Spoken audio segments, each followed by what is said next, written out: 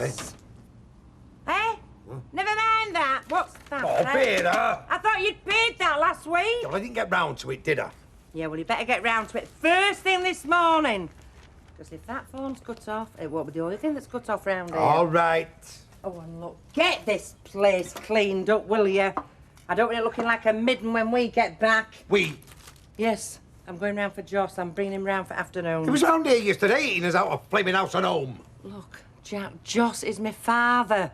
He'll be welcome round here any time he wants. Now, the sooner you get that into your head, the better it'll be for everybody, especially you. You can leave that, I'll see to it. Don't bother, I intend to leave the place as I found it. When you planning on going? I'll pick up my stuff tonight, it's all packed. So if you've planned some of your precious Robert in, feel free. I've cleared my room. Well, I'm not sure he is moving in. It depends. Yeah, on his wife, for one. He's told his wife. She knows he's leaving her. He's just going to pick his time. He doesn't want to cause any more problems than he has to. He does care about them, you know. Yeah, of course he does. That's why he's walking out on them, isn't it? Thanks, Mrs. Asher. Thank you. Take care. Ta-ra. Well, she's got a nerve, I'll give her that. Mrs. Asher? Oh, Jenny. Oh, she's never been short on that, believe you me. So what are you going to do? Oh, what can I do? Play for time and hope she comes to her senses. Can hardly throw her out on the street, can I? And she knows it. No, but you can stop him moving in. It is your house. Oh, I know what I said. But what good would it do? I mean, the way she feels about this Robert, she'd live in a cave if it meant being with him. But at least you wouldn't be condoning it. I wouldn't be there to pick up the pieces either, would I? Because in my book, there's only one way this can end.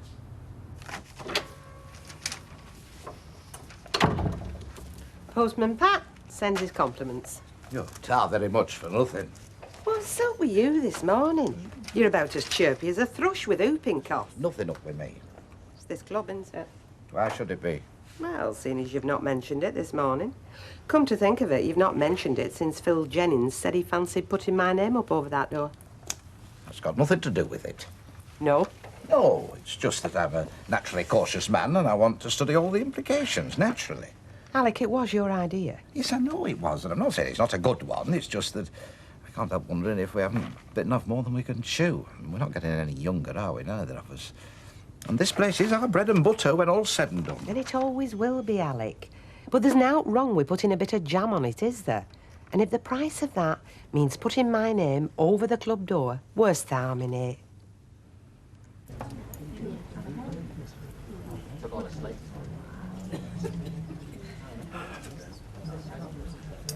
How is it folk can't put things back where they find them from? At 9 o'clock this morning, this looked like a road guardsman. Doesn't need a genius to know that 38 comes between 36 and 40. We can't complain, Mr. Sugden. We've been doing a far brisker trade than I ever dreamt of. Well, I've never stopped since I came in, I can tell you that. No, I know, Mr. Sugden. We were very grateful, really we are. Oh, don't mention it, Mrs. Bishop. A bit of organisation could simplify things no end, and I certainly pride myself at that. Now, what would you like me to do now? Well, if you can do as good a job on the men's trousers, Mr. Sugden, I'd be very grateful. Send them over, Mrs. Bishop. Checked all the zips. Eh? Made sure they're all in working order. Ah, well, I mean, you're an expert at that, aren't you? Beg your pardon? Well, you being something of a accomplished seamstress. Oh, right. Well, it'll take a bit of time, all this, Mrs. Bishop. Would it be all right if we go and have my dinner now and do these later? Oh, fine. Oh, right, thank you. Thank you very much.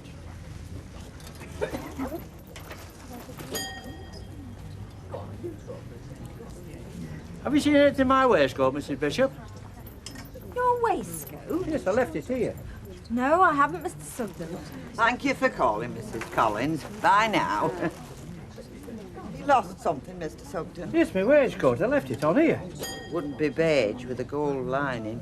Yes, that's the one, yes. Oh, dear. I'm sorry, Mr. Sugden. I didn't realise it was yours. I sold it.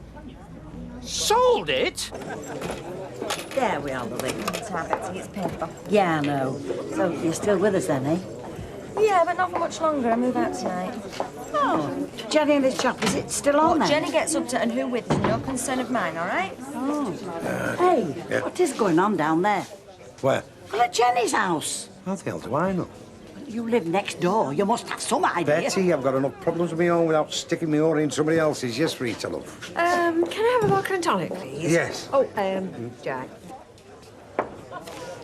Would you bring them over to me? Thank you. Yes, ma'am, certainly, ma'am. 3 bags full, ma'am. Do you mind? Have you decided where you're going? Yeah, tonight. And it won't be soon enough, believe me. Oh, Angie. Look, I know it can't be easy for you, love. Easy? It's impossible. Look, if you don't mind, I don't want to talk about it. Oh, look, Angie, just listen to me a minute. I know it's not easy because the way she's treated you. Thanks, thank you. Can we forget about Jenny, please? Oh, look, just listen to me for a minute, Angie. If she moves this Robert in with her, it's going to be the biggest mistake of her life. I know it is.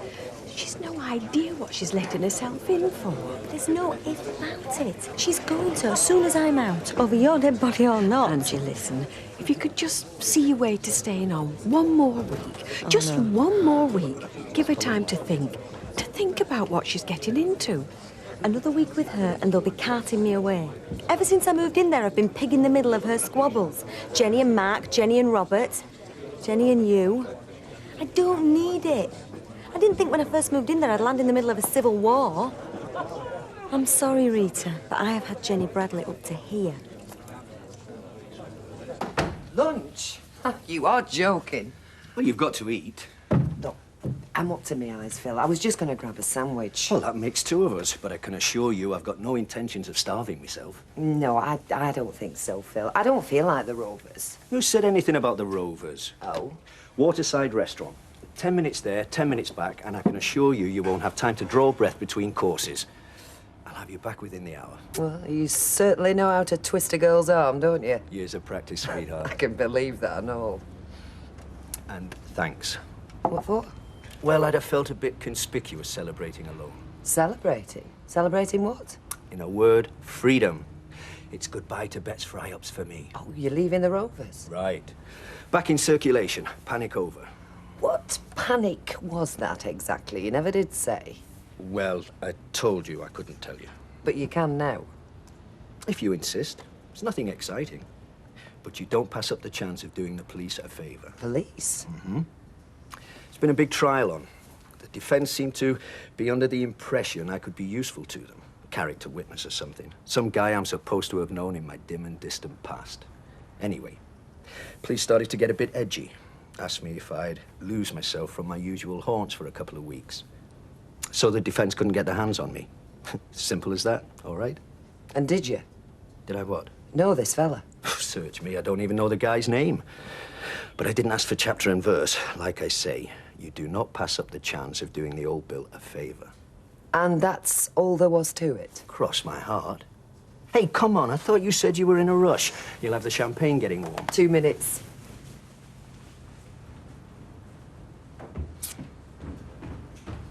Oh, well, I am sorry to hear that, Graddon. Yes, I really am. I'm sure you must be able to lay your hands on another lady assistant.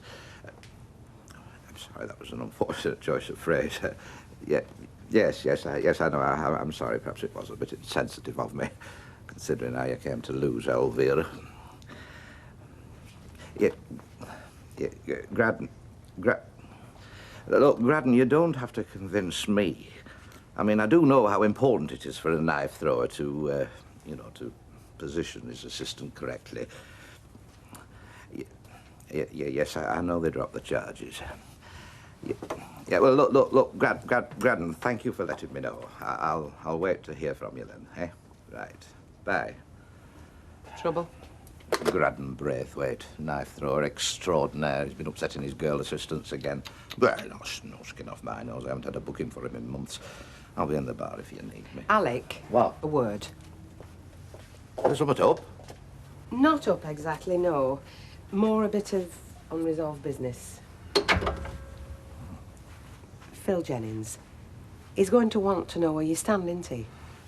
Well, yes, I suppose he will. Well, what are you going to tell him? Well, I don't know, do I? Look, Alec, it doesn't matter whose name's up over that flaming door. We're partners, you and me. If we go into this, we're going to it together, just like everything else.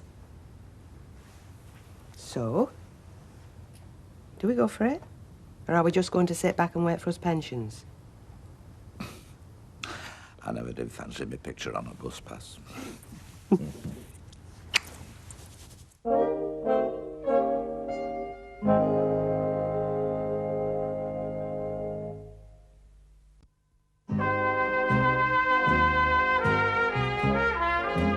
You must have some idea who you sold it to. I'm sorry, Mr. Sugden, I haven't. There's been that many people in here this morning. Well, think, woman.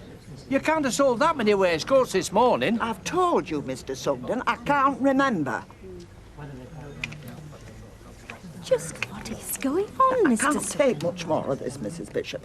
I've said I'm sorry. I don't know what else I'm supposed to do. But I'm certainly not stopping in here to put up with this all afternoon. No, it's all right, Ruby. Mr. Sugden is going for his lunch now. I'm sorry, Mrs. Bishop, but I think this unfortunate episode's highlighted one of the shortcomings in this business. I mean, that could happen to me, could happen to anybody. You're just very lucky it happened to somebody as tolerant as myself. It's all right, Mr. Sugden. I'm sure this unfortunate incident has taught us all a lesson, but you really would be doing us all a favour if you went for lunch now. If that's what you want, Mrs. Bishop, but I'm not letting the matter rest there. I'll see you later. 13:30 hours on the dot. I was beginning to give up on you. Had a lunch appointment. So, what's your problem? No problem. On the contrary. We've just been discussing Ben and I about this club idea. Well, you were none too pleased about her name going over the door. Me? Where you thought that idea from? Oh, no. It was just that we had one or two minor matters to discuss, you know, like the practicalities of running this place and the club. So you're not cooling on the idea? Cooling on it? Goodness me, no. I'm as keen now as when I first suggested it. So we have liftoff? We certainly do. Great. Well, here's to the Alphabet Club. What? The Alphabet Club. Great name, don't you think? Alphabet? It sounds like a preschool playgroup. Well, if you've got a better suggestion, I'm all ears. I mean, I thought it was quite clever. Alec, Phil, Bet. Alphabet. Clever. It's brilliant. To the Alphabet Club. The Alphabet Club. Cheers, mate. You've got a lovely home, Arvira. You'll never know how happy I am to see that you made something to your life. Me? God, you must be joking. What, stacking shelves in a supermarket? Married to a fella that's only happy if he's got a pint pot in one hand and a snooker cue in other. Oh, he's all right. He's your Jack. He's not perfect, but who is? I mean, he stood by you all these years. There's plenty worse off than you know, believe me. Yeah, I suppose so. Yeah. Well, you never had to go through the torture which I had to go through. Seeing you every week and never being able to let on. If you knew what I went through when you were a nipper. Seeing your mum, taking you out to the park, seeing you playing in the street. I only hope it wasn't a big shock to you to find out the truth after all these years. No, of course it weren't. Well, I didn't know whether to tell you, you know, these things have a funny effect on some families. I mean, I was surprised your Jack's taking it so well. Yeah. Hey, he's okay, our Jack, you know. He's all right, really. Yeah, it's just a shame that the rest of him's gone to seed. Hi, Jack, lad. Joss, what kind of morning I have had. Liz had to go off early, some meeting at Flaming School. Betty went 10 minutes later with a headache. Bet and Alec have never set foot behind that bar all flaming lunchtime, and who's it all down to, eh? Muggins here. Here, well, come and sit down. Come on, love, I've just brewed up. Sit down. I've got no time to sit down. I've got to do my pigeons. Well, I thought you did them this morning. Oh, I didn't have time. I was doing something else because somebody was inviting royalty to tea.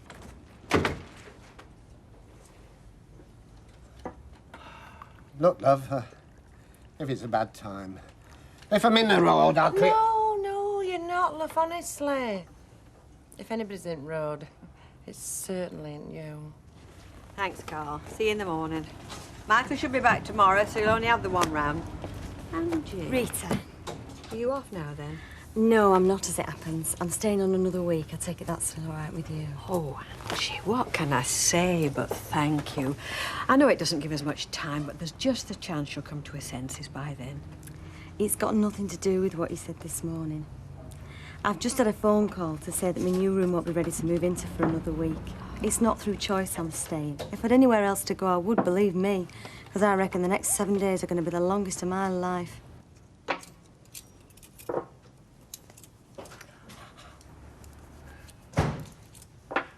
Vera. Oh, hiya, love. Oh, something smells good.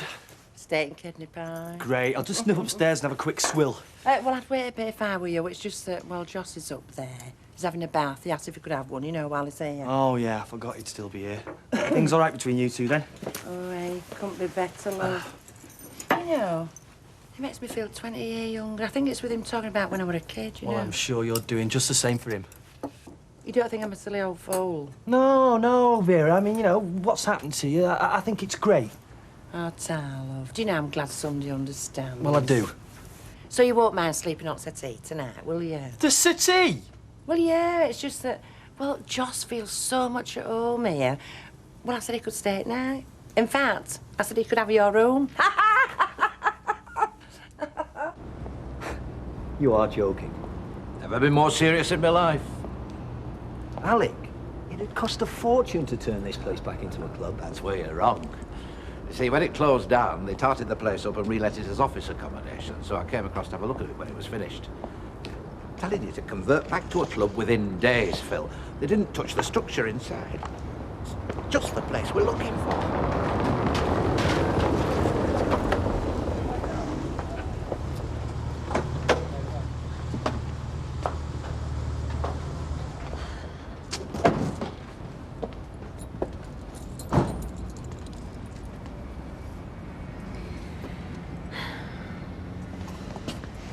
I still can't believe this is happening. You're better, after what I've been through for you. Yeah, I know. It's not been easy for either of us, you know. But we're going to be together now, aren't we? And that's all that matters, right? Right. Jenny, Hi. we've got to talk. That makes two of us. Doesn't it, Robert? What are you doing here, then? I thought you were a fully paid-up member of the Josh Shackleton fan club. It's amazing how fast you can go off a fella, Jack, when you lose your bet to him. And whose fault's that? Certainly not mine. Who's been encouraging him, saying families should stick together?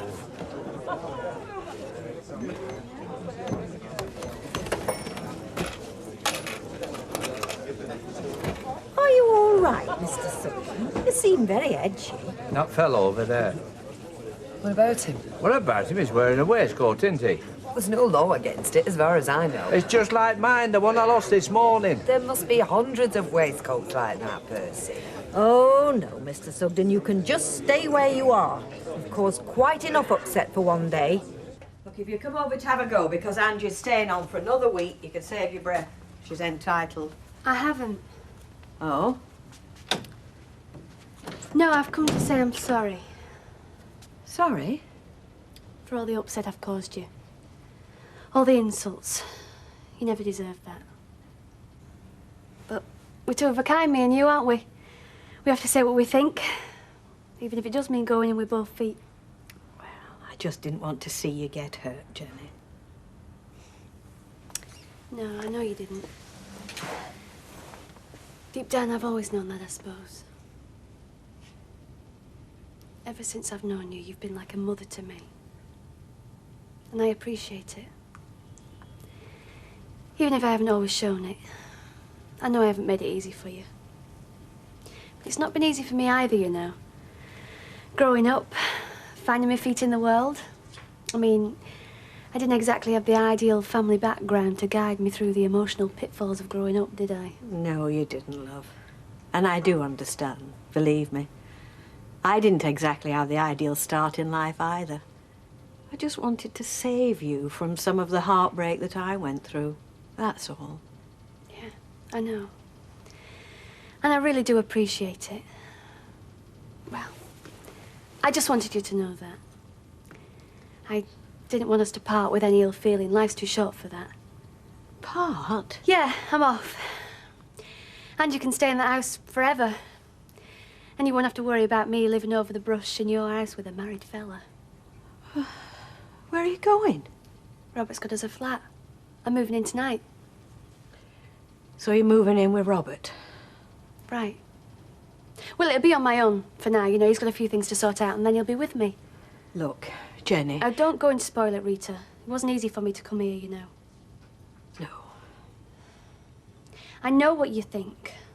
And I'm not saying that you're not entitled, but It's what I feel that matters, isn't it? And I really do love him, Rita. And he loves me. We're going to be very happy together. I know we are. In fact, until I met Robert, I don't think I ever knew the meaning of the word. Try and understand. I mean, it might not last forever. I mean, show me the couple that can say it will these days. But right now, it's what Robert and I want. Just to share our lives together. Share our love. You wouldn't deny us that, would you?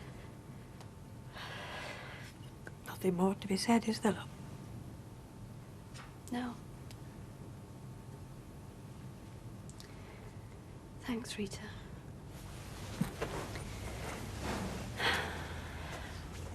Thanks for everything.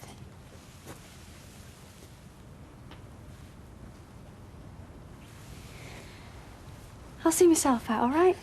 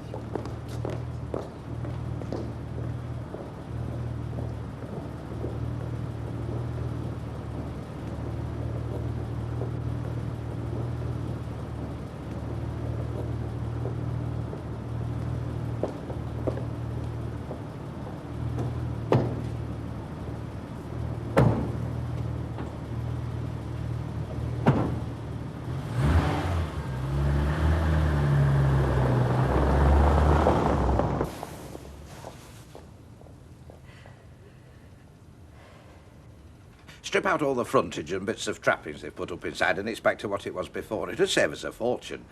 It's inspired thinking on my part, even if I do say so myself. Bet, we're on our way. We can start work just as soon as they get the finance arranged. Oh, so you have got round to talking about finances then? Oh, yeah. Phil knows what it's going to cost, you know, to get off the ground.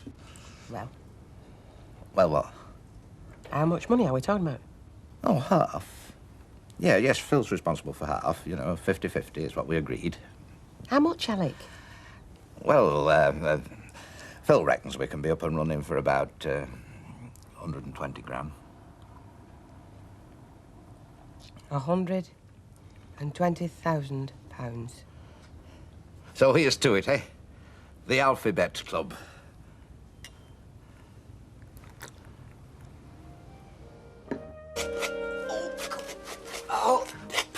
Liniment, that's what you need. What I need, Jack, is my own bed back. Hey, well, Josh can't sleep on there. Why not? He's small enough. Because he's an old man, ain't he? He's a pensioner. Exactly. He doesn't have to go to work, does he? But I do. Yeah, well, I'm not shoving him out. Not when he's grieving. He's just lost the woman he loves. Not shoving him out, my own father. Not when he needs me most. Well, in that case, I'm going to have to tell you I'm going to withhold part of my rent. Fair enough. Right, then I'll take his tea up, and then I'll best be off. Do you see that? Tea in bed. She is besotted. I'm telling you, Jack, if we're not careful, he could become a permanent fixture. Yeah, but he's got a home of his own. Yeah, but would you go back to living on your own, hanging about for meals on wheels when you can be waiting on hand and foot? I don't want to be unsympathetic, Jack, but unless we make a stand together, and soon we could be stuck with him for life. Are you with me? Aye, well, right, Good. yeah, but you could be on very dodgy ground if you don't pay your full rent. It could undermine your argument as a paying guest. So, throw me out. The pavement can't be any worse than that city. Oh, bye, Curly. See you at work. Yeah. Oh, my dad's having a lie-in, bless him. You'll make him some breakfast later, won't you? Me? Well, yeah. I've got to go to work, haven't I, today? For me. See you, love. Lost one form waistcoat, sold in error from charity shop. So, Jenny just took off, did she? Oh, without so much as a by your leave. No notice, no forwarding address, nothing. I think that'll do, Mrs. Wilton. How's Rita taking it? Oh, well, badly. She's gone away for a few days to brood. Blaming herself, no doubt. I'll just pay for the week. I mean, it's stupid. Pardon? Well, she's done everything she can for that girl. Why she should feel responsible now is beyond me. You do, though. It's that Robert to blame, if you ask me. I mean, what sort of a man will leave his wife and his kiddies and go off with some flippity-gibbet? I could tell you. Oh, Deirdre, I'm sorry, I didn't... No, quite right. Should be horsewhipped. Pardon? That man should be horsewhipped. No matter how bad his wife was, she should have stood by her. Thank you, Percy. Yes, I mean, forsaking all others till death us do part, as it says in the good book. Mind you, she can't have been up to much, can she? I mean, what sort of a woman loses her husband to a young floozy? And what sort of a man loses his waistcoat in broad daylight?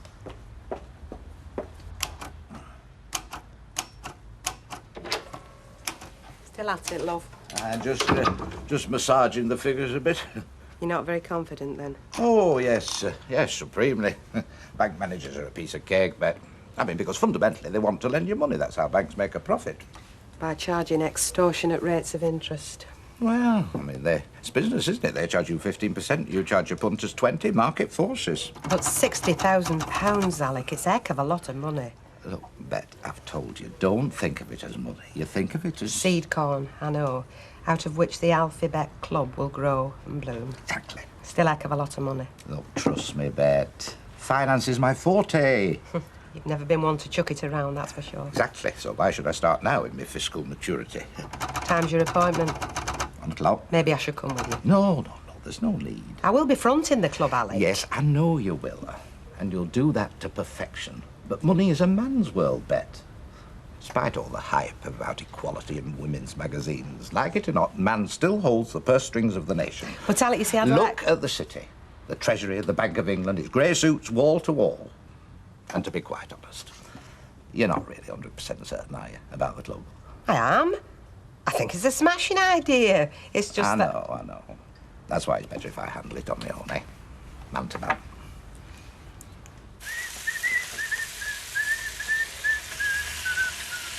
You don't hear a lot of whistling these days, do you? No, it's a dying art. Everybody used to whistle when I was a lad. Kept the spirits up. What are you doing? Frying your bacon. You never fry bacon. It's grilled. Not yet. Right in at the finish and then fast, just till it clouds over. 1 egg or 2? Jack, let me tell you, never make scrambled eggs with less than half a dozen. Half a dozen? Salt, pepper, Worcester sauce and a touch of tarragon. And what?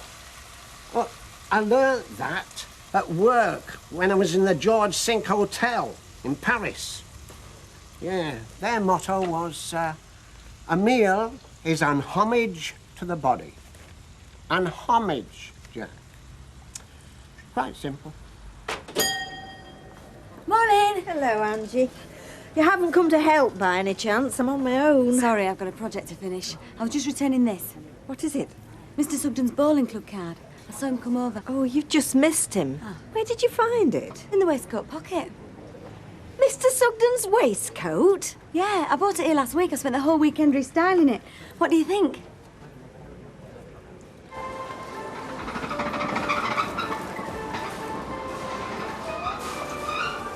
Hey! I have been looking for you all morning, and here you are sleeping on the job. I am not sleeping on the job. I've got a bad back. I can hardly stand up straight. Oh, well, you should spend more attention on the job and less on Miss Betterby. It's got nothing to do with Raquel. I spent the whole weekend asleep on the settee.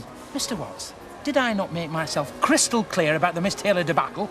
I said do not, I repeat, not bring affairs of the heart, domestic problems and trivial pursuits to work. We've all got our crosses to bear. Yeah, how is Mrs. Holdsworth? Don't ask. And remember, lean and fit. Lean and fit, Norman, just like the company. There's lots of keen young men out there, you know, just itching for a job like yours. Right, now, follow me. Hey, Otto. Thank you.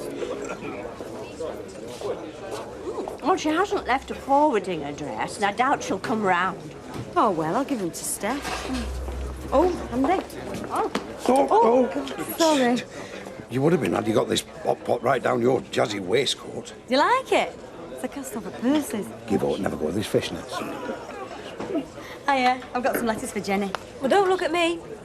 She's disappeared. What? I'm sorry. Did you say Jenny's disappeared? Yeah, vamoosed, skedaddled. Packed her job in, silly cow. I just popped back to tell Rita, but the cabin's shut. Rita's gone away for a few days, stay with a friend. Poor Rita. Oh, well, that selfish little madam might just rue the day. Upsetting everybody. As ye sow, so shall ye reap. Oh, well, there's no telling youngsters. Thanks, Granny. You're over in there, Jack, on the slate, till I get my pension.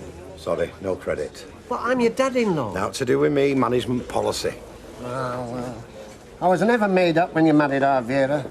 There's a lot of things I didn't like about you. Most things, as a matter of fact. Thanks very much. But I never thought you were a job's worth. I'll stand you a pint then. Oh, you're a gentleman. All right, get off. I'll be here later. No, no, Carl. We're not selling up, God forbid. But you know my Alec. He's had his heart set on owning his own club for years.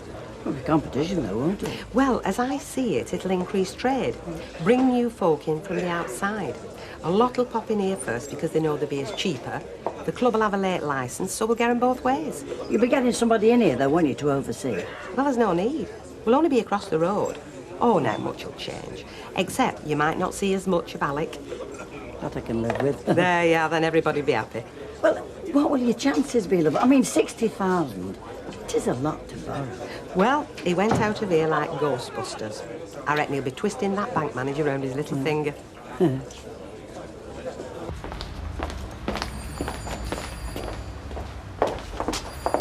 Mr. Giljoy, Gilroy. Yes? would you like to come this way? Thank you.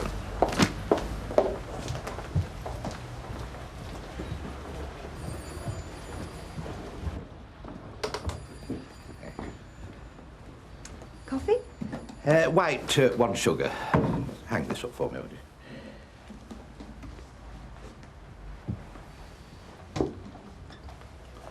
And what can we do for you today? Wait to see the manager, Mr. Lawrence, if you don't mind. I'm afraid Mr. Lawrence was transferred a fortnight ago. I'm Mrs. Grice, the new manager. But I'm a woman. May come as a surprise, Mr. Gilroy, but 55% of the population are.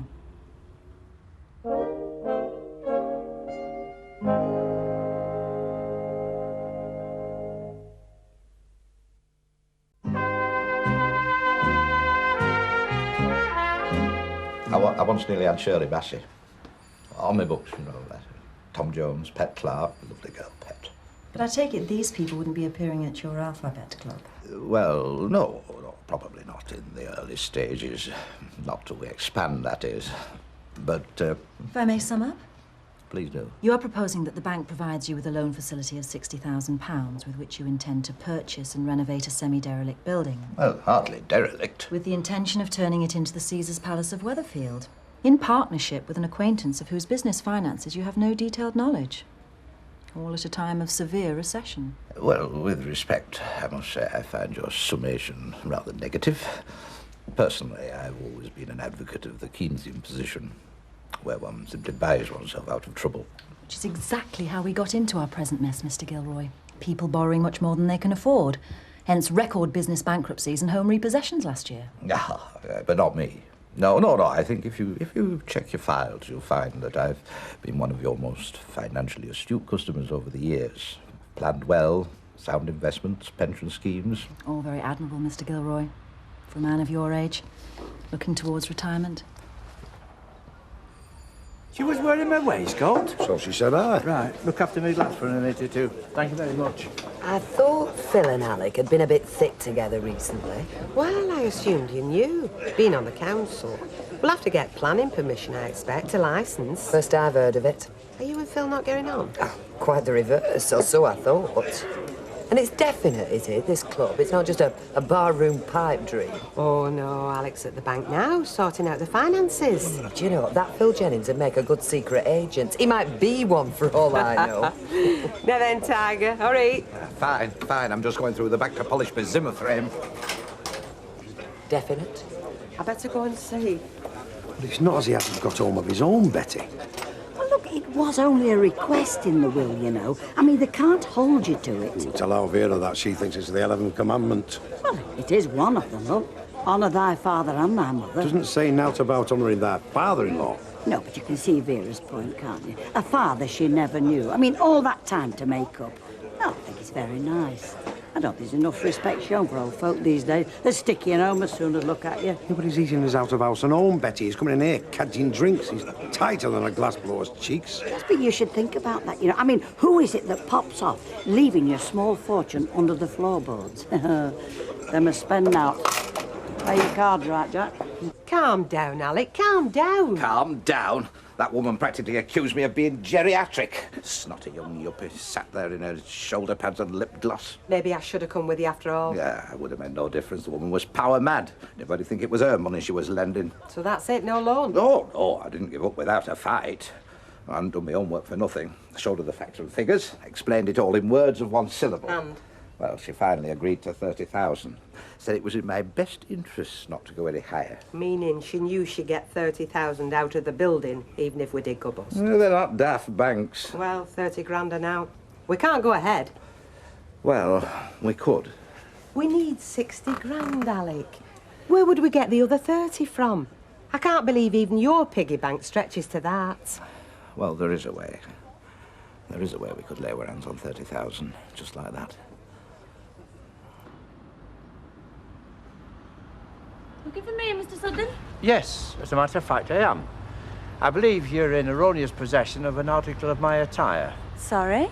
A waistcoat I put down in Mrs. Bishop's charity shop. How do you mean, erroneous? Well, the waistcoat was sold by mistake. It was never intended to be in the sale in the first place. I merely laid it down whilst working. I'm sorry, I didn't know. I'm not saying you did, so if you return me the waistcoat forthwith, we'll say no more about it. Actually, I'd rather like to keep it. But it's not yours to keep, young lady. I think it is. I bought it in good faith. Now, look, I've tried to explain, and I've no intention of going into an acrimonious debate. That is my waistcoat. I fully intend reclaiming it and wearing it whenever and wherever I please, right? Okay. That's better.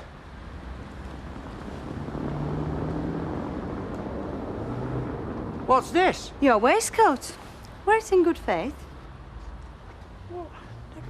No, Alec, no. Absolutely not. This place is our safety net. We agreed. We make a good living. It's what we know. We can keep going here till we peg out. Yes, exactly. Day in and day out for the next how long? We may not be young, Bet, but we're not too old to have dreams. I've been here donkey's years, Alec. You talk about selling the fixtures and fittings. That's me. I am a fixture and fitting. That's just sentimental. Call it what you like. That's how I feel. And I can understand that, Bet. Believe me, I can. But, well, there is a tide in the affairs of men which, taken at the flood, leads on to fortune. Julius Caesar. Look what happened to him. Got a knife in his back. Look, Bet, this isn't just some crackpot scheme. We've planned it. You've seen the figures.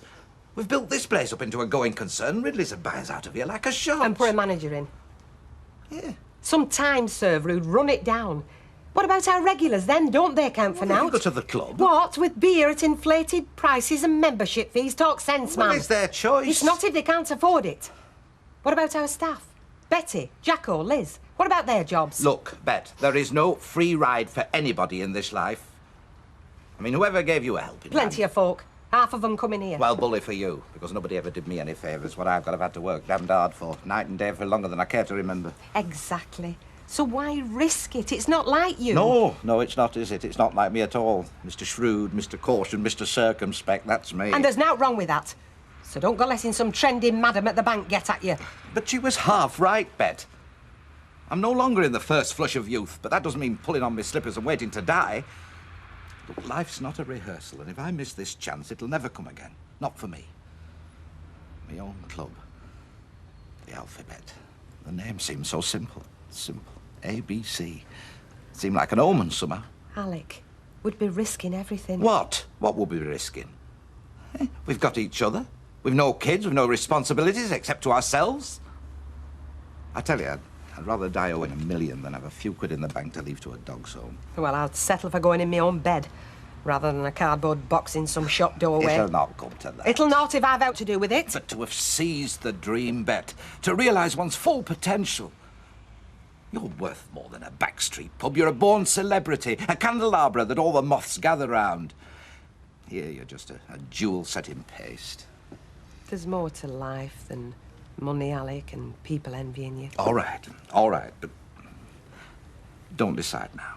Just think about it, eh? For me. And if you say no, I'll go round to Phil Jennings and tell him the deal's off. If that's what makes you happy, it's your decision. Because your happiness means more to me than all my dreams. I'll go and cash up.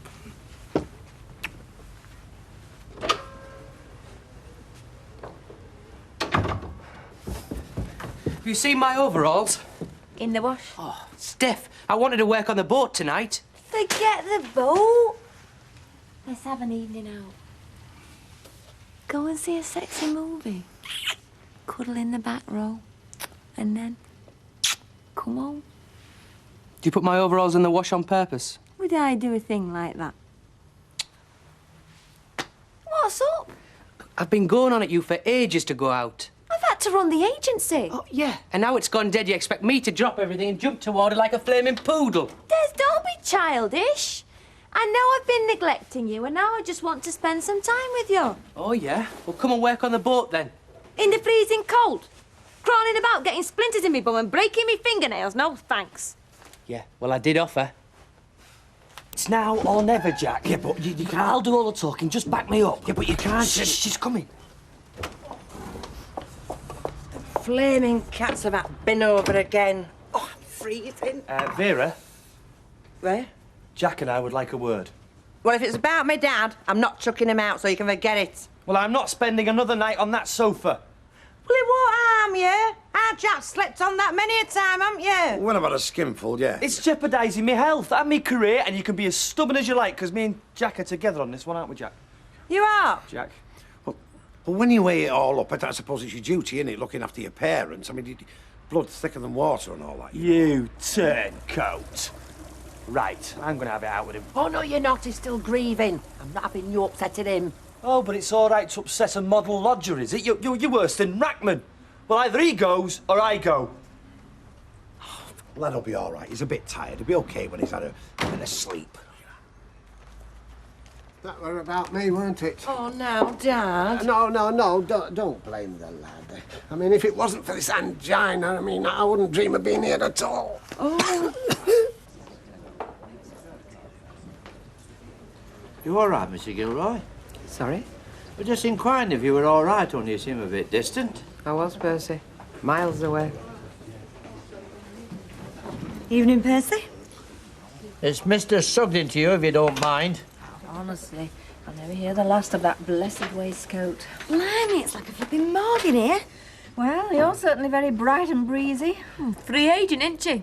And got the ancient mariner banging in her back garden. You'll be glad of that boat in the summer. You what?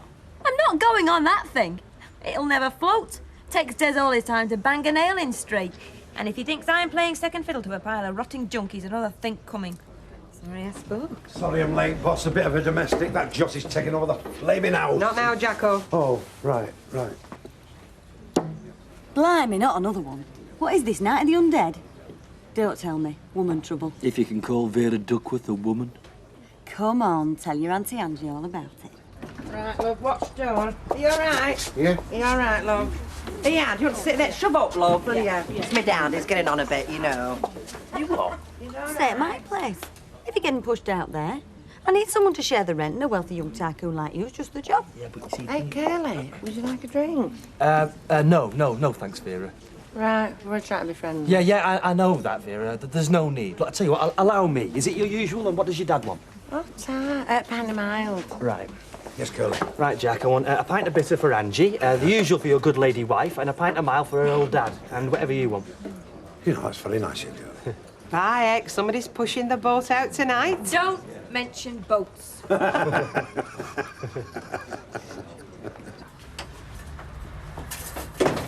Steph, you fancy a brew? Steph?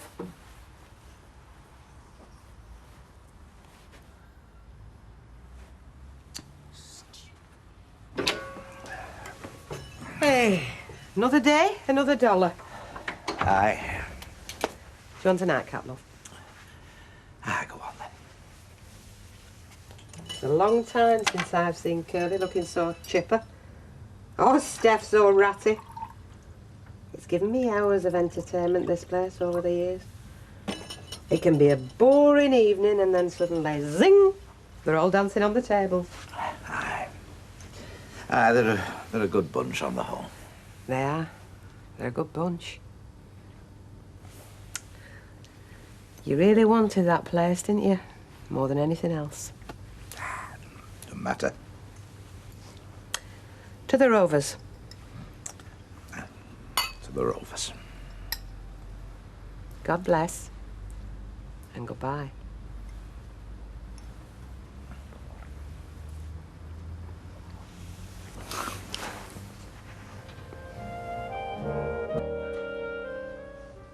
I've just got to pop out, Vera. I won't be a minute. Where you going? The shop. Oh, what's he want to go to the shop for? We're spending all day working in a flipping supermarket. You haven't got a clue, but you cannot keep asking that lad to keep on that sofa. Not and take rent off him, you can't. I know. I'm surprised he's put up with it. Supposed to be a regular lodger. You go turfing him out to make way for some old geezer you picked up at your mother's funeral. This is not an old geezer. This is my father. So he says. Anyway, as for Curly, I mean, what we can do is we can get a camel bed, can't we, for the front room? Then whenever Joss comes to stay, well, Curly can get down on that. Vera, he's got a home of his own. There is no earthly reason why he should come and live here. Oh, you want me to turn back on my father now? Is that it? Is that what you're getting at? He's turned his back on you for long enough. Anyway, I'm not talking about it now, because, I mean, it's upstairs, isn't he, might hear? What will he be thinking? Think what he likes. Oh, look, don't worry about Curly. Look, I'll have a word with him. That I don't know where he's playing at. Look, if he don't hurry up, he's going to have us late, isn't he? So, when did you have in mind? Anytime. You can move in now if you like. No, you see, because I've got to go to work. What about tonight? Yeah. Jenny's cleared her room. You can move in straight away. She's paid her rent till the end of the week, so you don't have to pay anything till next. Oh, what about Mrs. Fairclough? I mean, have you told her about it? Well, she's away just now, but she knows I can't afford the place on my own.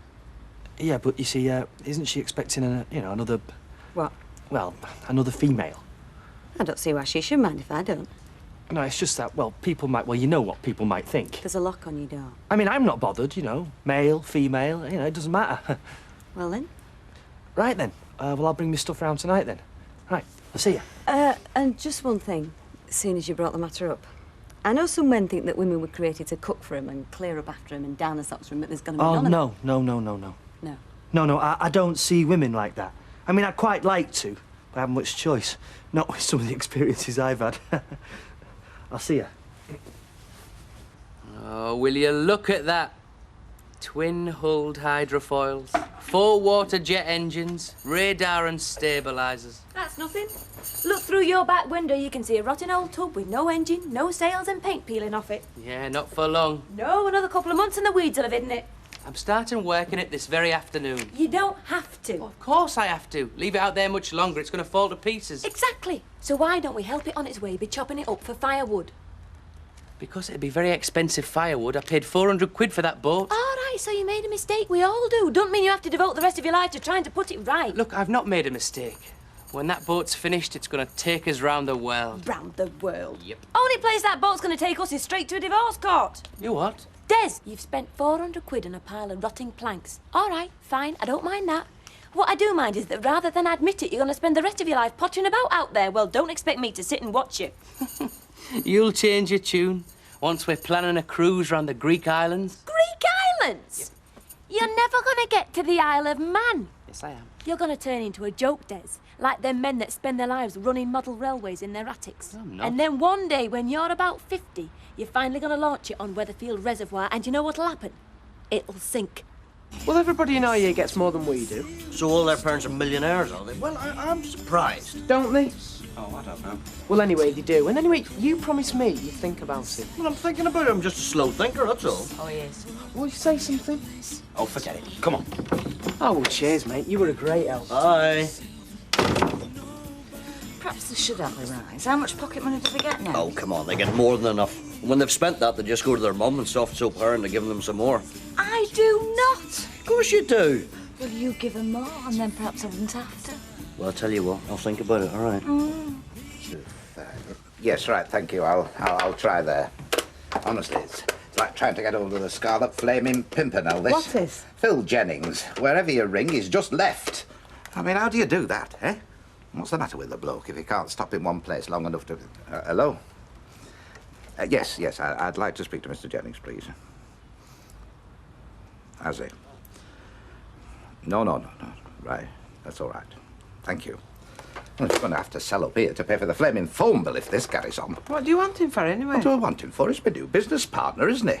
If we're going to leave this place, I want to know what time scale we're talking about, don't I? Hey, and while I think on, not a word to the rest of the staff. No. Because you know what they're like. They get the slightest whiff of out going on. They just... morning, Betty. Morning. Brew on, Betty, if you fancy a cup. Thank you.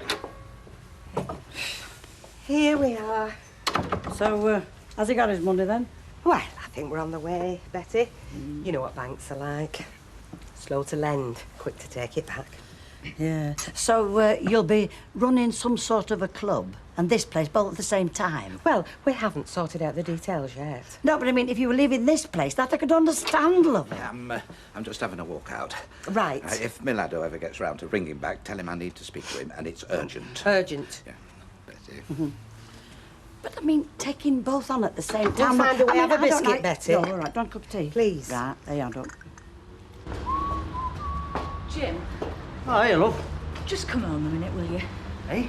I want you to have a look at what I found, just to see what you make of it. Hey, Liz! Liz! Liz! What? Come on, look. I just wish you'd tell me why you've dragged me back from there. I'm trying to earn a living. Here. It's a box of chocolates.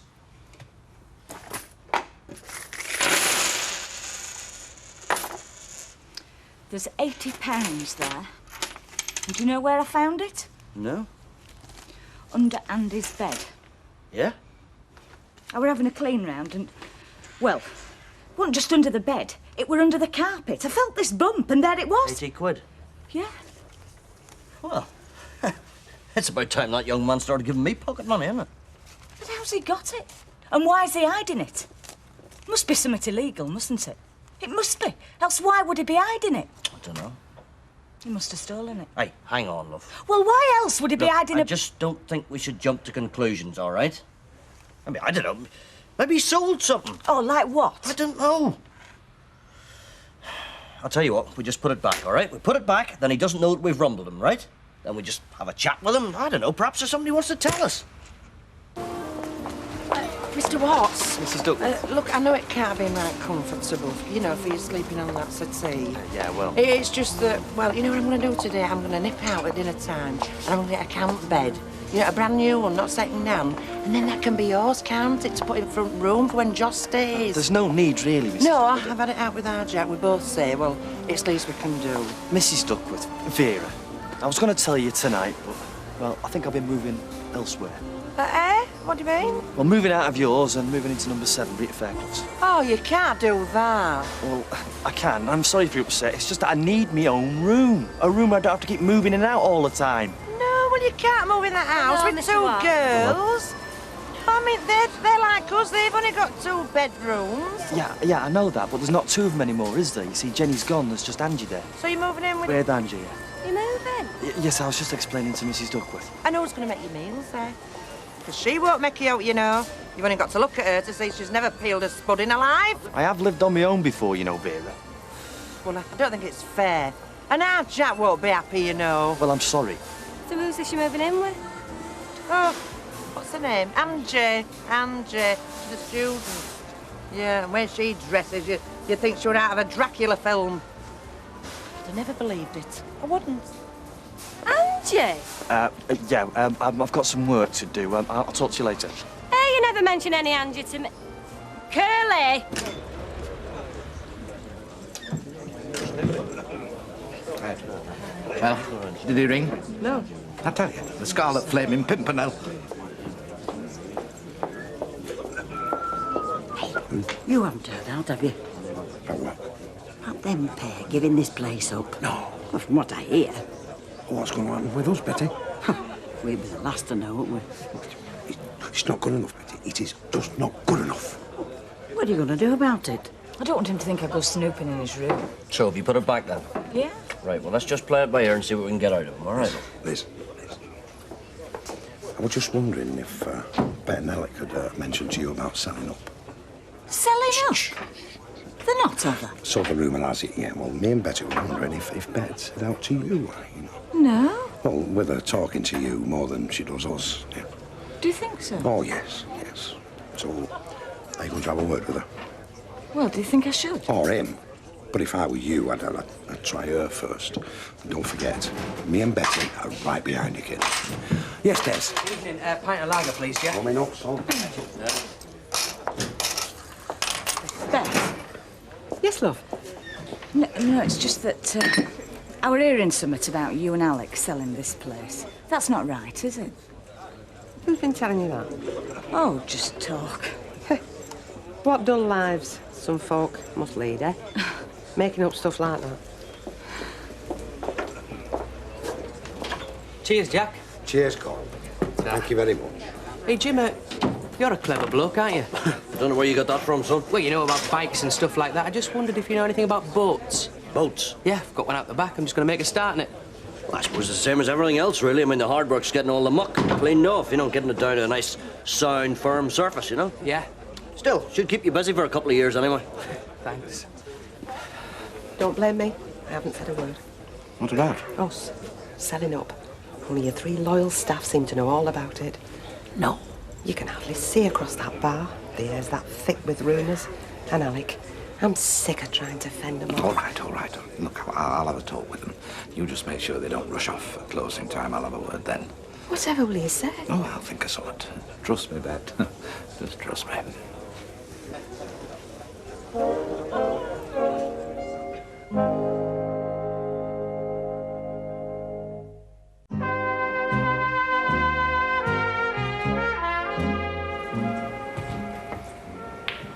How old is she?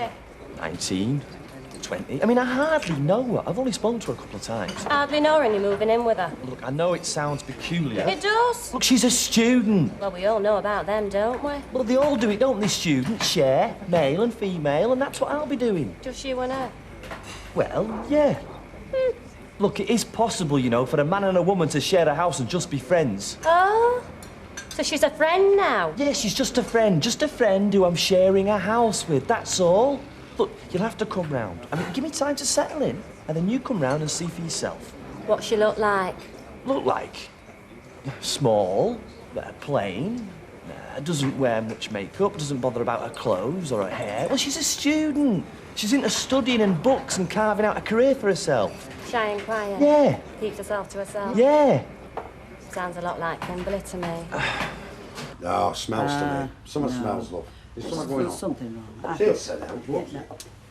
He's here. Oh, I'm sorry to have kept you. I'm usually trying to throw people out of this place, not stop them leaving. Yes, well, I just wanted to have a few words because I understand there's an ugly rumour got about that Bet and I are thinking of leaving the Rovers for pastures new, yes? That's right. Oh, yeah. It's amazing, isn't it? I mean, how do these things start, eh? No. No, I think you all know what we feel about this place. This is our home. We're very happy here, aren't we? Yes. And should we ever think about moving on, I can't foresee it, but I mean, should we ever think about it, you'll be informed every step of the way. Because, I mean, you are this pub, and this pub is you. How many times have you heard me say that? Many, many times. Yeah. So, forget the rumours. Leave that to them on the other side of the bar. As long as they're drinking, it doesn't matter what they're saying. But I don't want you feeling insecure or unsettled, because there's no reason for it. No, I can guarantee your future here is as safe as mine is, or as indeed Betsy's. All right? Thank you. Yeah. Thank you. Well, I'm sorry to have kept you. Thank you. Oh, well then. Nothing to worry about, have we? You what? We've everything to worry about. So lucky if you're in a fortnight. Did you not believe him? Not when he's smiling. Never believe no when he smiles. But he wouldn't just lie to us. You haven't been here long, have you, lovey? So, have you finished then? Finished. You've had all afternoon. Yeah, I've been working all afternoon, scraping off old paint. About a square foot altogether. And most of the skin off me right hand. Yeah, well, I thought as much. So I brought you a present. Oh, thanks. So why don't you float that in your bath and we'll use the other one for firewood? No thanks. It might take a bit longer than I thought, but I'll still get to them Greek islands and I shall still get there on that boat. And that's your last word, is it? Yes. Right. Take a look at that. Page 34. What? Skiing holiday. I've already arranged the time off. All I've got to do is ring to confirm it, so that's what I'll do. Well, hang on. What about me? How do you know I can get the time off? You've got your boat, Des. Any time off you get, you'll be out there scraping paint. Doesn't mean to say I can't go skiing. Well, no. Only the other thing about this holiday I'm booking. It's for one. What? I told you I wasn't going to sit round here while you make a fool of yourself, and I'm not. I'm going skiing. Come in. No, what it is, I've been looking for Phil, only I keep missing him. You've no idea where he is, have you? No. You're not liable to be calling round? Well, if he does, the first I'll know of it, he'll be standing on that doorstep. I think unpredictable is a good word to describe him.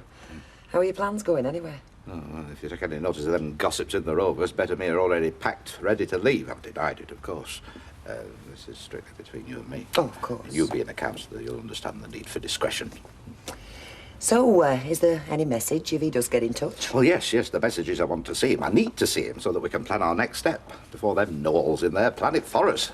So, let's talk about your financial situation. What about it? Well, do you really find you haven't got enough, or are you just trying it on? Not a try-on, no. You try living on a £5 a week. I wasn't talking to you, son. Well, by the time you've gone into town, paid your bus fare, bought a Coke... Hey, thank you, but I was talking to your brother. And I don't know why. Oh, great, so I don't count for all of a sudden then or something, do I? Steve, just help me a minute, will you? Eh? In the kitchen. Well, you better not end up getting more than I do. Oh, shut up. So, you get a £5, then you go to your mum and she tops it up for you, yeah? Right. Well, do you manage to save any of that? No. Well, you don't put anything away for a rainy day at all? No, not a penny. Well, I mean, look, I'm not bothered. I'm not trying to be the tax man. I'm not going to take it away from you, you know what I mean? There's nothing to take. OK, so do you sell any records, tapes, try and make a quid on the side? No, look, what is this? What is this? I'll tell you what this is. This is me trying to find out about your financial situation, right? Because for a boy who says he hasn't got any money, all of a sudden I find out that you... Tea time. So, we get a rise then? No, you do not. Oh, great. What have you said now? Nothing. I haven't said anything. What's everybody getting at me for? Yeah, moving out and moving in with Andrew at number 7. Oh, no. Well, I tried talking to him. I said, look, I've got to buy you a camp bed. But no, it would suit that. But he goes... Well, what did I tell you, eh? Hey, you were the one that had him traipsing in and out of his own room, making way for that so-called flaming father of yours. He is not so cold. Yes, well, I hope you're flaming satisfied. I told you what would happen. Would he take any notice? No, of course you wouldn't. Well, I did take notice, didn't I? I told him about the camp bed. Anyway, happening, it's for the best. How can it be for the best when we're losing his rent? Well, my dad can stop here when he likes now, can't he? We've got a room free, haven't we? That means he can come and go as he pleases. Vera, that man has a home of his own. Yes, but he's got an home here now, hasn't he? Where's Curly? Has he gone yet? Well, he was moving his stuff last time I saw him. Curly, no, you're not moving. What's all this about moving? Look, I'm sorry, Jack, but I think it's the best for everybody. Look, can't you think about it? I mean, take a couple of nights to think about it. Look at how Vera, she's broken-hearted, isn't she? I'm not moving far, Jack. I'll still see you both. Yeah, but it won't be the same, will it? I mean, this Andrew, I mean, what are you moving in for her for? She won't coop for you like how Vera does, you know. What is it? Do you want a bit of privacy for you and your new girlfriend, do you? I mean, come on, have the run of the house. Sorry, Jack. Oh, Curly, come on! Don't worry, there's not much more. It's okay. No, Aye, so you're taking a lodger then? just the one. One might be enough. But with all the washing, ironing and cooking, it's not like sharing with a bird, you know. Oh, Curly and I have already had a little chat about that. Hello? Raquel, come in. Is it all right if... Your house? Well, you told me to come round, so, here I am. Oh. Raquel, Angie. Angie, Raquel. Hello. So you're the student, then? Well, Curly talked, I thought I'd find you with your nose in a book. Oh, no, not tonight. I've got a party tonight. Oh, I should be so lucky. Sit down. I'd make a cup of tea, but I'm in a bit of a rush, so make yourselves at home. And I'll see you when I get back, if you're not already in bed. I'll give you a key, didn't I? Yeah. Right, OK, then I'll see you later. Bye. I've still got one or two things to... Oh, it's all right. I'm in no rush. And Angie's not going to be back till late, is she? I mean, she don't even know whether you'll be in bed when she gets in. Right, I won't be a minute. OK. I give up. What? Oh, come on, I'm not blind, I'm not deaf. I can see this house has certain advantages that ours doesn't. Oh, come on, Jack, it's not that. Just don't overdo it. 2 women can be a terrible drain on a man's energies, but pace yourself. Give your body a chance to recover.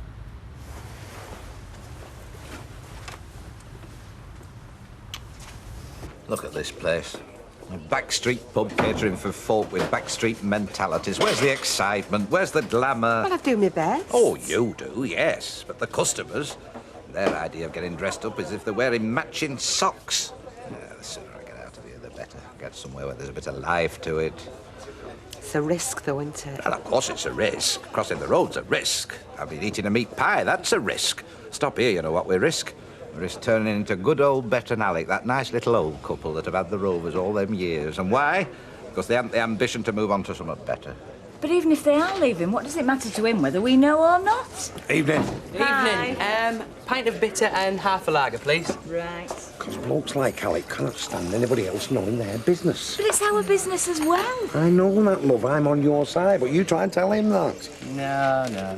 I still don't believe it. Then wait and see. On your own, not with some girlfriend, not with a group, but... On me own. 161, please. Ta. Thanks. So, I'm supposed to say that I won't work on the boat anymore, can stand there and rot, I won't lift a finger, that's what I'm supposed to say, right? No, you work on your boat. You move out there, live off it, eat your dinners off it, whatever you do. I won't be there to see it. I'll have gone skiing. Yeah.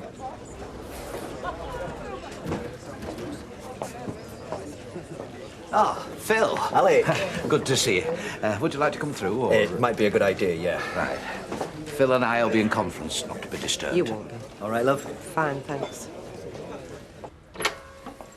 Right now, what can I get you? Nothing, thanks, Alec. I'm in a bit of a rush, to tell you the truth. I used to be like you, never stopping, fit as a rake. I've not always been this shape, you know. About this club? Yes, the club, yes. Let's get down to business, that's what we're here for, isn't it? Do you know, you don't half remind me of myself 20 years ago. Well, no, 10. Alec, I'll always be grateful for your advice. I mean, I think we can put a lot of business your way once we get to booking the artists. A lot of business. Well, yes, you see, but... what I've come to realise is, this pub, the Rovers, this is your home. I mean, it's your spot on the map. And me, I've come in, I've started talking about clubs, I've got you going, and... well, I had no right. And all that money. It's a risk. A risk I can't ask you to take. Oh, well, crossing the road's a risk. I mean, eating a meat pie, that's a risk. Worry no more. It's all sorted. How do you mean? Well, I set the money up for a couple of old pals of mine. I'll do all the boring stuff, get the tradesmen in. Then when it's up and running, when all the hassle's gone away, then we come to you for the artists.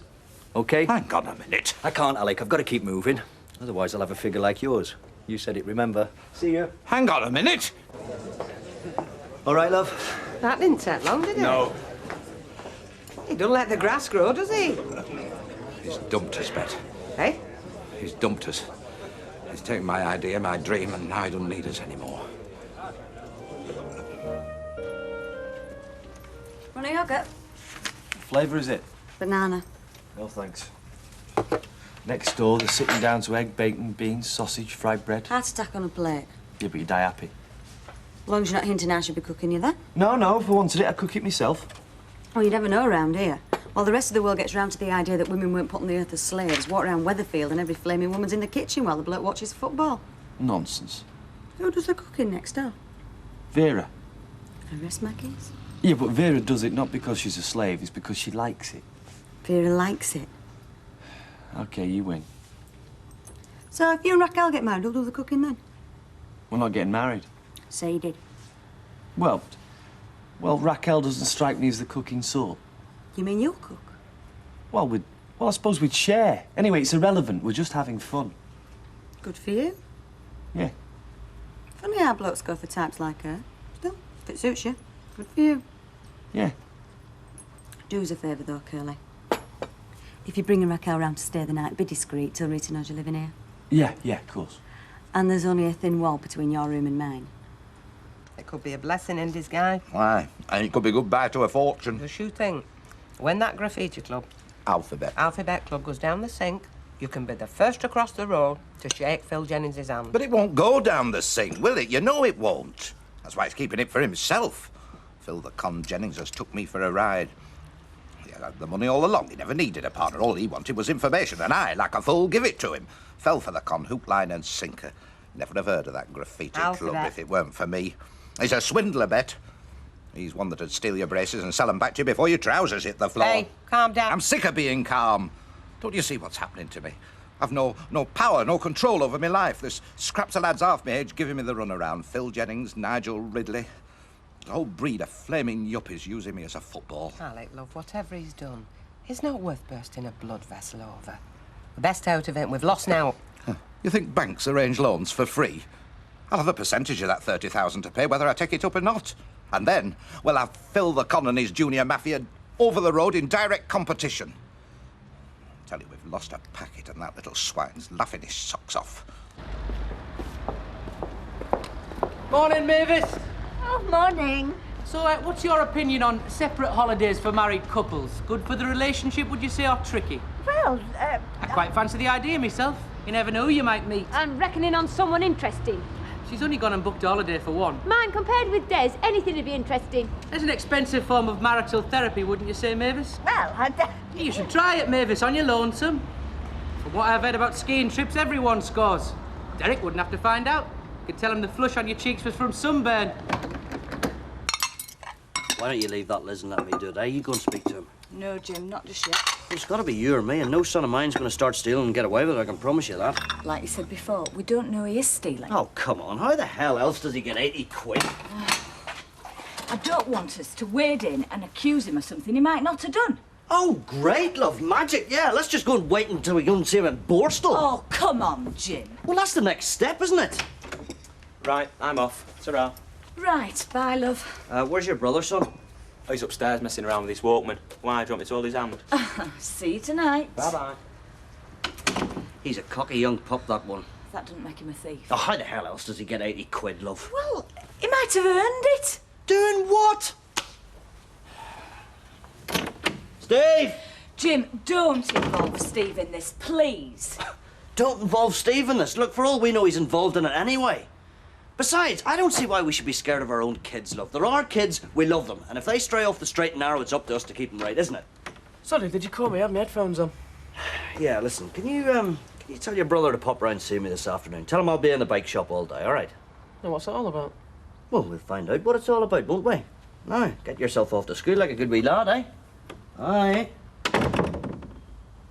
So it seems that Stephanie is going on holiday alone. At least that's what I gathered. But I mean, it was very embarrassing, them airing the differences at full volume. So isn't Desmond happy about it? Oh, I don't know. You know what they're like. Everything has to be a joke. Oh, will these do, Emma? Oh, they'll be fine. We seem to use so many. Every item has to be priced. 60p a packet. I'll take 4. So, where's Stephanie going? All on her own. Skiing. That's £2.40. They all go skiing nowadays. I mean, it was all played out for my benefit, though why they think I should be interested, I don't know. I mean, I'm the last one to get involved in other people's domestic affairs. I'm sorry. It has to be a £10 note, I'm afraid. It's all right, we've got plenty of change. No, I just like to keep myself to myself and mind my own business. But sometimes other people's business seems to jump out at you. That's 5 and 2 ones and 60. What do you mean? Thank you. I mean Norman's latest exploit. What's that? He's moved in with Angie Freeman. Do you mean as together? Well, who knows? But they're very small houses, as we very well know. It won't be the same even if they do keep us on. Who knows? I know. It'll be Nigel Flaming Ridley's golden opportunity, won't it? He'll bring it back as a New York speakeasy or a Victorian weaving shed or something. He'll have you in costume. What do you fancy, clogs and shawl or a cocktail waitress? What are they like? Well, all legs and chest, you know. I want to sell beer, not turn it sour. Do you reckon you'll miss betting Alec when they've gone? Well, I don't know. Yeah, they're not that bad, are they? Why isn't this shelf stocked? Just doing it, boss. What have these been used for? Wiping your shoes? No, of course not. Well, they've been out 3 days running. Get some clean ones. There's a pile a mile high in that cupboard. Sorry. How long have you worked here? You should know. I've said I'm sorry. Yeah, and this dinner time, just remember you're here to sell ale, both of you. Not gas with your cronies at this end of the bar. It gets more like a flaming social club every day. What did I say? Sorry to see him go. I'll be glad when he's gone. Gone? Gone where? Sorry, boss. Nowhere, boss. No. If that is a reference to my going across the road to the erstwhile graffiti club, you can rest assured that will not be happening. You'll be in receipt of your weekly charity handouts for a while yet. You know, I don't know whether to laugh or cry. I'm more likely to yawn, me. But you're not to think you can't come back, you know. I mean, he'll have gone back weekend, old blow. That's very nice of you, dear. Yeah, and then you can have your old room back again, just as you like it. I mean, it wasn't my fault, Curly, but we couldn't leave Joss on his own, not in his bereavement, poor old blow. It's got nothing to do with Josh. It did, but not anymore. Although I have to admit, being kicked out of my room and made to sleep on the sofa did make me wonder about the nature of the tenancy. But the old fella's done me a favour. Yeah, of course, now you'll appreciate your old room all the more. But I've got my own room. Eh? I'm very happy where I am, Vera, very happy. I think it's healthier, you know, for you to live with someone of your own age at my age. Do you mean just you and Airline? Yes, it's an excellent relationship, you know. I think the whole affair has been for the best in the end. Oh, affair, eh? If you excuse me, I think I'll have a quick word with Miss Wollstonecraft.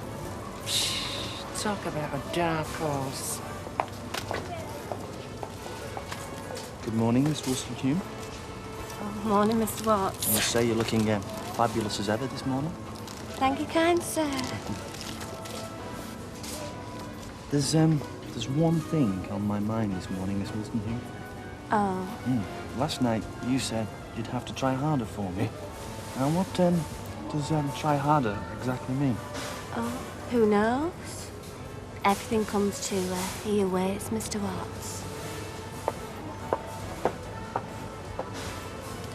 Look, I don't care what you tell him. Just make sure he knows he's not welcome, understand? What do you mean? You mean bar him? Good grief, it's like painting by numbers with you, Jack, isn't it? Watch my lips.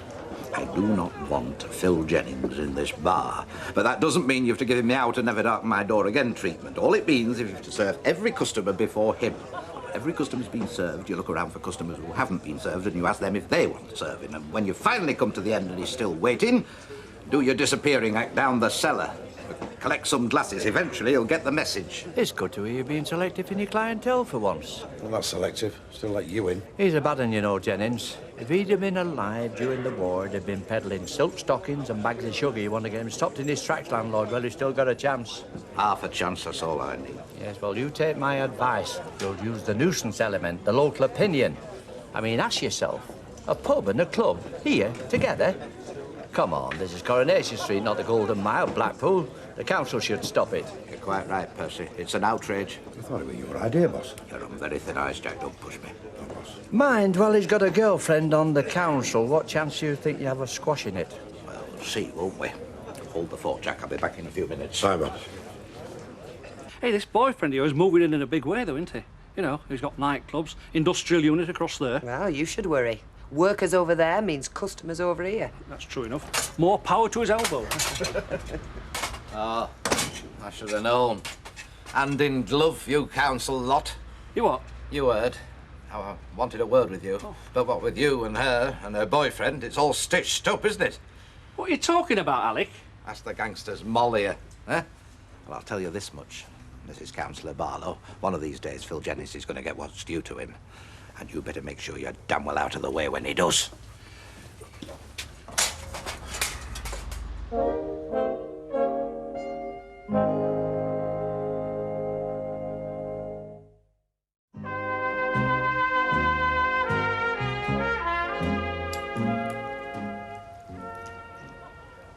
Alec, love, slow down. You're eating that like it's the first meal you've had in a month. I don't want it, I'll leave it. I can't have a bit of salt in my food. Alec, will you slow down, love? You know you're really angry with, don't you? You're going to say myself? Yes, that's very helpful. It's true, love. Look, he's a crook. He's stolen my idea, stolen my dream. I don't let anybody do that. Nobody steals my dream. Like a line from a musical. Oh, yeah, mockery now, is it? I am not mocking you, love. But you've been like this all day and it's doing you no good. All right, you want to stop Phil Jennings, then stop him. Do it through the council, get him blocked. Don't you see, that's the problem. His girlfriend is the flaming council. What chance have we got? If he wants permission to open a club, she waves her wand, it'll go through. Talk sense, man. Deirdre's not his puppet. She'll no more want his club at the end of the street than we do. She's a young kiddie there, it needs its sleep. Ah, touching faith, I must say. Cast your mind back only a few months when Nigel Ridley wanted to turn this place into a theme pub. Who offered her house for a fast buck? Deirdre, sell your own grandmother Barlow. Yeah, she don't care about this street or the neighbours are doing what's right. Hellfire, she's walking out with a flaming gangster. There's not just Deirdre, is there? There's more than one councillor. Aye, and they're all hand in glove, the lot of them. Where you going? Going for the salt. And I'll take this and all. Maybe I'll be able to eat somewhere in peace.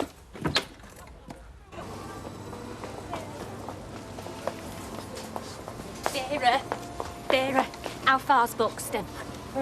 I don't know why. I'm going there. Mr. Allsworth just said I'll be in a hotel, all expenses. Why? Miss Better By North West Regional Finals. This is in. I'm expecting great things of Miss Weatherfield Better By. Thanks to you, Raquel. We won't be a Cinderella supermarket anymore. Or something like that, anyway. Oh, when are you going? Weekend after next. Oh, and what do you get, you know? Do we go, or is it just for yourself? I don't know. Apart from honour, you know, pride in success. Oh, I can just see myself with that crown and sceptre. Wonder if I get an ermine robe. Have you started that pickled beetroot? Hiya. All right, son. Yeah, Steve said you wanted a word. Yeah, listen, I was just about to take a break. You fancy a wee cup of tea then? Yeah, sure. Good man. So, how's school then, Andy? Same as ever. Pretty boring. Yeah. Well, you won't have any problems on that score, eh? You've always had your mother's brains. Was everything else all right then? Yeah, as far as I know. Good. Anyway, listen, I wanted to have a wee word with you. Yeah. Well, it was just about something that happened to me when I was your age. I was in town one day. I was in the post office, you know. And I was leaning on, you know those shelves they've got in the edge of the office with all the forms on, you know? Well, there I was, leant on there, signing, I don't know, an envelope or something. And I looked across at the end of the counter. And it was like it was a piece of rubbish, I thought. A brown paper bag, you know. Anyway, so I picked it up and I was just about to chuck it on the floor when I had a wee look inside. What do you think was in there, eh? A purse. So, what did I do? I put it straight in my pocket. Finished my envelope, went and stood in the queue. Anyway, a couple of minutes later, this wee woman comes in, didn't she? Now, I knew exactly what she was there for. Alright, she had a wee look around, and she go up to the people in the queue, and she said, has anyone seen my purse? Of course, I said nothing, but I was stood there with my hand in my pocket, holding the purse. Anyway, when I got home, I had a look in the purse, and lo and behold, there was £7. Now, £7 was a lot of money in them days, kid. Now, I'm not saying she was on the dole because she didn't have that look about her, you know. But if she had been, that'd have been more money than she'd got in a week. You know what I did with it? I went out for a couple of nights with the lads, had a good time, you know. And ever since then, I've been awful ashamed of what I did that day. So this is a morality tale, yeah? No, honey. Have you been looking under my bed? Look, listen, son, your mother was cleaning. We weren't spying on you. No, right. So I'm a thief now, yeah? Andy, I'm not accusing you of anything. No? Well, what was all that about then? Look, all I'm saying is I'm not perfect. And if you've got yourself into some sort of trouble, I'm not going to come on God Almighty with you. But I would like you to tell me. All right, then I'll tell you. But I don't know why you didn't just ask. I never know when you two are being serious or what. Never a word spoken in jest, Mavis. So Stephanie really is going on holiday alone? Of course, keeps the marriage fresh. Oh, I don't think I'd like my Derek to go off on his own. Tell you what, if our Vera would go off on her own, I'd buy her ice cream for her just to take her Mavis. Oh, 25. And you, I suppose, generally, we do have separate holidays. We go away on our own, it's when we get there, separate. So where is Stephanie going skiing, then? Well, strictly between you and me, Mavis, nowhere. So you're not being serious? Oh, yeah, deadly serious, at least I am. You see, the more I encourage her, the more she thinks I've got a reason for wanting to go. So when the time comes, the less likely she is to go. That way, we save the money. Oh, I'm totally confused now. It's all beyond me. You know, you disappoint me, Desmond. I thought you were one of us. You got a chance of getting shut of your missus for a fortnight, and you worried about brass. Barmy. What was it all about, then? Well, they found the money, haven't they? And? And assumed they've got a grand larceny on their hands, pal. Seems to judge us by their standards. So what did you tell him? I told him the truth. What did he say? Not a lot, really. I think he was quite impressed, actually. Listen, you get the shops? Yeah. Right, we'll get us an evening news and I'll give you the money when you get back. He's running a book. A what? A book. The money's bets. He's laying odds on the FA Cup. The kids are punting. I'll tell you, we've got a right wee tycoon in our hands. You look as if you're pleased about it. Well, it's better. I mean, yesterday we thought he was thieving. Today we know he's making money by using his brains. Where does it lead? Well, go on, love. Where does it lead? Well, for one thing, it leads to a whole load of kids losing money. No. You see, that's the point of the game. They can't complain about that. Well, I can. And I could if I were their parents. For God's sake, Jim, we send them to school to be educated, not to study form. Kids of that age aren't even allowed in betting shops. I don't know what you're thinking of. Oh, all right. So the lad's being a wee bit fly, but he has got what it takes. Oh, yeah. Got what it takes to be a spiv. Where's the credit in that? Come on, love. I mean it, Jim. If you don't stop it, I will. Look at that, eh? Comfort food. Now, why would you need comfort food? The bed of roses, your life. Ain't it, Joe? Life with Alec is just one long picnic. Yeah, well, there is that, of course. He's a bit uptight, though, isn't he? He was in here this morning. He's fit to bust his boiler. Well, he's taken a bit of a knock, poor old fella. Well, I mean, we both have. But the way he's carrying on, I'm going to find myself dressed in a little black number before the month's out. Well, what's it about? You know, I mean, he came in, he said he wanted to talk to me, then he steamed straight out again. Well, I don't know. I mean, I know the cause of it, but I don't know why I should want you, unless you're not standing for council, are you? I am not. No, that's Alta Deirdre now. That's her province now, isn't it? Oh, well, I don't know then. Is he wanting something from council, do you reckon? Well, yes. I mean, he does. I know that. Oh, I get it. Well, there's no point in asking me, is there? I mean, Audrey's put her foot down right firm. Out to do with council's going to be a coronary. Nice to be worried about, Al. Ah, well, she'd be a rich widow, wouldn't she? I thought that's what every wife wanted. Depends how rich. Steph, it's me. I'm home. Weekend starts here. Hey, and I saw Jack Duckworth. He reckons separate holidays are the only way to go. We're starting a travel agent, me and him, calling it Safari Divorces. Mind, he said, when it comes down to it, you'll probably bottle out. But I said, no, not Steph. Once she's made up her mind, she sticks to it. She doesn't mind cold nights spent in a lonely bed halfway around the world. She'd probably be our first client, I said. Des. Stone me, Darth Vader. What do you reckon, Des? Well, I was looking for my wife, mate. You haven't seen her anywhere, have you? Do you reckon I'll score in this lot? So what if you do? Take you half an hour to get it all off. And how much did that lot cost? Don't worry, I got a change out of 500. So the weekend starts here, does it? Great. Where are we off? It seems Audrey said she's worried about Alf's art. I mean, when you come to think of it, it must be a strain just standing for them elections. Let alone what it must be like when you get in. There's all them committees, late-night sittings, squabblings. I wouldn't wish it on a dog. Some dogs thrive on it. So do some bitches. Alec. Evening. You look so sober, Curly, so boring and responsible. Well, I am boring and responsible. I have to be. That's what I'm paid for. Yeah, but you don't have to be. Look at Nigel Kennedy. He's like you. He dresses with style. You could. You know, long jackets, big cuffs, baggy trousers. To get me hands on you. Oh, why? I can see me swanning down the aisles of Better Buys looking like Nigel Kennedy. People will think he's ragweed. You must be joking. No, they wouldn't. Oh, hello, Raquel. Hi, Curly. Hello. Can I get you a drink? Oh, I'll have a snowball tie. Right. I'll get him. No, you won't. It's my round. Oh, well, give us some money. I'll get them for you. Oh, right. Some again? No, not for me. I'll sit this one out. There's a fiver. Okay.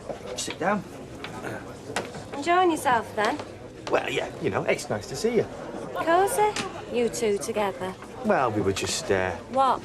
chatting. Is that all? Yes, that's all. Good. So, how are you? Oh, I'm worried about Buxton, Curly. Why? You'll have a great time. Yeah, but... Well, I'll be on my own, won't I? No, you won't. All the other girls will be there. There'll be loads. But I mean at night, Curly. I'm going to be all alone at night in my hotel room, aren't I? All night. Curly. Yes?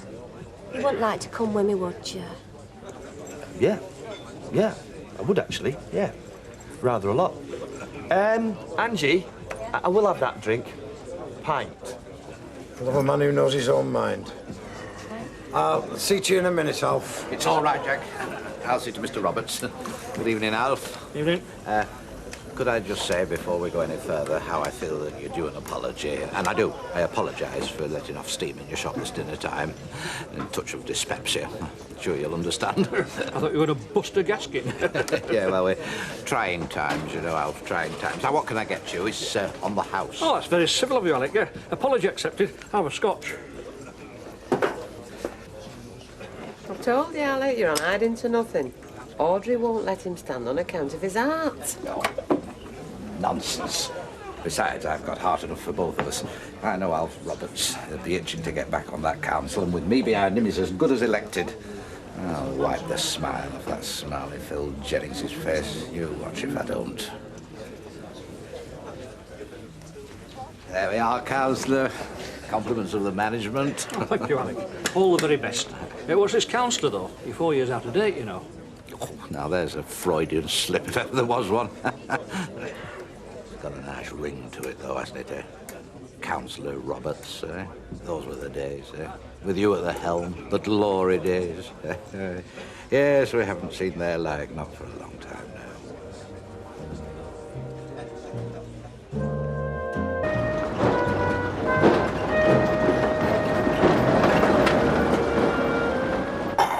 Snow Fox to Red Leader.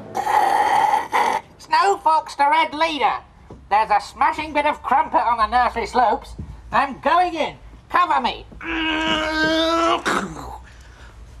Why, if it isn't Steph, the ski slope siren. Get him off. You say that to all the ski instructors? Wouldn't you like to know? You know, I've got to hand it to you, really. I never thought you'd have the bottle to go on your own. Good on you. I do know what you're up to, you know. Pretending you don't care, trying to make me feel bad, so I won't go. Not at all. I think it's a great idea. Quite fancy coming along with you. You're not coming. Oh, why not? Because I'm going on my own, that's why. Come on, Steph, it'd be a laugh. Des, this is my holiday, my treat to myself. You stay home and play with your boat. Over and out.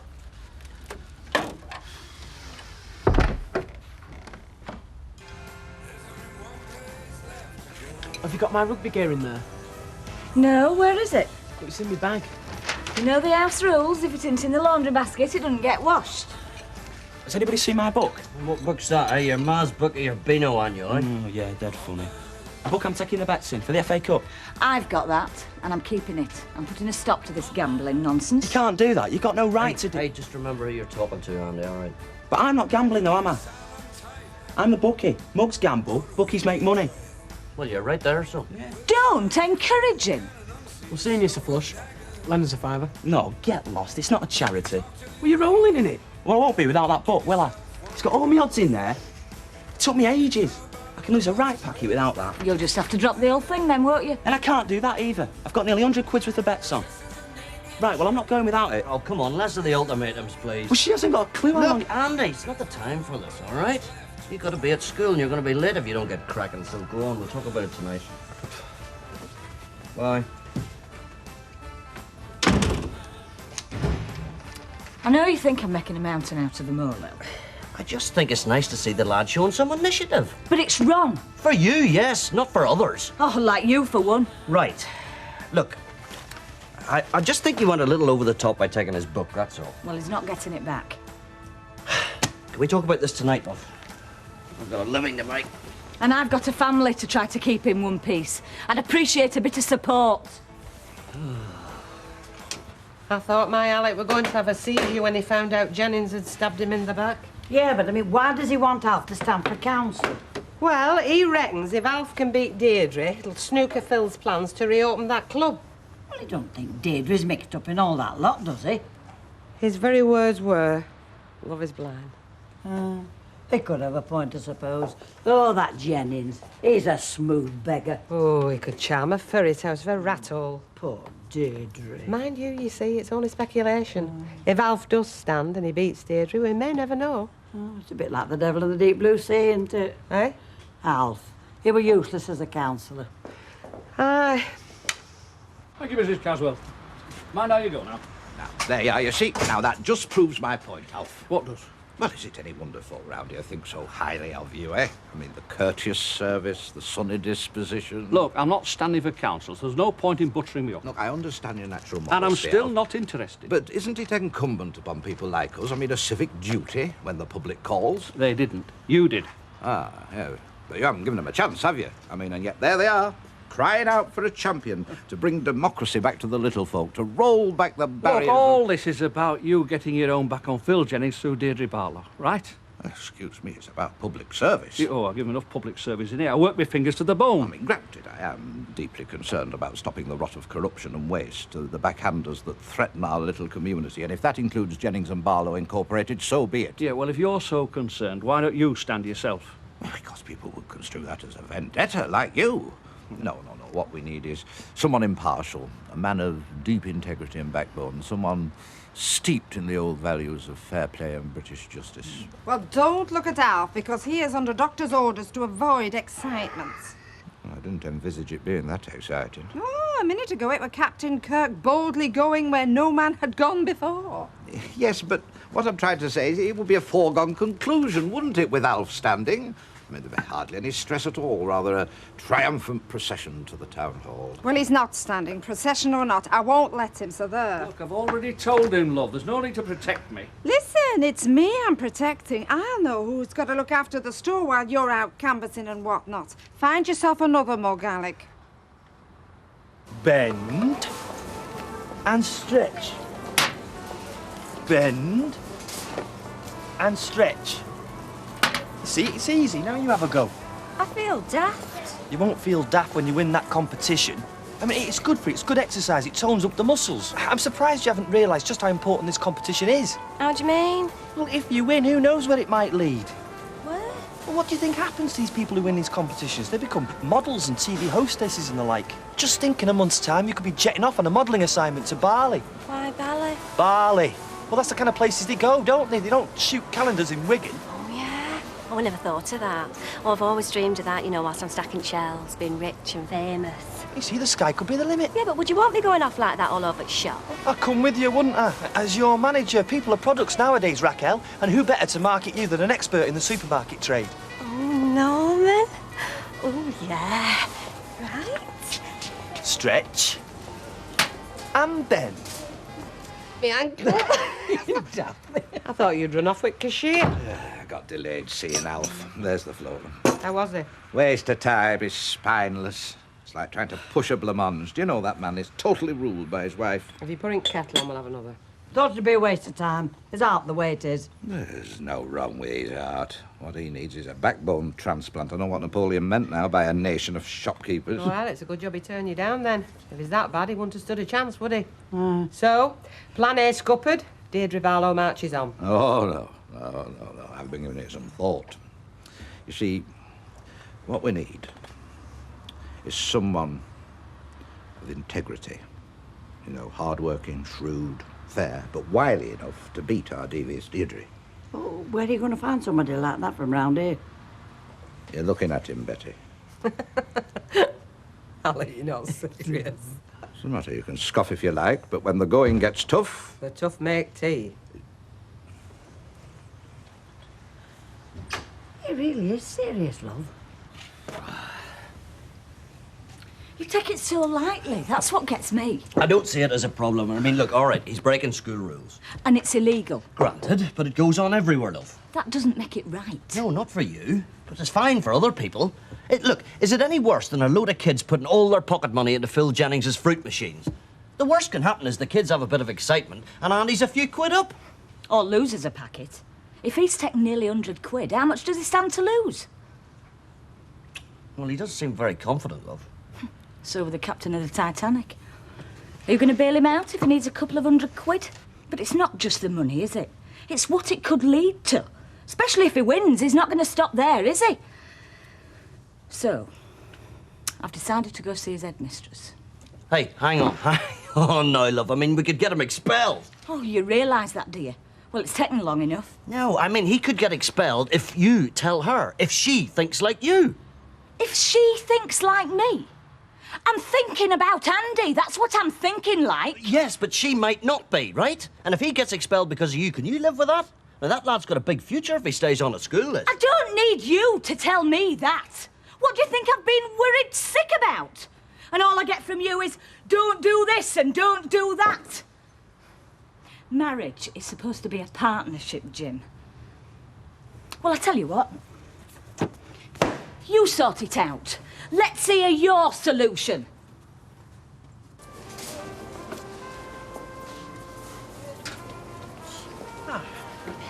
Miss Wilson home. I was just admiring your very balletic style. It's very, balletic. Well, Mr. Watts taught me to keep my body toned up, you know, for contests. Oh, well, I'm delighted to see you taking it so seriously. Well, it's very important, isn't it? Oh, yes, yes. It could be good news for this store if you do well, you know. Oh, and for me, you know. Well, I mean, Mr. Watts said if I win, I could get to be a model or a TV hostess or something. Oh. Just think me. Honestly, I'm that excited. I'm trembling. Look. Oh, my goodness, no, we mustn't get too excited. It's like a driving test, you know. Nose can be your worst enemy. Ah, Mr. Watts, I was just advising Miss Wilson home about the competition. Yes, not to get carried away. No. Let's carry on the good work, then. If I catch him holding your hands again, he'll be a stretcher case. Oh, you were only being... I know what he was being. Reg Roving Hands Holdsworth, he's a legend in his own lunchtime.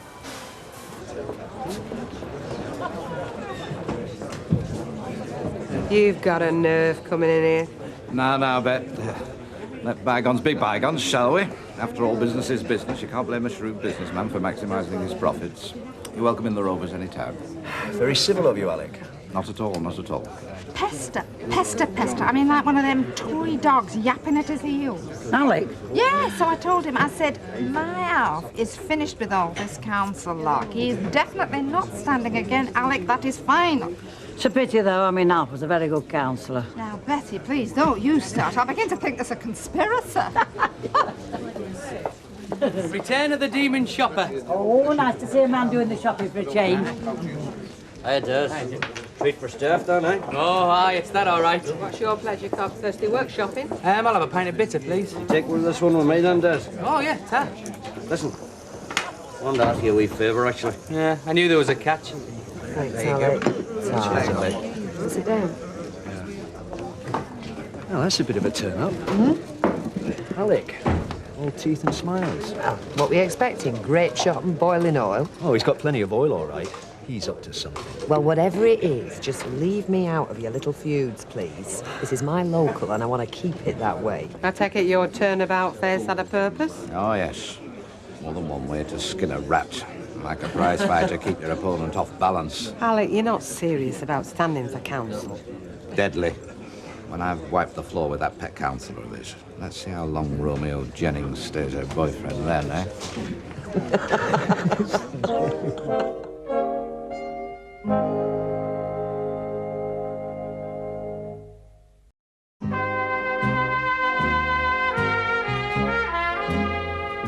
Alec, love, it's just not on. Well, I did expect a bit of support, a modicum of faith from my own wife. It's nought to do with faith, love. I've no doubt you could do most things if you set your mind to it. But have you thought? A publican being a councillor? I mean, the whole point of being a landlord is that you're neutral, like a referee. Faceless, you mean? No, not at all. I doubt anybody could accuse me of being faceless. But I am impartial. I don't take sides against my own customers, my bread and butter. All right, imagine you're a councillor. You'd be at loggerheads with half your customers, and t'other half would be forever ear-rolling you about holes in the ground, refuse collection, grants for one-parent families. That way lies madness, Alec, and bankruptcy follows. You're right. Could be a bit irksome, couldn't it? But I can't let that skunk Jennings get away with it. I mean, I've got my self-respect, Bet. I've got to live round here. I mean, how can I do that with Jennings' club across the road winking its neon lights at me night and day? I've got to find some way of nobbling that filly of his. Then try being a bit more subtle, love. Alec may bear a grudge, but he's no reason. It was a straight business deal that just didn't work out. Look, Phil, I don't want to know all the details. Your business is your affair. Just as long as it doesn't rebound on me. That's all I'm concerned There's about. nothing to rebound. Fine. So why does it sound like you don't think I'm being straight with you? Did I say that? Well, your tone. Like, if you don't know what's going on, you won't be able to tell them anything when they put the thumbscrews to you. Look, I live here, I'm councillor for the area, and I enjoy doing both things. This street suits me, and despite all the hassle and the endless bump, I enjoy the council work. I think I'm good at it. Westminster next stop. What I'm saying is... You don't want some Jack the lad from the wrong side of the tracks screwing it up for you. Just, if you're looking for inside help to reopen the graffiti, look again. Oh, if I want bent councillors, I can get 'em. Could you? But I'd sooner walk out of that door now and never see you again than screw up what matters to you most. Some people might say my designs on you are dishonourable. They might be, but they've got nothing to do with business. Scout's honour. These, designs, you got any samples? A purple-headed mountain, a river running by. Like to see a man happy in his work. Look, if you come round about the council again, you're wasting your time. Oh, no, quite the reverse, quite the reverse. No, no, I respect a man who knows his own mind. I wouldn't dream of trying to get you to change it. Good, because we're wasting your breath. No, no, you were right, and I was wrong. I admit it. And quite frankly, after that Jennings business, well, I was rather desperate.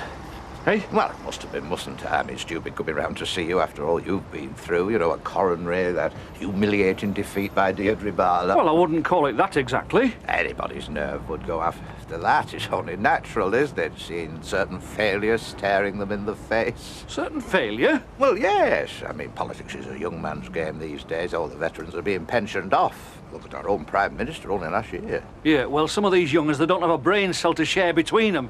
There's a lot to be said for the wisdom of grey hair, you know. You know that, and I know that, but to the public, I mean, there's the rub. No, I think they're quite right, you know, when they say you need energy and nerves of steel for the game these days. That Deirdre Barlow is very popular, you know, and a woman, mind. It's the minority factor, you see. Yes, take a very special person to beat her. Anyway, apologies once again, Alf. I was just clutching at straws.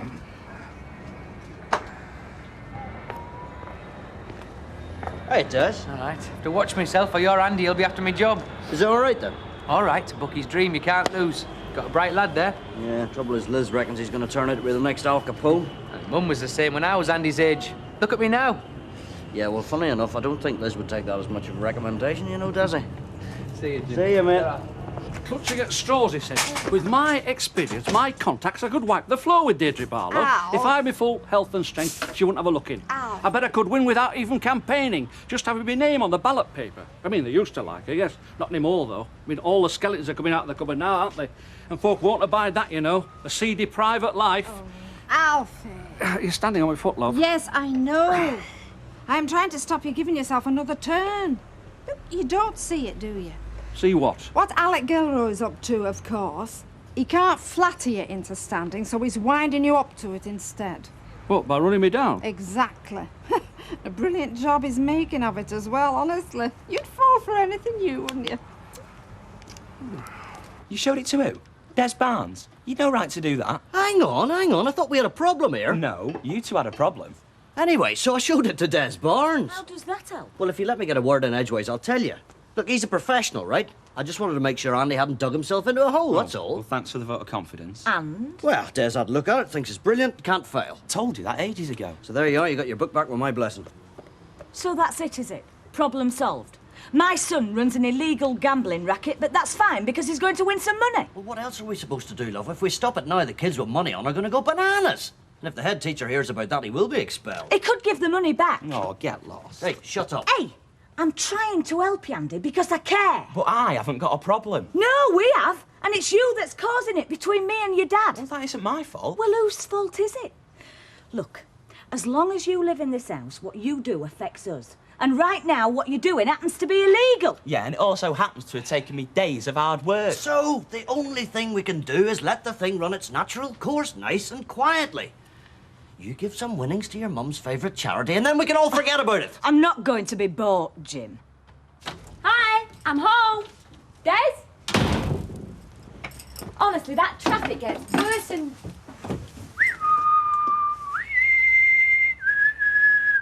Welcome aboard, me hearty. Where's your plastic duck? You like it then? Well, I thought as you bought your new skiing gear... You couldn't be left out. Well, just thought it'd make us equal, that's all. Des, you and I will never be equal.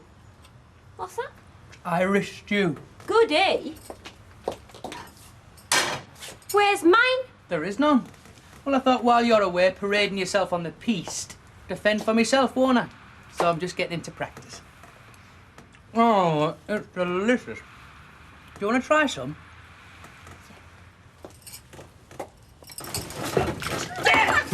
Look what you've done! It's waterproof, isn't it? Worst things happen at sea. I'm dead excited about it now, Norman. I wouldn't miss this contest for anything. Yeah, well, if you come down tonight at 7, we'll have a look at your deportment. Me what? Your deportment, the way you walk. I never thought about it. I just put one leg in front of the other. Fellas have always seemed to like it. Yes, it's very fetching, but it won't do us any harm to refine it, will it? I mean, these top models, you know, they're taught to walk like thoroughbreds. Oh, can't we just watch telly? I've been bending and stretching at them shelves that much. I feel like a piece of wet string. Oh, Raquel. Oh, look. Don't think I'm not grateful, Norman, for your help. I am honest. You wait till Buxton in that 4-star room. I'll show you how grateful a real woman can be. Would Mr. Watts report to Mr. Holter's office, please? Norman. You wanted? Yeah.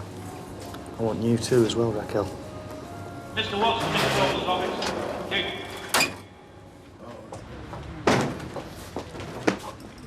It's the dynamic duo. What can I get for you? I'll have a pint of bitter, please. Excuse me, I was here first. No, you weren't. Yes, I was. No, you weren't. I got to the bar first. I spoke first. Yeah, well, you... Hang on. Do I take it you two have had a row? My husband prefers to eat on his own. Oh, who's going on holiday on a Todd? Liz? Yeah? Would you serve Stephanie, please, while I attend to Desmond? Pint of lager and a cheese roll. Pint of bitter and a ham roll. The joys of marriage? Tell me about it. There he is. Come No, I know, there's no need to shove. Oh, a very good evening to both of you. Never mind all the smarming, I'm onto your game. Sorry, game. Flattering me one minute, run me down the next. And it won't work. Alfie can see right through your little tricks. Afraid I'm Oh, not good. come on, Alec. Don't play the innocent. Go on, Alfie. Tell him. I'm not standing at council, and that's that. So you can save your breath to cool your hot pot. Well, if that's how you feel about it. It is. Right. Now, you got that clear? He is not standing, okay? Not having Alfie humiliated in public again, thank you. I've noticed Miss Woolston-Hume seems to be shaping up very well for the contest. Yeah, I'd noticed you'd noticed. I understand you've been giving her a lot of encouragement. I've just been giving her the benefit of my presentation skills. I mean, the good of the store is at stake. The reputation of Better Buys Weatherfield. Exactly, Norman. You've hit the nail, the crucial factor, the good of the store. And I'm afraid, well, that's where it may all go wrong. Oh, no way. I mean, I've taken Raquel, Miss Woolston-Hume, under my wing. I'm grooming her. Yes, I understand that, Norman. I do appreciate that. But therein lies the problem, you see, because it seems that you've been getting her rather overexcited, hyped up, so to speak. No, not really. Oh, yes. Because I have seen it with my eyes today. Felt it between these hands. That girl was trembling. So much so that by weekend she could be a nervous wreck and stand no chance at all. Right, you see, well, that's all part of the strategy. I'm gradually bringing her down so she'll be all right on the night of the event. Yes, I am hearing you, Norman, lad, but it's not just strategy, is it? Eh? It's you. Your presence, that special frisson between you two. Well, that girl turns to a jelly whenever you're near. You can see it a mile off. See, that's the effect you have on her. Now, don't deny it. But you see, but... To quote you, Norman, the reputation of the Weatherfield branch is at stake here. There'll be a lot of Better Buy bigwigs there, top brass. A golden chance to redeem ourselves after the recent misunderstandings. And I can't afford to let a chance like that slip, you know. But it's all arranged. I mean, I'm chaperoning Raquel to Buxton. I mean, she can't go alone. Well, she won't be going alone, will she? Oh, no. No, you are not taking Raquel to a hotel in Buxton. You're not. I mean, she's my girlfriend. And my employee, Mr. Watts. No, I forbid it, absolutely. Well, in that case, let me remind you that this competition is being held under the auspices of Better Buy PLC. And as manager of the Weatherfield branch, I outrank you. Miss Woolston-Hume goes to Buxton with me, or not at all.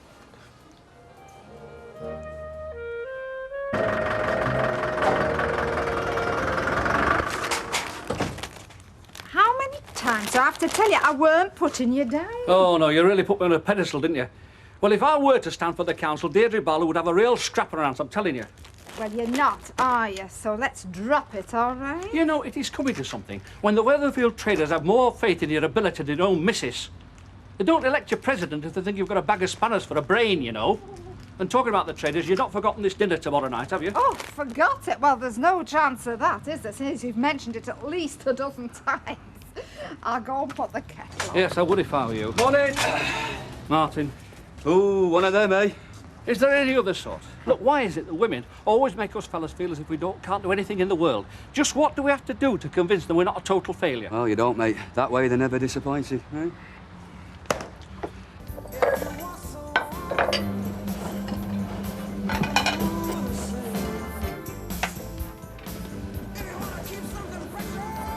You know I wanted to put these things in.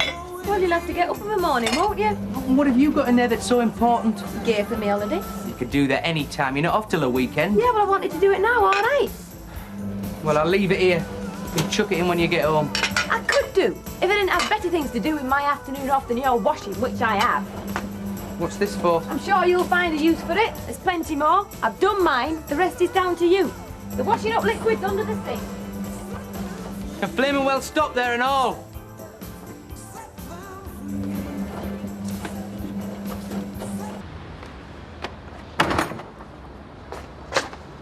Hey up!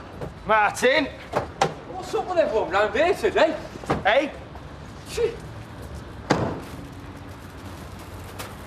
Well, Alf's about as cheerful as a wet Monday morning. You look like you've just woke up with a bad smell under your nose. Oh, leave it out with you, Martin. I'm not in the mood. Gee, hey, what does it take to put a smile on your chops? I mean, there you are, getting run-raggy by Miss Better Buys all day.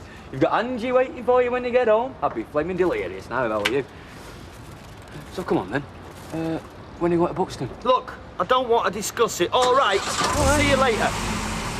Ta-da.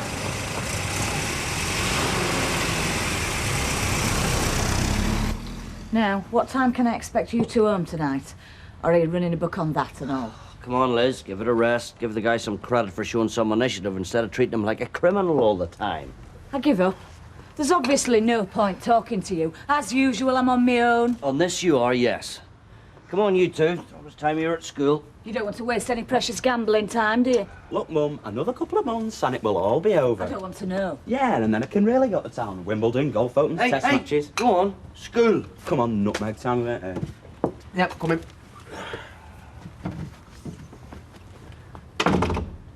Listen, love, do you really think I'd let him carry on with this if I thought there was something seriously wrong with it? Anyway, I'll go to work. Bye-bye.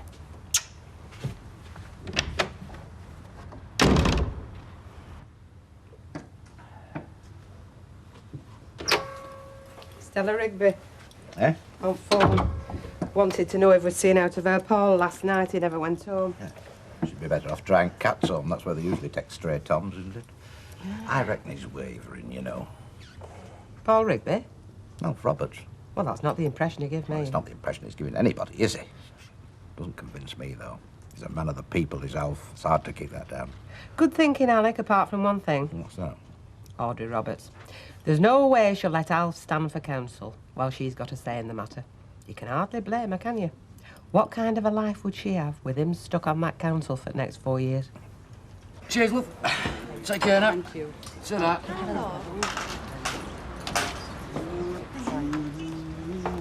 Hey up. Martin! Oh, so it's not something they're putting in the water then? Oh, nothing. It's just that I saw Curly this morning, you know, had a face as long as a fisherman's welly.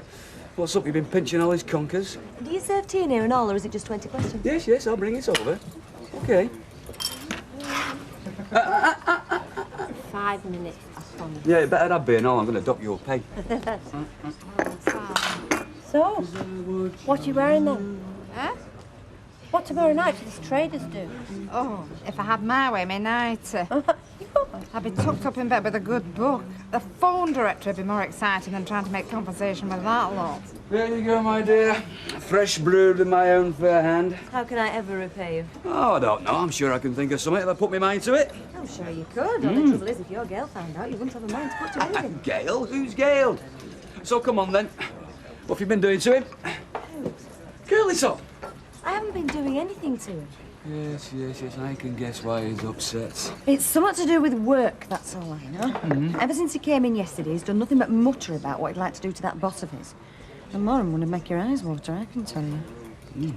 I'm not going to Buxton with Mr. Holdsworth. Look, you can't pull out of the competition. Holdsworth, well, he knows about us. You know what you think, don't you? You think I taught you into it. And where does that leave me?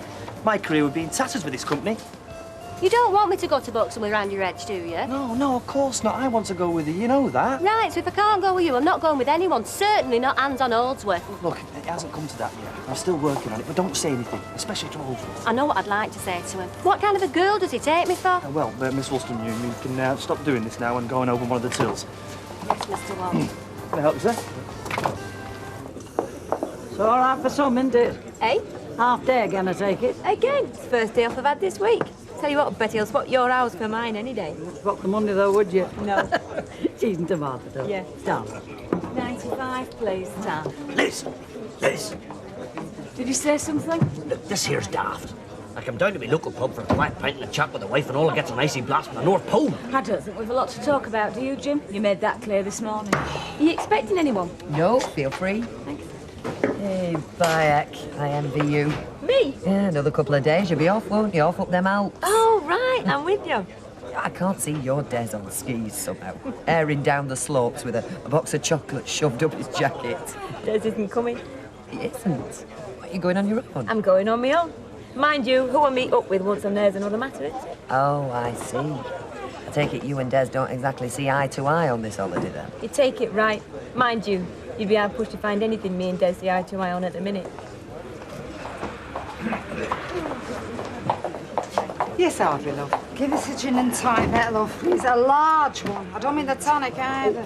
Audrey, just the person I wanted to see. Me? Well, who else but the power behind the throne?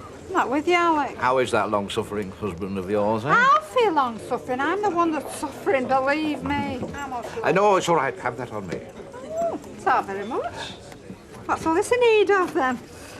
Oh, Alec, now, listen. If you are going to go on about Alfie standing for council again, you're wasting your breath. Oh, now, hang on a minute. Just hear me out. I'm only thinking about your future happiness, yours and Alf's. Isn't that right, Ben? If you say so, Alec. You see, I can't help noticing the difference in him since he became president of the Weatherfield Traders. Say that again. I mean, there's a new spring in his step, a new gleam in his eye.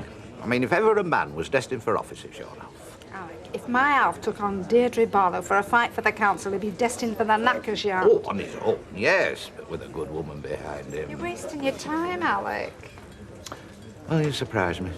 You do, you really surprise me, Audrey. I would have thought councillor's lady would be right up your street. All that junketing, nights out at the ratepayers' expense, new frocks, visits to twin towns. You'd be treated like royalty. Oh, that's what you reckon, is it? Well, for your information, we already have a councillor in the street.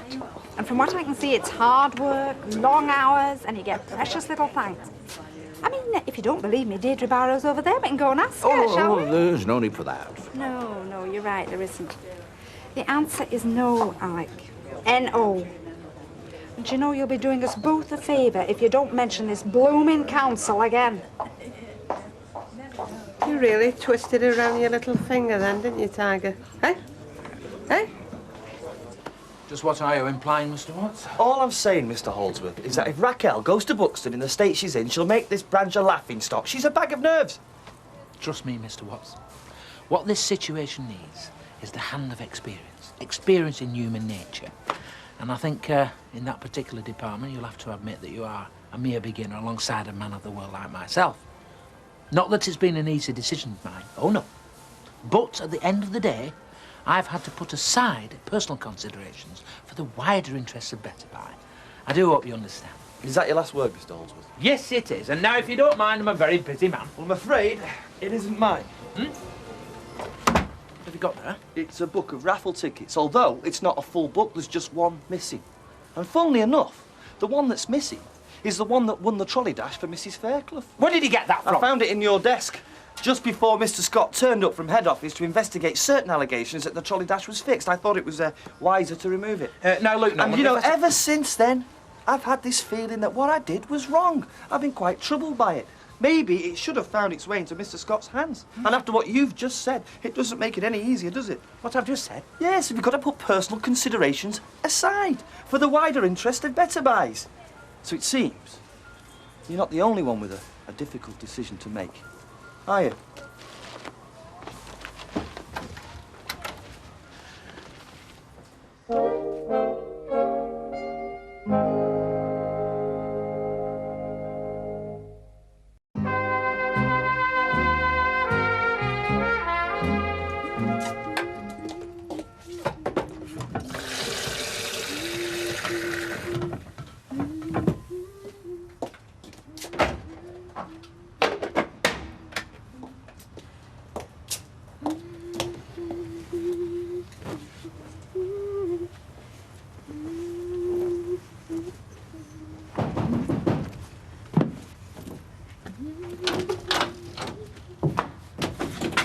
Yeah. Come in. Oh, thanks. Sorry if I'm disturbing you. I just wondered if you might be able to use this. What is it? Oh, it's a travelling item. Yeah, you said you'd left yours at the hotel last time you went away, so you might as well borrow mine, save you getting another one. Thanks very much. Excuse the mess. I happen to have a very messy husband who thinks things put themselves away. You want to see the state of my place half an hour after Tracy gets in from school? Do you fancy a brew? Oh, yeah, please, if you're sure I'm not interrupting anything. Nothing I'm not grateful for. Milk and sugar, I take it. I just milk tar. You know what this is, don't you, Mr. Watts? It's blackmail. To think that a man that I trusted, written memos to the head office about, in triplicate, could turn to such sordid tactics. I'm merely acquainting you with my problem.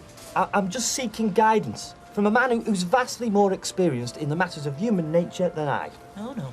What you are saying is, if I don't go to Buxton, these raffle tickets will not find their way to the Best Buy head office. That's what it was. All I'm saying is we both have a decision to make, Reggie. And my decision may very well depend on yours. Yeah. Oh, sorry. So what would you do with a fella like that, then? Stubborn, stupid, self-centred? You're not describing Des, you know. You're describing fellas in general. What I don't get is, how could Des's bolt lead to all this? Easy, when you're married to a fella like Des. And you had no part in it? You don't think I should let him get away with it, do you? Yeah, but where's it all going to end? With one of you walking out? It'll not be the first time. No, so you said. And it worked out all right that time, didn't it? But there's no guarantee it will again. You can only go so far out on a limb, you know, before you find there's no way back. Whose side are you on? I'm not on anybody's side, am I? I'm just saying, you're a great couple. I just think it'd be a shame to see you press the self-destruct button, that's all. Well, he knows what he's got to do. There you go again, digging your heels in. If I buckled now, do you think he'd ever forget it? Never. And I'd hate myself for the rest of my life. There's a world of difference, you know, in letting a fella get away with something and letting him think he's got away with it. Believe me, it's called women's guile. And unless I've read you very wrong, you definitely weren't at the back of the queue when they were handing that out. Excuse me, can you tell me where the frozen foods are? They're over there, look, hang. Miss Wolstenholme, Miss Wolstenholme. Mr. Holdsworth would like a word Yeah, I'd like a word with him, I know. with you. If you could just hear him out, please.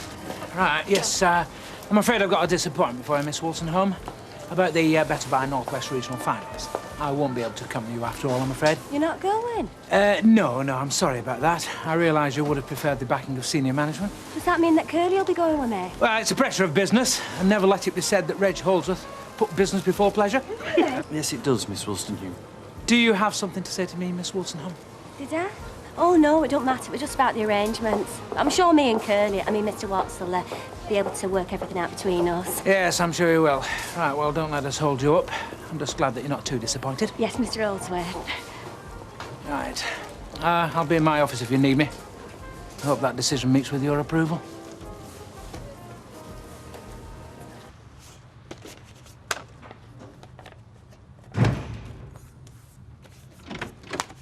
Now that's what I call good timing. Oh, give us 5 minutes, can't you, Mum?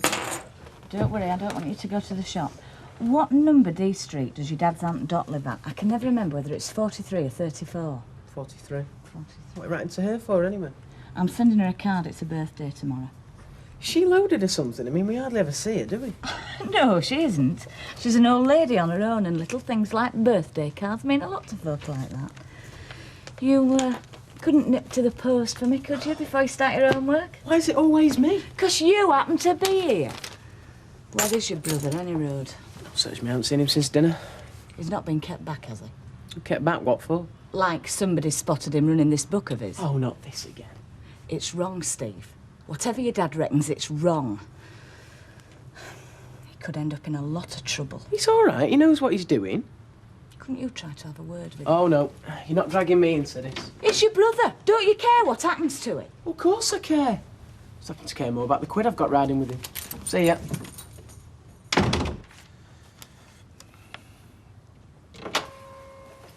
Are you feeling all right, love?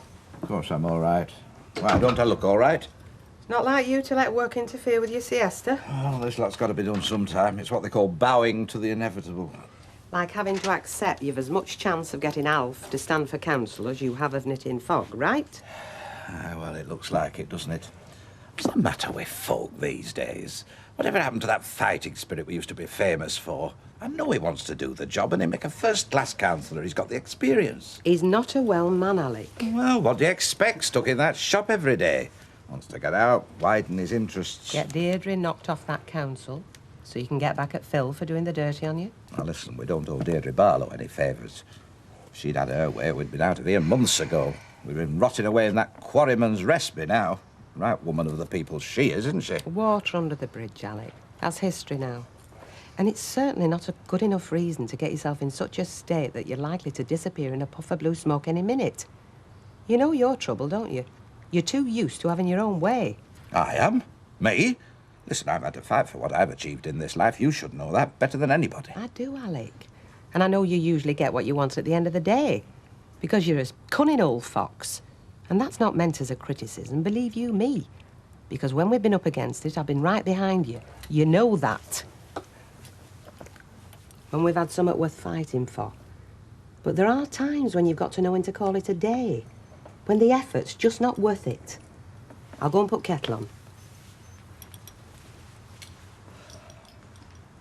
Yes, Clary, I absolutely agree. Yeah, yes, you've got to ring the changes. Well, as long as you don't get the secretary and his lady out in a car park, you don't... No, there's no problem. Yeah. Right, then. Yeah, well, I'll leave it to your good sense, then. Yes, right. Yeah, all right. Yeah, thanks for ringing. I'll see you. Bye. Thanks, Mrs. Hanks. I'll see you, love. Bye-bye. Do some people not know the meaning of the word these days? You know what it was ringing about, then? The table arrangements for tomorrow night. Now, what's it matter where we sit? Well, maybe he thought you might have some preference, like putting your wife next to somebody who's just a little bit near her own age and taste, and doesn't go bleating on about the wholesale price of sugar all night. Look, what has got into you? You're forever going on because I don't take you out. Now, you've got a chance to get all dressed up, go for a nice meal. And spend the night with the same boring people. Well, you didn't think it were boring when we first started going out. Well, I thought they might just have a bit more to them than their piddling little lives and their piddling little shops. Well, if that's the way you think about it, I don't know why you bother going in the first place. Oh, hi. I've got some work to do in the back. Excuse me. Oh, dear. Is it a bad time? No. In fact, you've probably just saved me from being carted off for attempted murder. Oh, him and his flaming traders. What, this dinner you're going to tomorrow night? Wrong. This dinner I am not going to tomorrow night. It seems, Alma, I have a choice. Well, I've made it. 2 pints of bitter, a snowball, and whatever happens to be the pleasure of the lady of the house. Watch it, it's fighting talk, is that? Have you been putting something in his porridge or what? Don't look at me. He was naughty as a wasp when he went out this morning. It must be down to you, Chuck. Do us a favour, give us the recipe. Out that can put a smile on a fella's chops like he's had since he came in, ought to be bottled. Well, it's nothing I've done, it's all down to Curly. If it hadn't been for him, I'd have been going to Buxton with Randy Reg tomorrow night. Oh, so that's what's put the colour back in your cheeks. It's all on again, is it? You two are going? Yeah, it is. So come on, tell us how you swung it, because I don't believe a word of that excuse that Holdsworth came up with. Well, we just had a misunderstanding, didn't we? And I sorted it. Anyway, I don't want to talk about work. All I want is a nice, quiet pint. There you are, look. Yes, Ken. Pint, please, Liz. I wanted a word with you, actually. Me? Yeah, about those 2 lads of yours. Oh, they've not been causing problems, have they? Problems? Oh, no, nothing like that. No, I wanted a bit of support, actually. A lot going on at school at the moment, you know, fairs, parents' evenings, things like that, and the list seems to be endless. And we do rely on the sixth form to give us a bit of a hand, you know, take the pressure off us poor downtrodden teachers, particularly at exam time. But the response at the moment is not encouraging. You want me to have a word? Got it in one. They've got quite a following, you know, those two lads of yours, particularly Andy. You'd be surprised at the influence they have over their mates.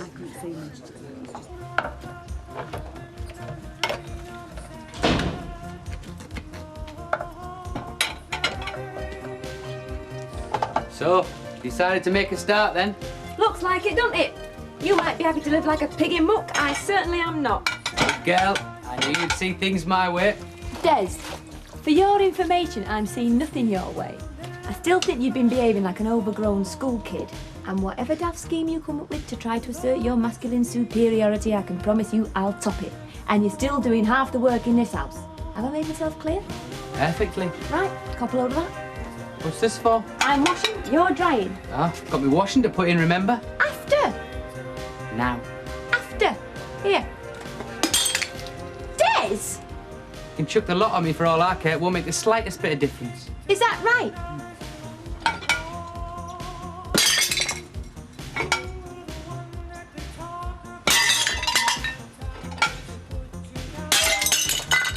Well, that's saved on the washing up, hasn't it?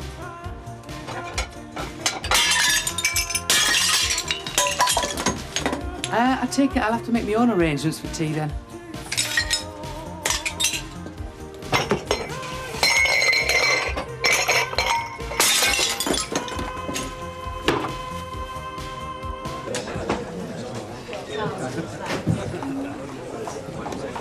Pint, please, love. You'll have to hang on, won't you? You can see how I'm fixed. Pint, was it? Yes, please, Alex. Nice to see somebody else will serve me. Spot a bother between you and your ever-loving. Yeah, just a difference of opinion, that's all. Oh, aye?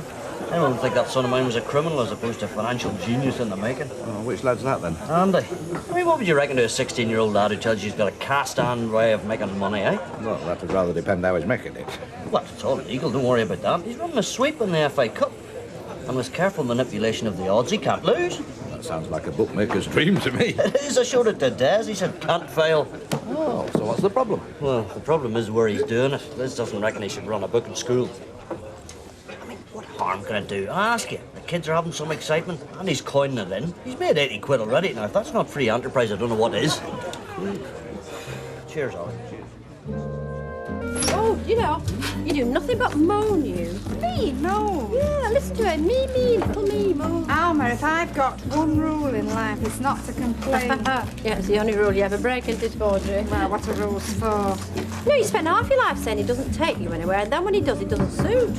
If you want to take my place, you're more than welcome. Well, that'll give the Federated Grocers something to talk about, won't it? You'll be sat between my Alf and a cross-eyed Chandler with a prostate. Oh, the conversation just sparkles. Still, it's up to you. Well, where did you think he was going to take you? The Oscar Awards? I mean, be reasonable. Be reasonable, Alma. I can't learn new tricks at my time of life. Bye. Oh, Jimmy! Come on. Right. Where do they learn their manners? You, follow United, do you? Nothing but the best, Mr. Roberts. Well, you really ought to follow Weatherfield, you know. Very historic team. Yeah, I thought that as soon as I seen some of the players. Yeah, well, they were the doorway of the 4th Division once, you know. Actually, they asked me to sit on the board. Well, if you're still interested, let me know. They're on my list of clubs that I might buy, once I've sold me bike, you know. Ta-da. Sharp enough lad, is that? Yes, I'm told. Maybe just a bit too sharp for his own good. You know where he's going with that food he's just bought, don't you? Alma's Cafe. Half an hour ago, you went out for some change. Half an hour ago, I'm stuck in here by myself at this time of the afternoon. Can you do nothing on your own? I should be able to. I get enough practice. Is that all you want, Ken? What am I going to tell him tonight? She's not coming because she can't be bothered.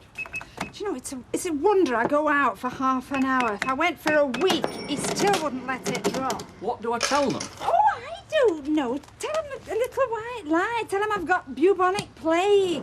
Bye, Ken. Bye. See you again, lover. Yes, right. I will then.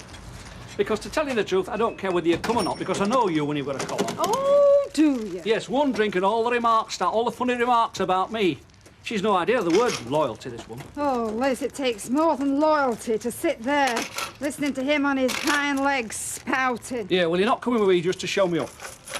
Me show you up? Yeah, it's not just me you show up, you know, when you've had a drink or two. You show yourself up as well. Oh, well, do you know, you've talked me into it. I'm coming. Oh, no, you're not, you know. Oh, yes, I am. Oh, no, you're not. Is this where the audience gets to join in? Oh, and Charlie cake, that's just a pound, please. Oh, and I don't so much mind you chasing them off at dinner time, but what they do after 4 o'clock is their business. Sorry? Space invaders. Oh. Well, it's all custom, you know, and there's more money in Martians than there is in Charlie cakes. As you say, what they do out of school is none of my business. Dad, what do you have to come in here for? Well, it's a nice welcome. We don't want you in here. You can go to the pub. We can. Well, not now I can't. Not for a trolley cake.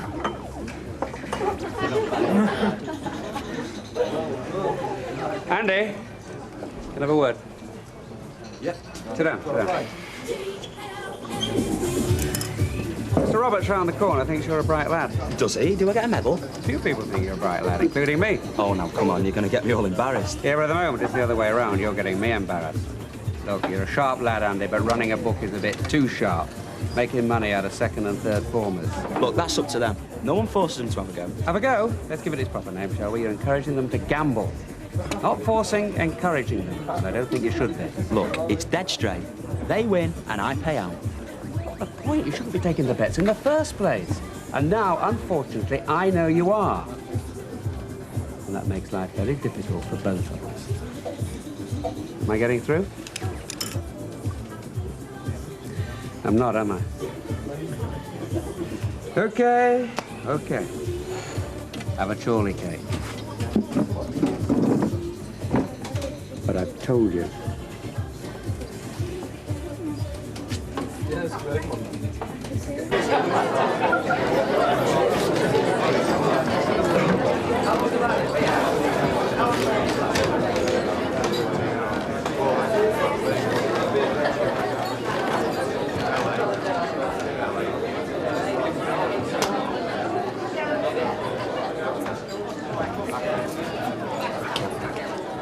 Will you relax? I can't. Never been so nervous in my life. There's no competition here, I'm telling you. Have you seen Miss Better by Staley Bridge, have you?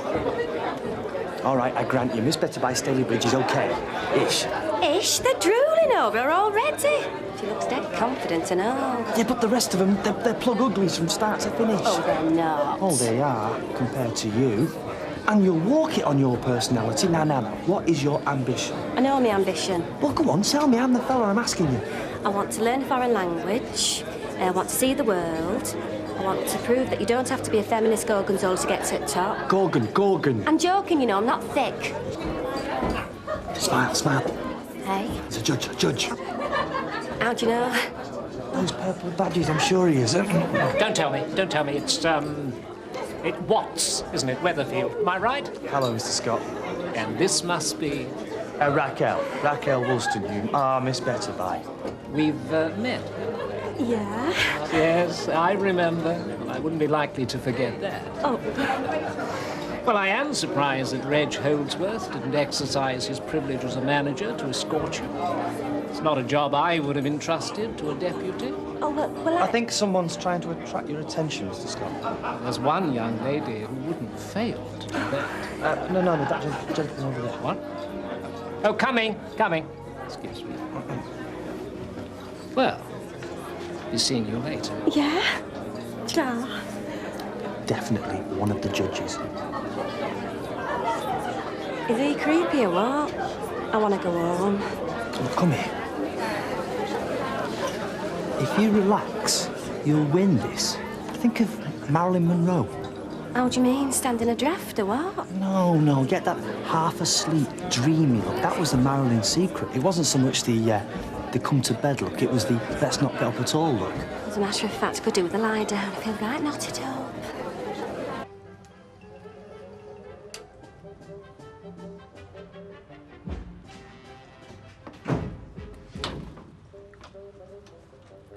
Welcome to my world. Notice the stylish designer fungus and the exciting ceramic floor covering. Glad it suits you, because if it's fine by you, Des, it's fine by me. I just wrecked my heel on one of them paving stones. Sue your dad. And who do I sue for being married to a complete idiot who won't make the least effort? Oh, now, my precious little praying mantis. I've solved the problem. Have you? Take a look in there. Terrific. You see? We can throw these at each other all day long. We won't end up in casualty. Go on, throw one at me. Well, go on. Is this what you want to eat off? With these? Is what you want? Well, no washing up. I did the washing up last time. All you had to do was the dishes, and would you do that? No! Ah, but you don't have to dry these. You just throw them away. You thought of seeing a psychiatrist? I mean, have you? Do I need to? I live in a madhouse already. I know, but why do I have to be the only other inmate? Yeah, because you love me. That's the idea. You're getting into the spirit of the thing straight off.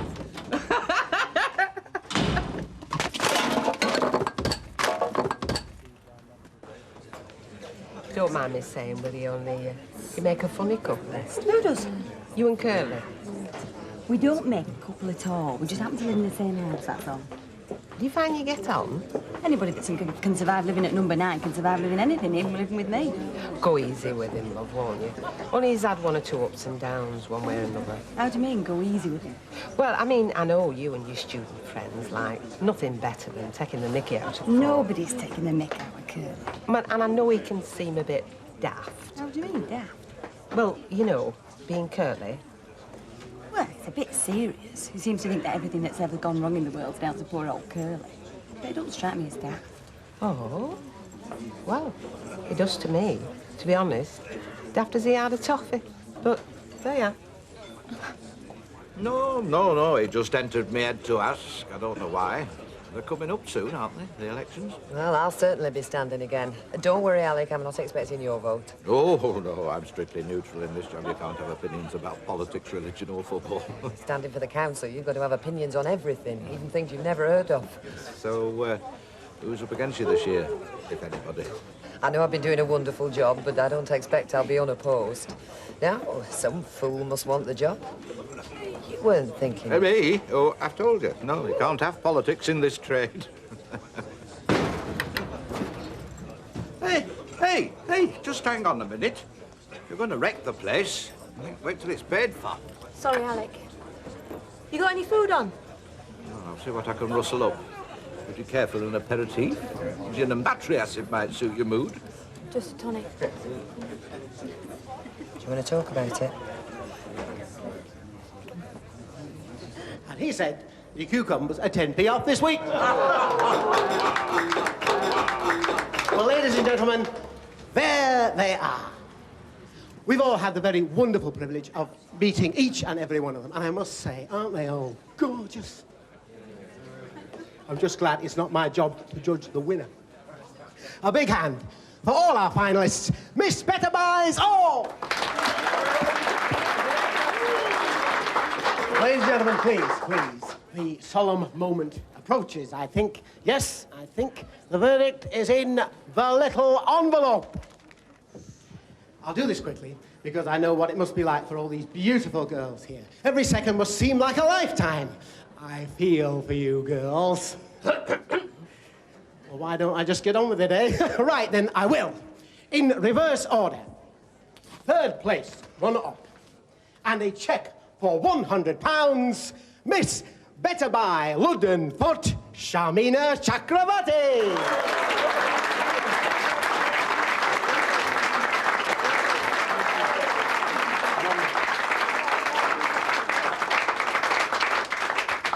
Second prize runner-up, Deputy Miss Better Buy Northwest Region 1991, and a cheque for £250, Miss Better Buy Blundell Sands, Sharon Treadwell.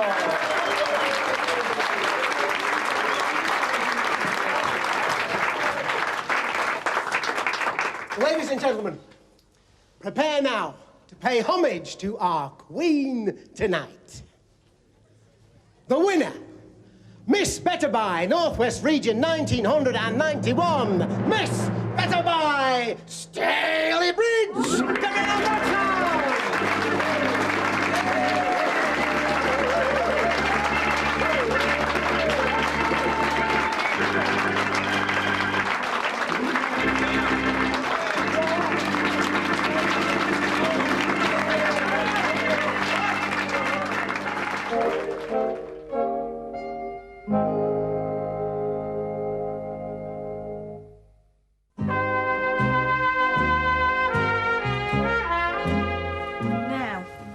care who does it, but this lot better not be waiting for me when I come in. Don't worry, enough. Steve's turn. When's my turn? Hey, if it's still here when I get back, there will be murder, right? See ya. See ya. No danger of that, anyway. Andy, time you did your homework. I've done it. Almost. When? Some at lunchtime and some when I got in from school. I've only got about a page left. You're a bit keen, aren't you? No, I'm going over to Steve's. Help him sort out his amplifier. Oh, see, that's going to be a highly educational trip, is it? Well, you want to see Steve's sister. I didn't know Steve had a sister. Listen, you better do anything you've got off Bogface, because he's out to get you. Who's Bogface? Barlow. He's after Andy. Is he now? Yep. I gave him a big lecture in the cafe today about promoting gambling, my boy. Wait a minute. What time was this in the cafe? Today after school. I thought he was doing his homework after school. Well, packed 60 minutes into every hour, does our Andy. So, tell me, what does Bogface reckon he's going to do about it, then? No, what can he do? Half the teachers have got better son.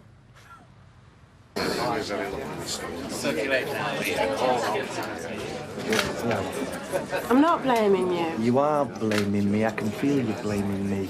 Just tumbled out of bed, eh? Look, if those judges had any vital functions left at all, you'd have walked it by a mile. You were the only one up there with any personality. The rest were like boiled sweets. You're just saying that. I'm not, love. It's true. It's horrible not winning, do you know that? There's no use pretending, it's horrible. Well, you were far too sexy for them. They were wearing trusses, that lot. I don't think I want to stay here very long. Well, maybe we could just, you know, go on. Oh, thank you, pal. Thank you very much. Oh, you better sponge them in cold water. Oh, look, you've got some on your dress as well. Oh, well, never mind. I want to get out, but anyway, come on, let's go. Thank you, pal. Thank you. So, I thought if we could just have a word. OK, but I don't see the big deal about all this. Yeah, well, it's easy enough to say that, but one way or another, gambling is a very big deal, and it causes a lot of misery. Oh, come on. He's running a sweep in the FA Cup, that's all. That's not a view the school can take. You know, you really don't have a sense of humour, do you? Oh, I do, but not everything that starts out as a bit of a laugh ends up being terrifically funny. Well, I don't see why you're getting so worked up. I see second and third formers gambling away their dinner money. Sorry, we've got to do something. Right, well, look, let me just ask you a question. Why do you think kids go to school? I mean, you're the teacher, so tell me. Well, I've got a feeling you're going to tell me, so I'll just listen. Uh-huh. Well, let's see if you can get me drift then. You see, we want to keep Andy at school and get him educated, right? Got no quarrel with that. But, well, we do, actually, yeah. Because, you see, if Andy had his own way, he'd be out the door tomorrow. Now, Liz and I are doing our damnedest to keep him there, and then all of a sudden, you start nitpicking. Not nitpicking, but we can't make the school look like a betting shop just because he finds that more attractive. No. He finds the real world attractive. And in the real world, people have a flutter. If you don't believe me, watch the telly on a Saturday afternoon. They're sitting around waiting for the results. Or do you live on another planet? Look, children do not go to school to learn about gambling. You know, I went to school too. Well, I'm sure you now, did. I can't spout Shakespeare. But I learned a lot of lessons that weren't on the blackboard or in the school books. Now, number one in our curriculum was how to look after yourself in the playground, which, incidentally, I got a distinction in. Yeah, well, I really think this is a bit beside the point. Well, I don't think it's beside the point, Ken. It is the point. It's life. It goes on. So do yourself a favour, will you? Be like Nelson. Turn a blind eye. You see, I did some history, too. I can show you families that have been wrecked by gambling. Yeah? Well, I can show you families that have been wrecked by the man playing around with other women. So don't you go calling Andy a bad example to anyone. You get my drift?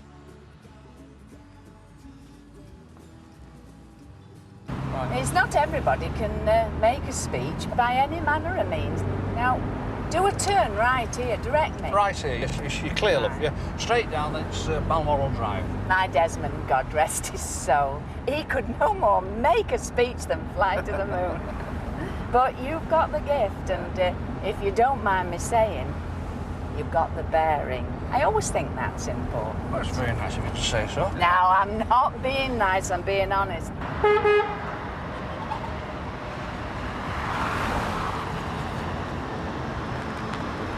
I'm being truthful. Because I always speak my mind, and I know you do, not like half of them. Yeah, well, I have my opinions, you know, and I generally stick to them. She's no interest in public life then, Mrs. Roberts. Oh, no, it's not her cup of tea, I'm afraid. And you, I suppose all the years you've been on the council, she well, must be... that was a while ago, you know. Not on the council now. Don't tell me that. Oh, I've thought it out. No, it's about the time you, well, when you lost your husband, you know. But when you went to live in Spain, just after that. Mr. Roberts, now I'm going to say this because I mean it. A man like yourself, it's your duty to stand. Your duty. I'm not being flattering. I'm just telling you. Well, I don't think there's many people think that. You stand. I heard you speak tonight, Mr. Roberts. And we need men of your mettle. Yeah, but you've got to have the stomach for it, you see. You've got the stomach for it, Mr. Roberts. You stand. And you need look no further for somebody to lick your envelopes.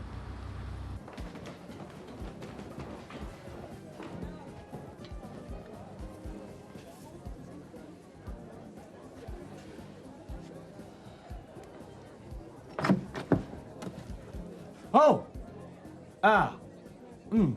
I'm sorry. Are you sure this is your room? Which room are you looking for? Never mind about that. Can you explain, if you don't mind, what you're doing in room number 27? And with no trousers on, Mr. Watts? Ah.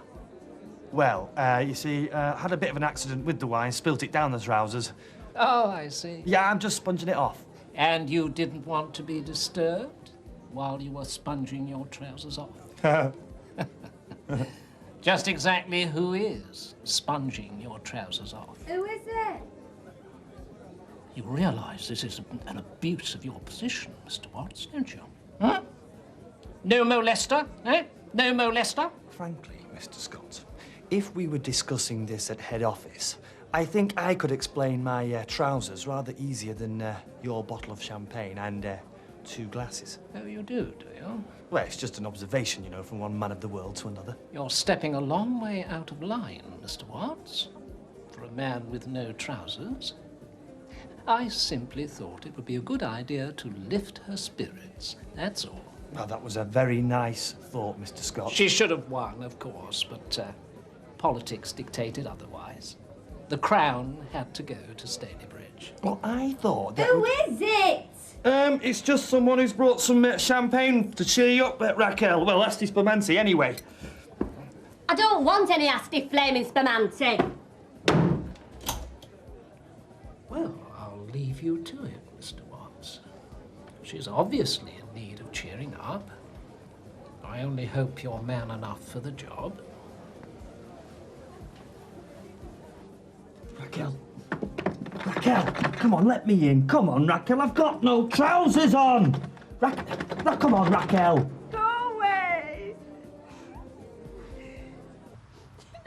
I don't believe it. She was on Thursday, I'm telling you, honestly. Oh, look, he's back. I have to tell you the rest tomorrow. Now, pop into the post office tomorrow and have I'm a look. home. You're not in...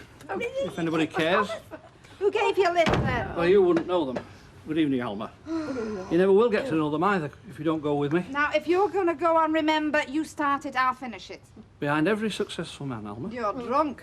I'm not drunk. Yes, you are, and you've had the sherry trifle and all, because I can see it down your shirt. The secret of a successful marriage is this. If you can keep your self-esteem when all about you are trying to bury it in the compost heap of their own lost dreams... What have you been at? Well, look, oh, do you know, is that the time I think I really ought to be going? Listen, I'll tell you how I keep my self-esteem, shall I?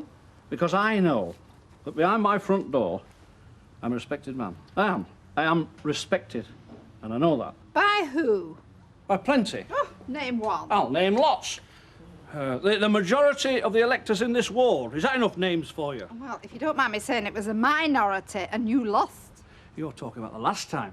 I'm talking about next time, because my hat is now firmly in the ring. Good night.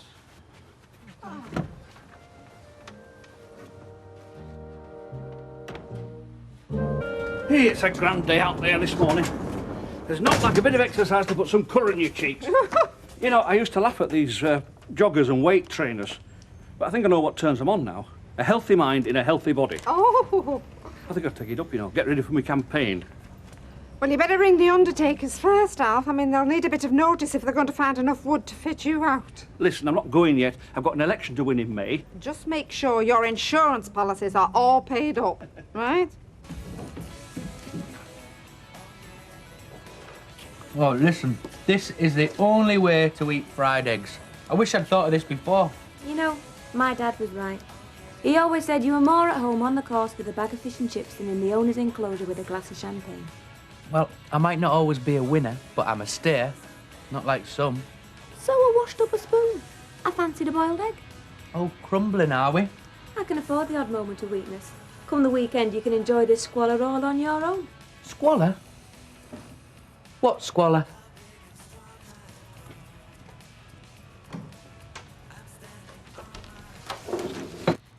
Where's my breakfast, love? Well, you weren't up, so Josh said so. Hey? It seemed a shame to let it go cold after Vera had taken all that time cooking it. You have ate my breakfast. Well, there's plenty more in the cupboard. Get the frying pan on. Look, I don't know whether you've noticed, but I happen to be the householder here. You know, if they had names over the doors like they do down the Rovers, it would read Jack Duckworth, not Josh Shackleton. Oh, stop moaning. You're as capable as me of making breakfast. Yes, and while we're on the subject of food, I'd like to point out that bacon and eggs cost money, and we don't have Curly's rent now, do we? Hey, now, cut that out, you. It's a bit of a bad job when two people in full employment, well, can't look after their own flesh and blood. Your flesh and blood, so I'm led to believe. Look, get your breakfast, Joe. Take notice of him. He's always like this first thing on the morning. Hey, and if you go out this morning and wrap up well, don't want to lose you now, we've just found you. Oh, you're good to me, Vera. Well, a girl's got to look after her dad. Even if he does eat all her husband's food. Look, go down to Alf and get something else then, if that's all that's bothering you. I will, as soon as somebody gets their hand in the pocket. Do you know you're a right miserable devil, you? I'm sorry, Jack, but if it's money you're after, you've got the wrong man. I never carry money. How convenient. Oh, it's not to do with being tight or out like that. I mean, it's just a matter of principle. You mean if somebody else will pay for it, it's all right by you, like? I don't think you quite understand, Jack. It's something that goes back a long way. No wonder he's got no friends left. No, the world's my friend, Jack. I'm what you might call a disciple of the teaching of Mahatma Gandhi. Eh? Oh, you mean that little Indian fella that used to go around wearing a tablecloth? He was a great man, the Mahatma. I met him when he visited Oldham, and I took him to play darts at the Spotted Pig. Next you'll be telling us he bought you a pint. Oh, no, he didn't drink. I mean, he never carried money. I mean, he took vows of poverty. He used to rely on the generosity of others. I don't believe this. Oh, poverty, humility, and passive resistance. This Gandhi fella, didn't he use hunger strikes as one of his main weapons? That's right, Jack. He went on hunger strike to get independence. Right. Never let it be said that Jack Duckworth stood in the way of a true disciple. You can start eating your own food and living on your own as soon as you like.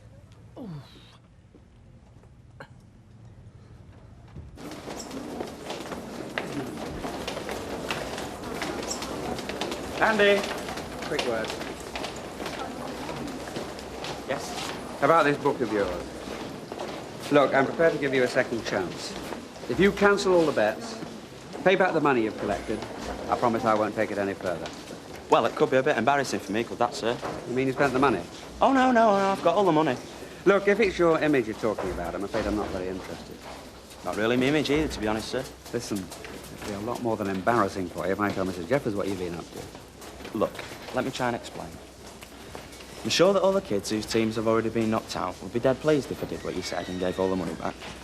But the cup isn't over yet, is it? There's still teams in it, there's still bets riding, and there's still a lot of people who stand to win. Now, they're not going to be too pleased if I cancel all their bets, now are they? They're not going to lose anything they didn't have in the first place. Well, you try telling them that. No, Andy, you tell them. And you pay the money back. Sorry, Mr. Barlow, can't be done. I can't go back on a bet. Think how your Tracy would feel, for one. Tracy? What's Tracy got to do with it? Well, she's got a pound resting on it just like everyone else has. So you see, I can't let everybody down now, can I? Anyway, moustache. Physics, I'm afraid. Well, I think it's a liberty. Mind you, they'll have had it all sewn up, you know, before you go into your cousin. That's what Curly said. Well, didn't he do all then? She wasn't even pretty, Vera. She had about as much sex appeal as a bag of frozen peas. Oh, Mrs. Duckworth, how many times do I have to tell you to stop distracting younger members of the staff with idle chit-chat? Now, please get back to your post. We're here to achieve certain targets, not to waste the company's time. I don't know you dare talk like that. From what I hear, you didn't achieve much last night either. I'm sorry? Yeah, no use to anybody, you. Especially this young girl. If she'd have had a real man with her, she might have enjoyed herself. What have you been telling her? Nothing. Well, what's all that about, you know, not being a real man? Don't worry, I didn't give any secrets away. Anyway, I've no complaints. Not in that department. Look, I'm sorry you didn't win the competition, Raquel. Yeah. Well, there were a few compensations, I suppose. I mean, it's not every fella I lock out of my hotel bedroom in his underpants that can come back with a bottle of champagne. Yeah, we had a laugh, didn't we? Yeah. Been nice to win, though. Well, don't worry, there'll be other years, Raquel. There'll be other years. I just hope that none of last night's antics get back to head office, that's all. Well, you don't have to worry about that. Listen, I'll see you later, all right? Ah, Mr. Watts. Mr. Holdsworth? Not exactly a successful night for the branch, I hear. Not exactly, no. No, nowhere. That's right. Not even a place, Mr. Watts. Well, to come close may be considered unfortunate but honourable. But to come to what amounts as last... Look, I'm sorry. Yeah, well, I am sorry too. Because if a man is to place Svengali, he must elicit genius from his trilby. It seems all you have returned with, after a lot of hot air and empty promises, is a rather despondent and sad-looking flat cap. Look, it wasn't my fault. No, no, please. Don't add insult to the injury you've already put onto the image of this store. You've let us all down, I'm afraid, and I, for one, I can't forget that. Look, we were at a disadvantage. Oh! You are, of course, referring to your position as guardian of our little fallen angel? No, actually. I was referring to the presence of Brendan Scott as a judge. I can't tell you what a blow it was when Vera's mum died. I thought it was the end of the world. Yeah, and then out of the blue, you two came along. Cheers. Cheers. Well, back up home today. Back up home? Didn't I tell you? No, you didn't. You mean your real home and not number 9? Yeah, my real home. It was Vera's idea. Vera's? Well, I mean, if you must, you must. I just hope that you don't think that we were pushing you out. Oh, don't be daft. I wouldn't think that. You know, I mean, I might have said one or two things out of turn, but they were all meant in good faith. I would hate us to part forever with any bad feeling, like. Part forever? What are you talking about? I'll be back here tonight. I'm just going to pick up a few things to brighten my bedroom up. Yes, Audrey, what can I do for you? I'll tell you what you can do for me, Alec. You can go round to that shop and tell our Alfie he's not standing for council. Well, he's already told me that. Yes, well, thanks to you and a few others going on at him, he's changed his mind. Changed it? You mean he's really going to? Against my better will. Well, that's marvellous. What will you have? It calls for a drink. No, thank you very much. You can drink on your own, because I don't happen to think there's anything to celebrate. Come on, Audrey. It'll be the making of him. He's a born counsellor, your Alf. Yes, he might be a dead one and all with his medical history. You can't wrap people up in cotton wool now, Audrey. I don't want to wrap him up in cotton wool, Alec. I just happen to think that running for election, with all the tension, all the upset that goes with that, is a recipe for disaster for somebody with Alf's medical history. Well, I'm sorry, I can't agree with you. I think that's the best thing that could happen. So you won't have a word? I'm sorry, I think you're being a bit previous, if you don't mind me saying, Audrey. He's not going to listen to anything I've got to say, is he? If a man's got a calling, he's got to follow it. It's what I might be following that worries me, Alec. Do you know, I just hope for the sake of your conscience and my marriage, it's not 6 foot long and made of wood. You know, she sounded serious about that. I don't blame her. I think I'd be worried in her position. You can bet your life Fatso's well insured. Well, that's not the point, is it? I'm sure she'd rather have him than his money. You're all the same, you women. You worry too much. No, we are not all the same. And I object to being patronised by you, even if you are my husband. Yeah, but I'm right, though, aren't I? I mean, you're still worrying about Andy, even after I've put Bogface well and truly in his place. You still haven't told me what you said to him. Well, I didn't quite get round to it last night, you know what I mean? Oh, I wondered when you'd start crowing about that. Well, I don't know about you, but last night I felt like a teenager. Shut up. You don't want people knowing what we get up to after hours. Anyway, what did you say to Ken? I just told him a few home truths. He won't bother us again.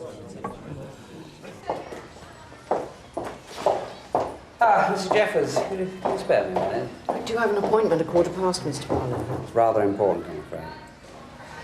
Just put them on my desk, would you, John? It's another problem. Well, a bit delicate, really. Look, I could come back later. Is it to do with school, or is it a domestic situation, Mr. Barlow? Well, initially school, but it's bound to have repercussions at home. And it is serious? I think it is. Oh, well, you'd better come in, hadn't you?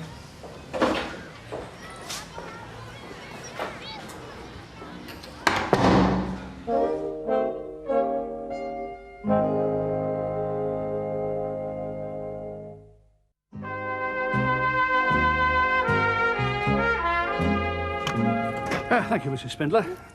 No, as I was saying, I think it's the best thing you could have done, and I want you to know you've got my unyielding and unswerving support in this. Well, that's very generous of you, Alec. No, it's time we had someone of stature, a man of vision and experience representing people round here. Provided, of course, your health stands up to it. I mean, we don't want you taking any chances now, do we? There's no wrong with my health. I've never felt fitter in my life. No, well, they do say if a man has a goal he's determined to achieve, his body will take him to new heights of performance. Oh, well, if that were the case, I'd go along with it. But you need to have a body in good nick to start with, which he hasn't. Well, I carried them boxes in this morning, didn't I? Yes, and you've been sat down ever since, getting your breath back. Yes, well, I'll get back to the Rovers. I'll see you, Alf. Yes, right, Alec. Thank you. Oh, my pleasure. You need your head examining. I'm running, Audrey, and that's that. All right, Alf, all right. But say you do run, which is a contradiction in terms as far as your physical abilities are concerned. What makes you so sure you're going to win? If I run, I'll win, don't worry. Well, I do hope so, because I don't relish the thought of being humiliated at the hands of Deirdre Barlow. Defeat is not a word I recognise, Audrey. No, not maybe at the moment. But with folks like Alec Gilroy rooting for you, I should learn how to spell it at least, so you recognise it when it hits you in the face. There must be 100 names in this book. 163. You have taken money from 163 children. I've taken bets from 163 children. Bets money, what's the difference? Taking money's stealing. A bet is a speculative investment. You worked out all the odds yourself? Yes. I know exactly what odds I've laid on each bet. Exactly how much each person stands to take off me if their team wins. And these were the lines through? Well, they've already been knocked out. Their profit. Yes, very impressive. Thank you. That was an observation, not a compliment. What you've been doing is highly illegal. I have the money to pay the winners, and I make a profit.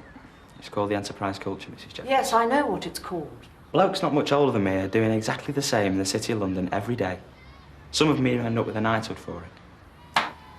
Andy, you are a very clever young man. You did very well in your GCSEs, and your teachers think you're going to do well in your A-levels. And you certainly have initiative. I don't think there's any doubt about that. Don't you think it's rather a shame that you can't put your talents to a more useful purpose? Like what? Well, we have schemes to visit and help the elderly. And there's the voluntary group that works regularly with handicapped children. It's not really my sort of thing. Well, I would like you to think about it. Okay. And of course, you'll have to close the book. I'll hang on to it for the time being, and then I'll pass it over to Mr. Barlow, and he will make the arrangements for you to pay everyone back. That's all. Do remember, if you're planning anything of this sort for the future, clear it with me first. Next time you'll be in very deep water. Enterprise culture. Well, I know somebody'd have told you, but I thought you might like to know straight away. Yeah, thanks. He's a formidable opponent, is Alf. Well, he's got the build for it. He looks like everybody's idea of a counsellor. Don't underestimate him, Liz. He's got the experience as well. Yeah, they were saying he's been involved before. For a long time. He only really gave it up because I beat him and because his health was suffering, which is why I'm surprised he's standing again. Well, from what I can gather, Audrey's not best suited. Mind, Alec's delighted. He's going around like a dog with two tails. Well, I'll say one thing for Alf. If he is standing, it'll be a fair contest, at least where him and me are concerned, anyway. Even with Alec Gilroy rooting for him? I think Alf's integrity is more than a match for even Alec Gilroy. Well, you're wasting your time. I don't think you'll even get elected. Oh, don't you? Look, there'll be a Labour chap up and a Conservative, as well as Deirdre Barlow, you know. Look, this ward has always favoured independence. It'll be a straight fight between her and me. And she'll win. Well, you don't know that. Oh, Alf, she's always done a good job in the past. People trust her. What? A woman who'd sell her house to the brewery, sell out her own local? Come on, you'd not bring all that up, surely. Oh, wouldn't I? I'm not all smiles and good mornings, you know. Behind this affable exterior, there lurks a politician of real grit. Oh. And if our ace up the sleeve is Deirdre Barlow's past, or even a present personal involvement, I'll play it as quick as you can say snap. Well, it wasn't you. Who was it? I don't know. Just leave me alone. But listen, somebody grassed to your old man about our kid. Well, it wasn't me. Why should I grass on him? Because your bet went down and you lost £1. Look, just 'cause it's my dad doesn't mean I've got out to do with it. You get your quid back now, though, won't you? Steve, it's got nothing to do with me. Yeah, well, you're the only one who believes that.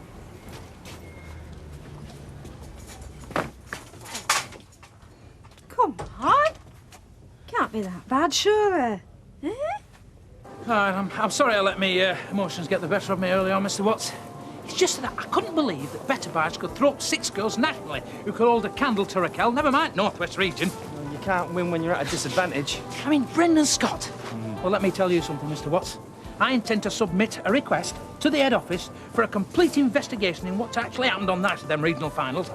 Well, won't that make us look a bit, petty? Petty? I don't care. Well, considering, he got his comeuppance on the night of the show. Eh? I apprehended our friend Scott knocking on Miss Wollstonecraft's bedroom door with a bottle of champagne in one hand and some fairly ignoble intentions in the other. The little swine, the calculating Well, little swine. I took the liberty of telling our friend Scott I knew exactly what he was up to, thanked him for the champagne, retrieved it from his sweaty palm, and made sure it got to its intended recipient, our Miss Wollstonecraft, therefore making sure her night ended in a better way than it might have. Hey, masterful, Mr. Watts, masterful. Yeah, so I suggest that we let sleeping dogs lie, and we keep this information to ourselves until such a time when it might be used to our advantage. It's our ace up the sleeve, so to speak. He reported you to Mrs. Jeffers? Yeah, and now he's supposed to supervise me giving all the money back. Good. What do you mean, good? I mean, good. I'm glad that's an end to it. End to it? Oh, yeah, well, what about survival, love, eh? I mean, it's all very well being able to speak French and spout off chemical formulae, but that doesn't keep the rent collector from the door, does it? Well, I reckon it was Tracy Barlow who grassed you up. Hey, it doesn't matter who it was. I'm just glad somebody did. Yeah, well, I'm just sorry they don't recognise free enterprise when they see it. That's enough, right? And you, I want to hear no more of your running books. Your days as a bucket are definitely over. Yes, it's nice of you let me bring a few things to you back, just brighten the place up a bit. Don't be so daft. It's as much your home now as it is mine. Oh, look, what's that? Oh, 1932. Yes, she was a bonny woman then, your mother, in those days. Do you know, I've never seen this before. Yeah, oh, she's a nice lass, bonny lass. Do you know, I'm glad I found you. No,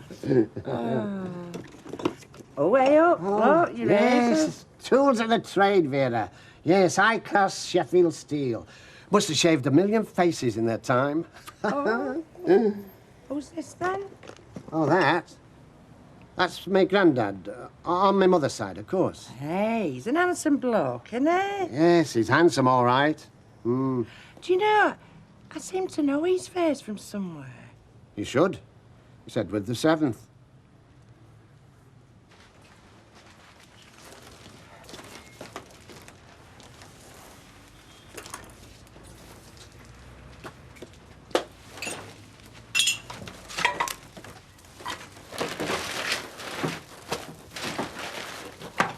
You're invading my space. I just want a bit of room to get me dinner ready. Not my problem. I did it here last night. Did you? Yes. And I made sure it was clean and empty so I could use it again tonight. Really? Yes. So it seems to me as if you've pushed all your pots onto my side. Well, you see, I don't eat off paper plates. Fine. I'm off to cook on the boat. Ha! The boat. Yes, the boat. Why stop at eating off it? Why not take the rest of your stuff out there and live on it forever? Hey, what a good idea. I'll be back for me bedding later.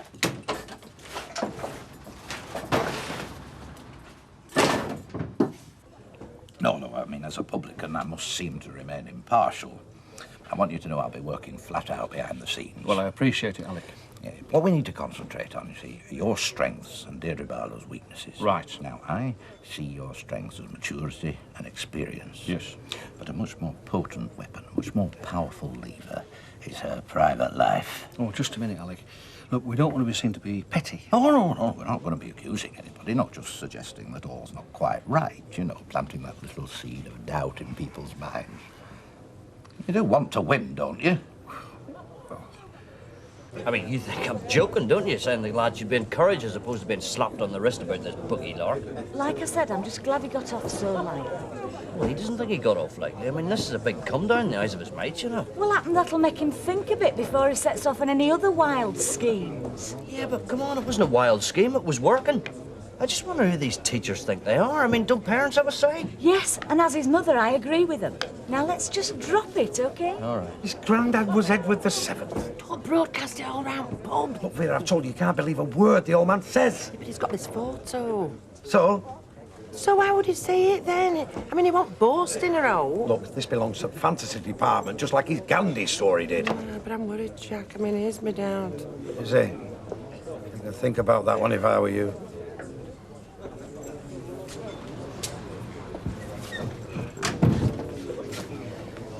I suppose you've heard about Andy.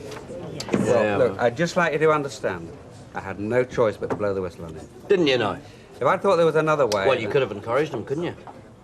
Look, I'm sure you wouldn't want the school to encourage anybody's child in an illegal act. Look, this isn't the place to discuss this. No, it's not. So I'll tell you what, I'll just go home before I'm tempted to lamp you.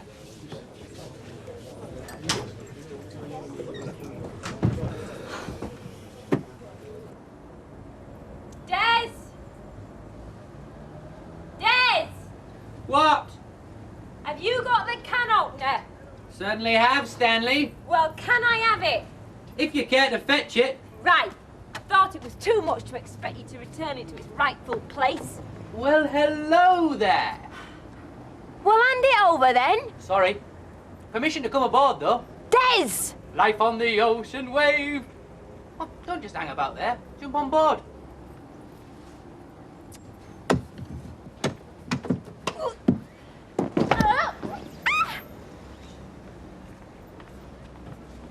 Get up. Stop making a meal of it. I am not. It's me ankle. I think I've broken me flaming ankle.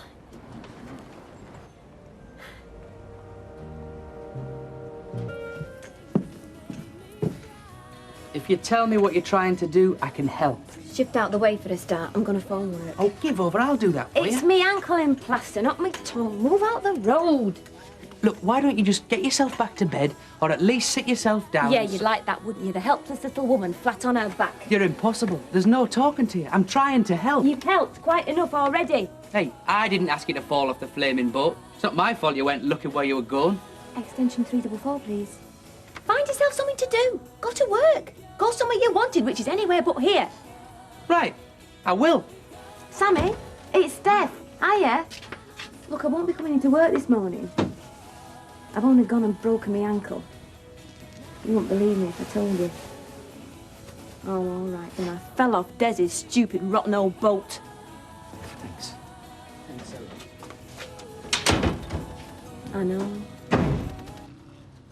Hey, my dad's up. I can hear him singing in the bathroom. Some lots of years having no lock on the toilet door that day. Him that's supposed to be descended from royalty. Hey, you know, when he said this is your granddad. Well, I didn't say it like you were joking. Well, it's understandable, my love, because he wasn't joking. You see, your father, correction, your so-called father. Look, he is my I father. hope he doesn't run in the family, then. What? Insanity. Oh, yes. I mean, because any old git like him that cracks on Edward VII was his granddad, he's got to be crackers in anybody's book. Look, he's not crackers. He's just a bit, well, eccentrical. Vera, he is at least 3 slices short of a full loaf. Look, he's not. So shut up going on about it. So shut up. Oh, hiya, Dad. Did you have a good night? No, never better. Oh, well, sit down then. Tea specially brewed. I've just been having a look at your photograph, Cop. Oh, you've been having a look at Grandad, have you? Yeah, he does have a look at about him. It does look a bit like, you know, King Edward. It is King Edward, love. I've told you, it's me Grandad. But listen, and you and all, Jack, I'd sooner you didn't talk about this outside these 4 walls. Why's that, Joss? Because it doesn't do, lad. I mean, we can talk about it here now. No, thanks, mate. I'll just nip out in the yard and talk to me pigeons. I might hear something sensible said there. You sit down, Dad. Have a bit of breakfast. Well, he says some funny things, that husband of yours. Is he, you know, all right?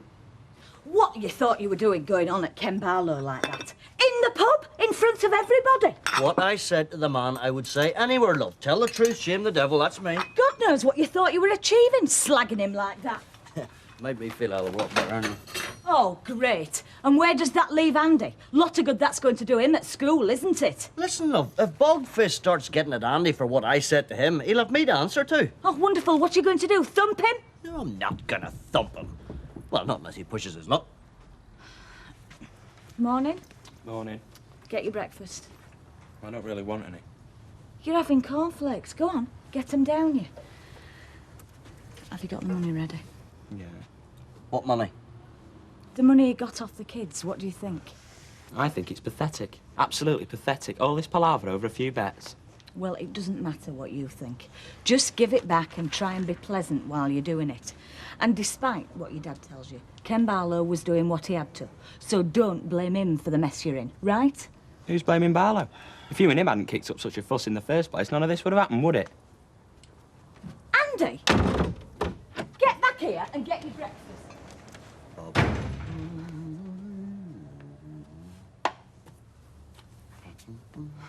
You'll have to talk to him. Me? I'm the one who's always been told to shut his mouth. Now you want me to do the talking? Tracy all right today? Well, she's not been poorly. No, I mean, there's trouble at school. Steve MacDonald were going on to her here yesterday. She seemed a bit upset. Don't know what it was about. Something to do with Ken and the MacDonald lads, I think. Well, it's the first I've heard of this, Audrey. Come to think of it, she was moaning a bit this morning, saying she'd a bit of a tummy ache and it might stop her going to school. She went in the finish, though. Must be rotten for having a dad as a teacher. I mean, every time Ken tells some kid off, I bet Tracy gets the backlash. You can see that, I can see that. Why didn't Ken think of that when he took the job there? Oh. Morning, Deirdre. Oh, morning, Al. Hey, I'm glad to have seen you. These elections that are coming up, you know I'm standing. Oh, yes, I did hear a rumour to that effect. It's not just a rumour, I've definitely thrown my hat in the ring. Yes, I think your head must have still been in it. No. I've told him, Deirdre, it's daft at his age. My age? What are you talking about, my age? Anyway, no hard feelings, eh? None at all. May the best candidate win. There you are, you see. Just because we're opposing one on the hustings doesn't mean to say that we can't be pleasant to each other. Well, then, I'm looking forward to a good, clean fight. Phil Jennings. That's where Deirdre Barlow comes unstuck. Oh, yes. Master Jennings is her Achilles tendon. Heel. Who is? Just because I cut through No, it's Achilles' heel. I wasn't calling you a heel, although I dare say I might before you finished. Why do you say that? Oh, come on, Alec. This election campaign you're going to be masterminding for Alf. It's going to be dirty tricks time, isn't it? There you go. There you go. You see, talk it as though dirty tricks are easy to come by. Oh. They take a lot of thinking up, haven't you, to tell you. Just you lay off Deirdre's love life, that's all. Oh, no, I'm sorry. No. No, I'm sorry. I'd like to be Mr. Nice Guy, Oh. but... Well, you can't be, can you?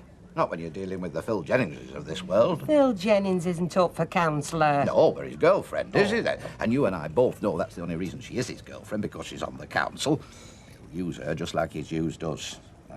Drop her like a ton of bricks if she loses this election. Hey, Faith. She will. I'll see to that. That'll scupper Phil Jennings' plans nicely.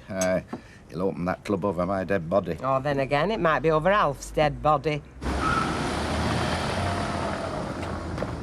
Now mind how you go, love, and don't trip over this pavement. It's a disgrace, is that? You know, what we need around here is a councillor who can get things done.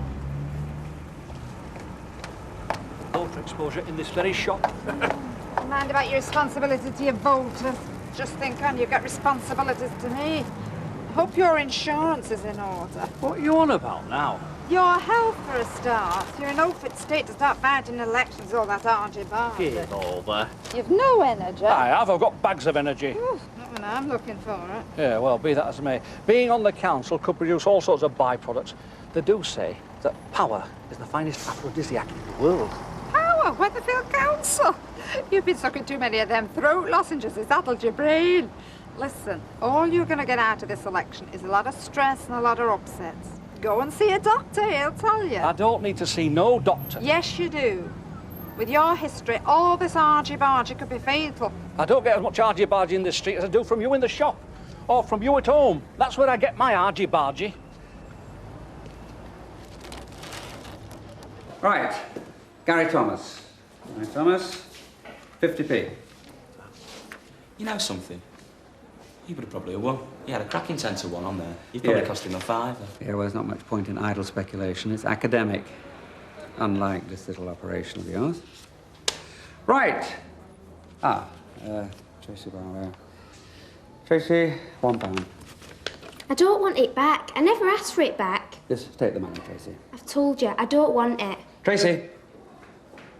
You want to call it a day then, Mr. Barlow? I do not. Right. Lynn Meadows. Lynn Meadows, 25p. Yeah. Well, as far as I can see, it's a 4-horse race. Well, go on then, give us your runners and riders. Well, there's me, Deirdre Barlow, and the Tories letting Selwyn Jessup have another go. Selwyn Jessup. You know, Amy. You know, when before the bingo was the bingo hall, it used to be a picture palace. He was the manager. Oh, I have got it now. Yeah, Selwyn Jessup, miserable beggar. He used to take mentholated snuff. Thought he were dead. Well, he is from the neck up. So really, it depends on the Labour. You know, it depends who they put up. Well, I did hear a whisper they're thinking about Tommy Kiernan. Well, that ginger fellow, little beard, got 2 wives. He's got no chance round here. Well, you see, you're laughing. It's yours for the taking, Alf. Hiya. Hello, give us a shandy, will you, Jack? Oh, on the hard stuff then, Dom. Hey, don't start. I can get all the ribbon I want at home. Mind you, compared to some folk, I've just seen Des Barnes going up their path with a bag of chips, and it looked like they were weighing very heavy. Oh, she gives him some stick, that wife of his. Is this Des Barnes you're talking about? Ah, you know his fault. He does not understand women. Well, you reckon you do you, Jacko? Oh, well, I do now. I mean, when I was Des Barnes' age, I was just as stupid as him. How do you think I managed to let Vera grab me? Ah, yeah, but you're still married, aren't you? I bet them two across road don't get as far as you. Good chips, these. It's the dripping. That's the secret. I could have had some, you know. I did offer. I'm not hungry. Ah, you're speaking. Now listen, Steph, I want to say something. Right? Well, go on. I'm trying. You know, people around here think we're strange. Perhaps we are. Who cares? I don't. Well, at last we agree on something. Look, I feel bad about your accident. If the boat wasn't there, you couldn't have fallen off it and... Well, I'm sorry about putting the damper on your holiday. So to square things up, I'm going to clean up the mess. Well, you couldn't do it now, even if you wanted to. Don't clean up on my account. I'd sooner you didn't. No, it's okay. No, because then you'll feel like you've done me a favour, which means I have to do you one, like not going on holiday. Well, you can't go on holiday. Not now. Oh, yes, I can. And I am doing. You're kidding me. You think I'm kidding? You wait till tomorrow and you'll find out different. I've booked that holiday, I've promised it myself, and I'm going. Marvellous. Blaming marvellous.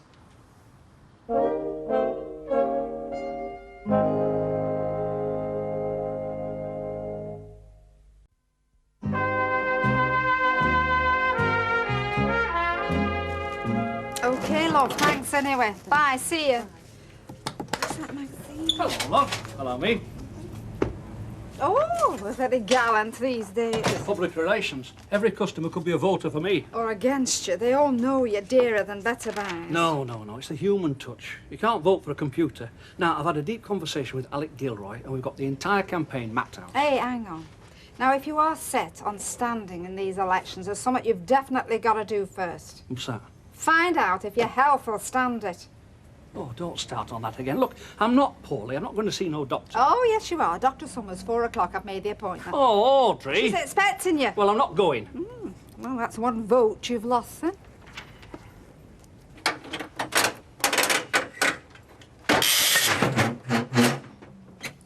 Don't think I'm getting your clothes for you. Who asked you?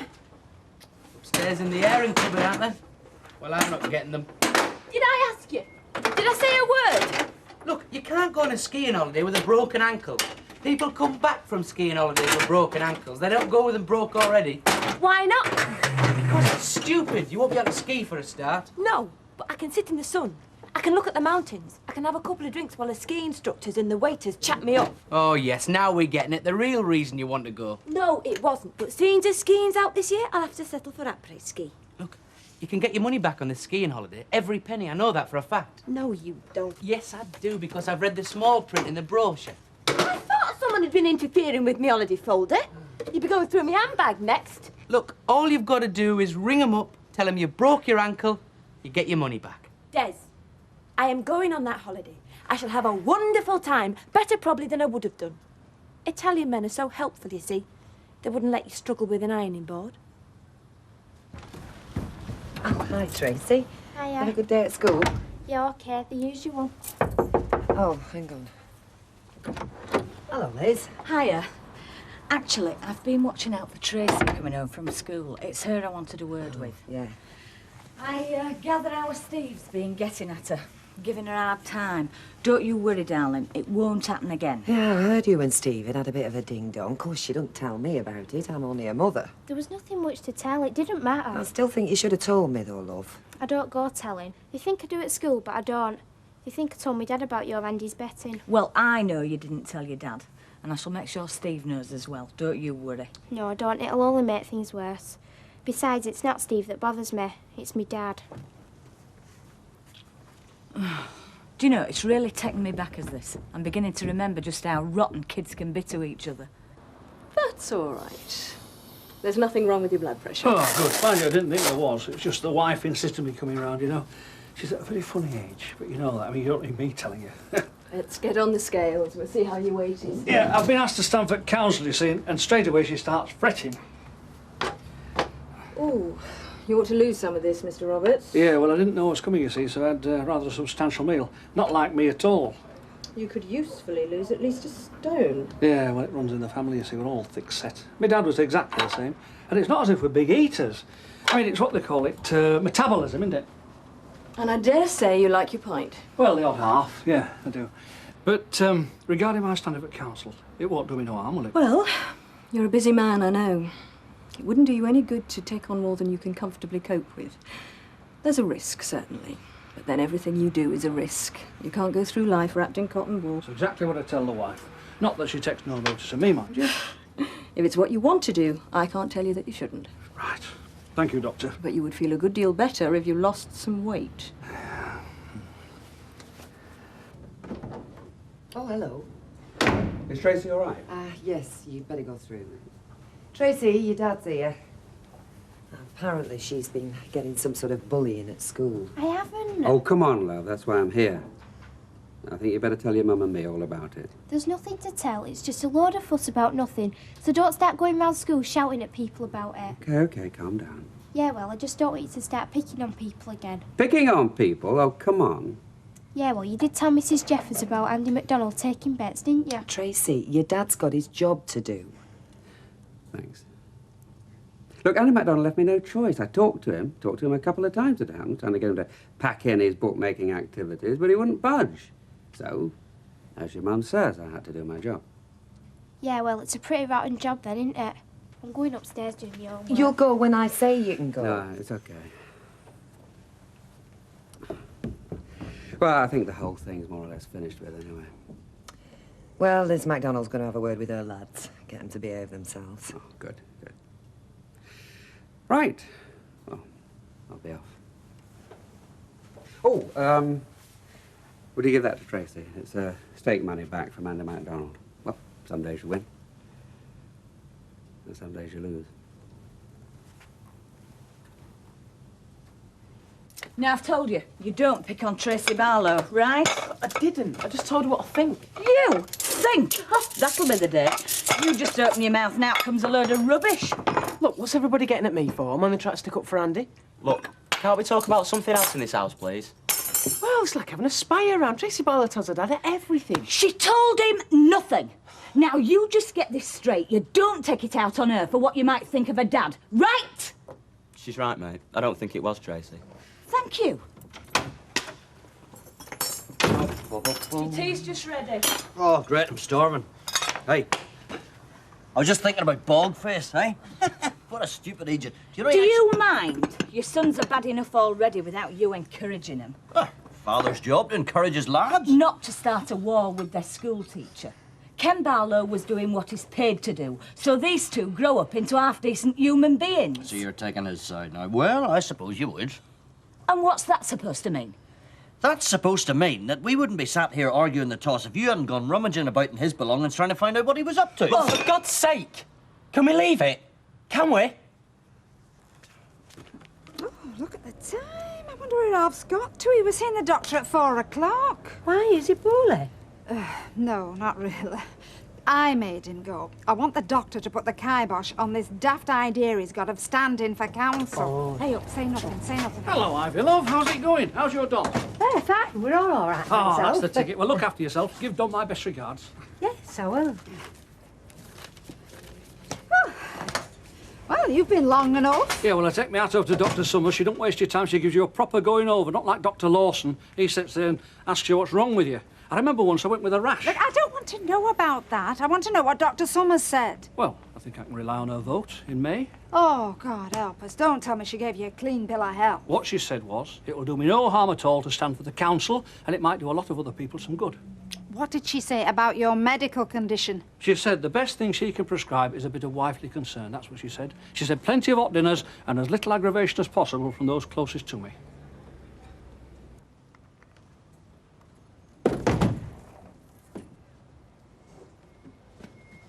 It's a well-known psychological condition. Some people just like drawing attention to themselves. And the best things other people can do is just ignore them. Makes not the slightest difference to me. I'm immune. I've developed resistance to it. So you can please yourself. You do what you want, I'll do what I want. But I am not bothered. I am not bothered in any way, shape or form.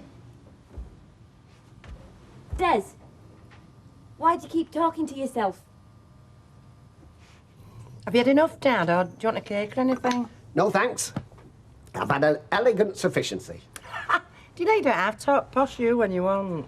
My mum used to say to me, Joss, lad, never forget you're talking the King's English. And you're more right to talk it than most folk. Look, Dad, we're going to have a talk, aren't we? You can't keep joking about, you know. What? Edward the Peacemaker? I don't joke about him. Yeah, but you can't keep saying he's your granddad. I mean, our Jack, he reckons... Yeah, what? That I'm balmy? Listen, Vera, it's no joke. When my granny, my mother's mother, when she was a young woman, she went into service as a maid in a big house, a stately home, up in Yorkshire. And King Edward, he used to go up for the sport, you know. Well, he wasn't King Edward, he was the Prince of Wales then. And that's when it all happened. But what do you mean? What happened? Well, the oldest story in the world. A man and a woman. When she was a young lass, she was a raving beauty. And the Prince of Wales, he fell for her. Oh, and is that when... No, it was a proper romance. He used to go up there, or he'd crack in to do the shooting, you know, but he went to see her. Dead romantic, eh? Hey, but it's like something out of a story. Oh, it was no story, lass. It was the real thing. I mean, they were from different worlds. Different worlds, eh? She was a servant girl and he was a royal prince, married. Married? Right, and divorced. Well, it wasn't done thing. No. Well, they would have never let him marry her, you know, even if he'd been free. Like it could never be. Well, no, anyway, I mean, nature took its course and the upshot was my mother and your granny. Oh, Dad, are you kidding me? What? No, love. I got it straight from my mum's lips when she knew she hadn't got long. I mean, it was a shock to me. Same as it's going to be a shock to you. So King Edward were your grandfather? Yes, your great-grandfather. His royal blood runs through those veins. Wrong side of the blanket, of course. But it's there, and you've got to carry it like I've carried it, knowing you're royal. We're related to Queen and everything. Certainly. It's you and Her Majesty. You're like cousins.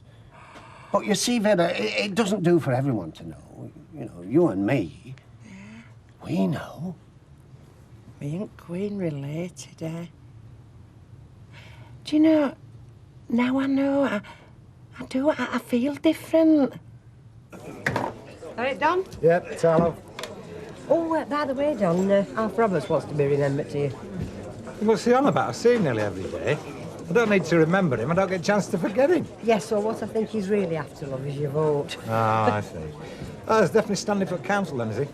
That's if Audrey don't put her foot down. She reckons his health won't stand it. Well, he's had one heart attack already, hasn't he? Yeah, I know, that's what's worrying her. Mind you, between me and you, I've always thought to myself that if anybody was cut out to be a merry widow, it's Audrey. Lager, my little stocking top. Right, give us the brandy. Hey? I've had a right shock. You get another one when I tell you the price. You know what my dad said about King Edward? It's right. Oh, come on, Vera. The nearest Joss has ever been to King Edward's where a bag of spuds dropped on his head when he was a kid. Now, look, stop that. Me and my dad don't like it. In fact, we're not amused. Well, I'm sorry, love. I know it was out of order. Friends, okay? I'll think about it. Well, fair play to you. And listen, don't worry your head about Andy, all right? I mean, he's a live wire, but he's all right. He'll have me grey head. Oh, don't worry about him. It's all over now. Best forgotten, okay?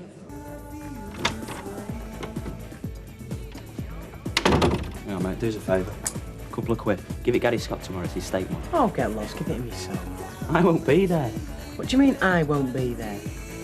I've had it up to here with teachers and with school. Today was my last day. Oh, come on, mate. Stop messing about. Who's messing about? I've had enough. Today I walked out of that dump for the last time. As far as I'm concerned, I've finished school and no one's going to make me go back. Ever.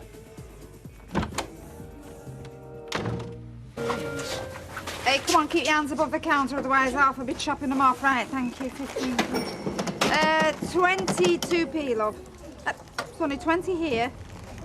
Oh, all right, get on, just this once. Hey, don't let him get away with that. It's only 2p. He does it every other day. It's costing me a fortune. Yes, well, you're in no fit state to run after him and get it, so just let it drop. Fit as a fiddle, the doctor said. I don't know where she were looking. Right, love, thanks, okay. Look, Tracy, they've no chipsticks. You'll have to make do with crisps. I'd rather have neither and just not go in. Oh, love, it's not your fault your dad pulled the plug on that sweepstake. I know that, they don't. Half of them will have forgotten about it by now. Yeah, half of them. Oh, for heaven's sake, Tracy, just tell them if they've got anything to say it to your dad. He started it. Yeah, well, it's all right for you, isn't it? You don't have to face them. Hey, I say, have you paid for them? No, I will. Oh, morning, Deirdre. Morning, Al. Listen, if you're not busy today, will you give us a lift in today? Oh, no chance of that, love. I've got 3 bikes coming in today for spares, and if I don't get started on them, I'll lose money. This is the season for bikers. We'll get the machines polished up for Easter. You take the pickup, though, if you want them. Oh, Tar, what would I do without you? Right, I'm off. Want to make your breakfast? No, you're right. I'll get something on the way. Hang on. Where's Andy? He's in bed. What's he playing at? When turf, mate? Well, that's a snag, innit? I'm not going. Yeah, well, I am. Fast. What's wrong? Are you not feeling so good? Yeah, fine. I've made a decision. I'm not going back to school. Sit. No, but look, you can see it. Oh, Vera, you can see it. You can. Look, it's the ears. Oh, Terry's got my ears. Look at that mouth. Your mouth. Do you know a spitting image of Prince William? I don't know why it didn't occur to me before. Because you didn't have a daft old codger putting stupid ideas into your mind, that's why. Look, they're not stupid ideas. Look, it's got evidence. Evidence. King Edward gave me great-granny a hanky. I've give you hankies. A clean one, you pillock. They were all embroidered and initialled. You see, she were an housemaid, you know, in one of these big stately homes in Yorkshire. Well, that's where he met her, and not long after that, well, my granny were born. Is Josh putting something in your tea? Hey? Because I have told you more convincing lies than that, and you've walloped me. Hello. Oh, come in, Ivy, love. Morning, Jack. Hiya, love. Listen, I know it's last minute, but can you do me a favour? Can you give me a lift to work? Only Don's just been called out on a fare, and Bolmer's been clock watching all week. Yeah, of course I can. I do hope to get out of this dump. Oh, I see. Hey, while I think on, you've not forgotten about tonight, have you? Tonight? Yeah, bingo. Only I thought, if we fancied a drink, Don can take us, you see. Wasn't that funny? Oh, yes, it is, Ivy.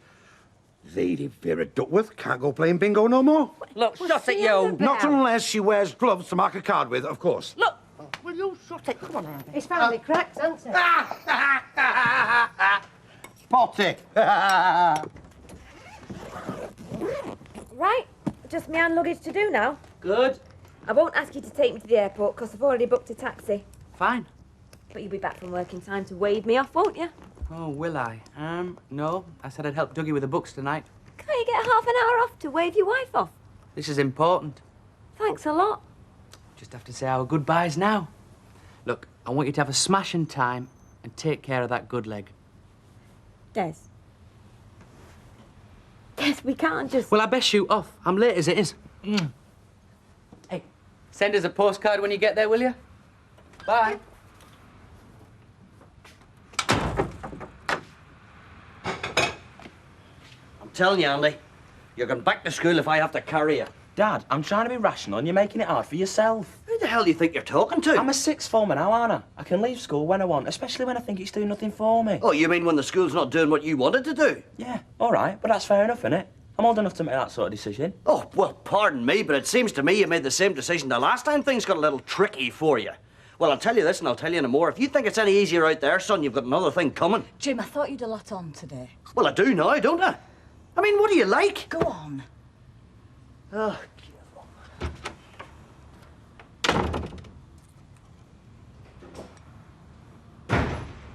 Your dad's right, you know. Every time something goes wrong for you, you threaten to pack schooling. As if it's the one thing you can use to punish people. You run in a book at school, you get caught and it gets stopped.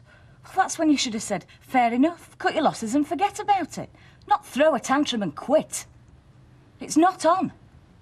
Mum, how can I ever expect to put a point across when every time I say something you don't agree with, you call it a tantrum? Look, Andy, you're a bright kid. University material. They've told you this dozens of times. So why do you want to throw it away all of a sudden? It's not all of a sudden, though, is it? I mean, it's not the first time I've said it. Yeah, well, it all sounds like it's been said before. But qualifications are important. I can't force you to see it from our point of view.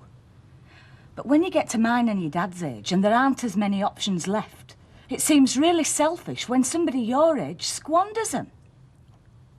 Look, I know what you're saying, but it just doesn't feel right for me. School's a mess at the moment and I'm losing interest. Just promise me you'll think it through. Again? Yes, again. Fine.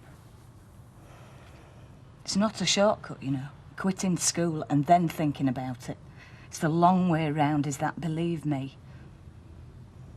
I'm thinking about it, and you're late for work.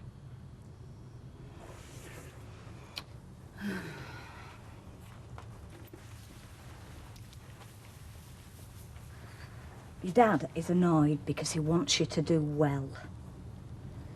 Use your brains, eh? Bye, Jack. You ducklets excel yourself with every passing day. I thought your Vera had gone over the top when she told people you'd got a TV licence, but I mean, belonging to royalty. You know, it's straight up, boss. He's got to believe in it. Direct descendants, he said. I said, no mind working in a supermarket. You should be opening them. Sorry, Alec. Trouble at home. Oh, surely not. Leave it out. You make it sound like we're never at peace. Not exactly the Waltons, are they? You know, there's never a normal day, is there, in this place? Can you imagine how you'd feel in ours? You know, I'd rather not, Jack. Karen, your homework is not a favour to me. If you can't be bothered to bring it in on time, why should I be bothered to mark it?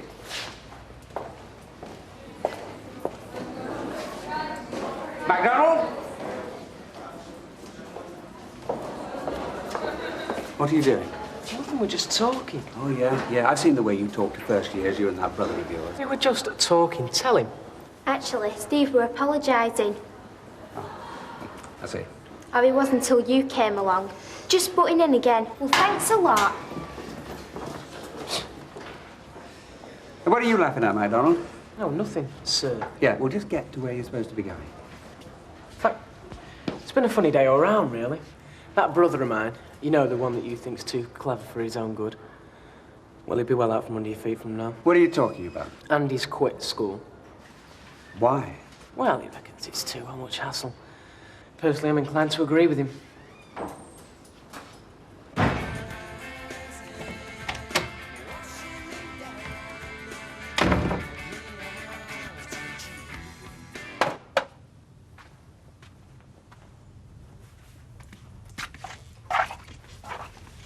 I was just going to do the washing up. Where are you now? Yeah. Going to do some beans on toast for dinner as well. Do you fancy a bit? No, thank you. I'm busy.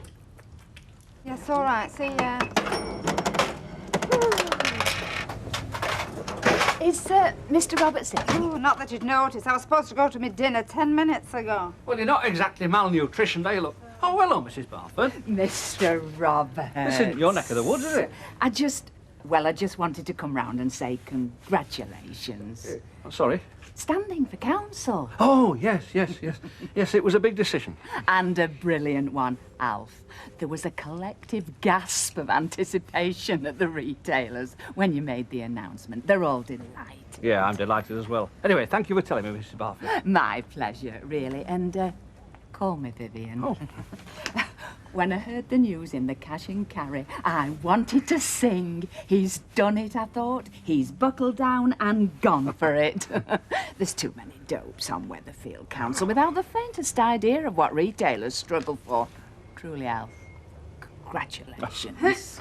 Oh, Mrs. Barford, this is my... Oh, I'm sorry. I just barged right in and spouted off. Do forgive me. This is Audrey. Honey, I'm just so thrilled. We need people like Mr. Roberts to represent us. All right. And I'm sure it'll make work that bit more exciting for you when your boss comes back from the polling booth as Councillor Roberts. No. This is Audrey, my wife.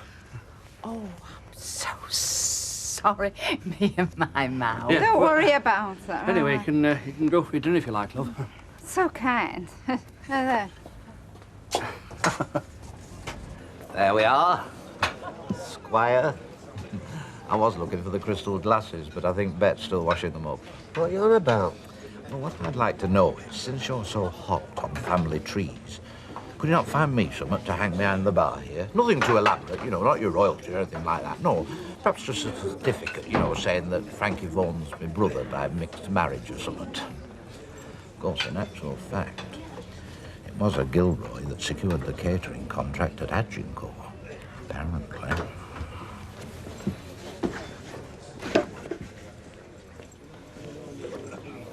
Dangerous talk costs lives. The bird and the hound's were two in the bush. And you don't believe a word of it, do you, Jack? No, I don't, Joss. I don't know who's the daft. It's you and over here. What's this? Job in a bank or what? So, listen, you didn't manage to change his mind, then? Well, I talked to him and he promised me to think about it. Not good enough, love. I mean, we've already seen the evidence of what his mind gets up to when he's left to think for himself. Jim, he's not 12. I know he's not 12, and this is a very important time of his life, and I'm not letting him go without a fight. A fight with who? I'm going to go to the school and I'm going to talk to the headmistress, because as far as I'm concerned, this is her problem and she can sort it out. And I really don't know when I'll be back. All right. See you later.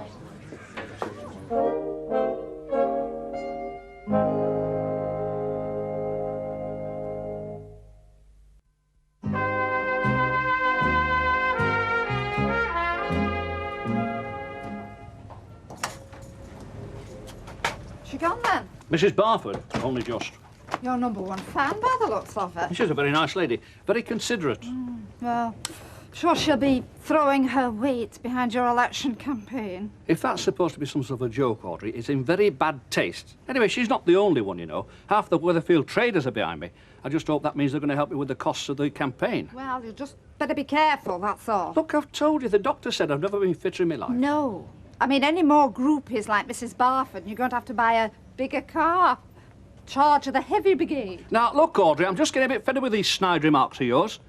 This campaign's really getting to you, isn't it? Actually, no. Because I won't let it.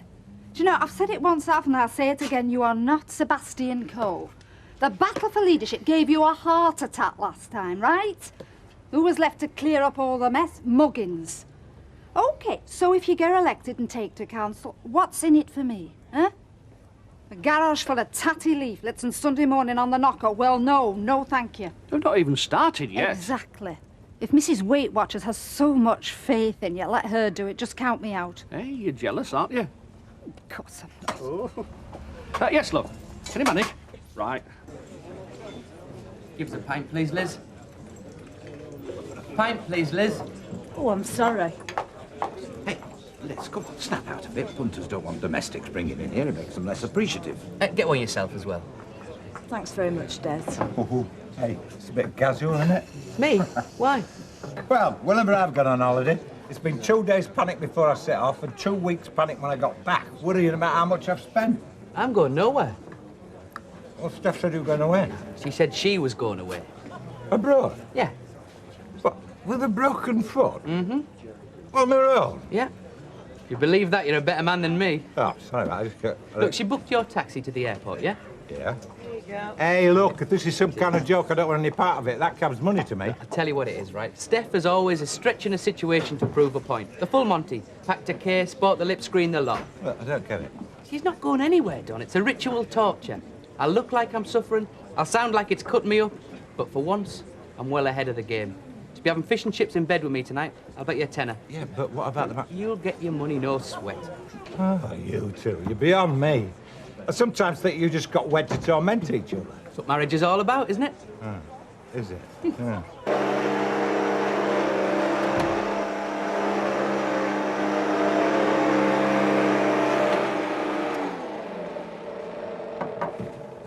Tracy, I'm sorry about this morning, love. Not as sorry as I were. I'm just glad we're getting 2 weeks at Easter. I do know what it's like to have to face the flak, and I'm sorry I made light of it. I used to get butterflies in my tummy going to school because they poked fun at my specs. It's not the kids. I can handle them. Well, I couldn't unless he didn't keep getting in the way. Is he your dad? There ain't a day go by now when someone doesn't make some sort of remark. They call me Barlow's knack. Don't get to hear any gossip anymore, just in case I might pass it on. Will it improve, do you think?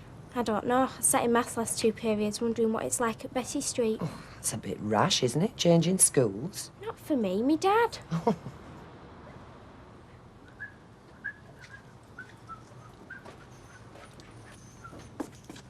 Does Terry ever come home? Oh, aye. When he's bored, skint, and out on bail.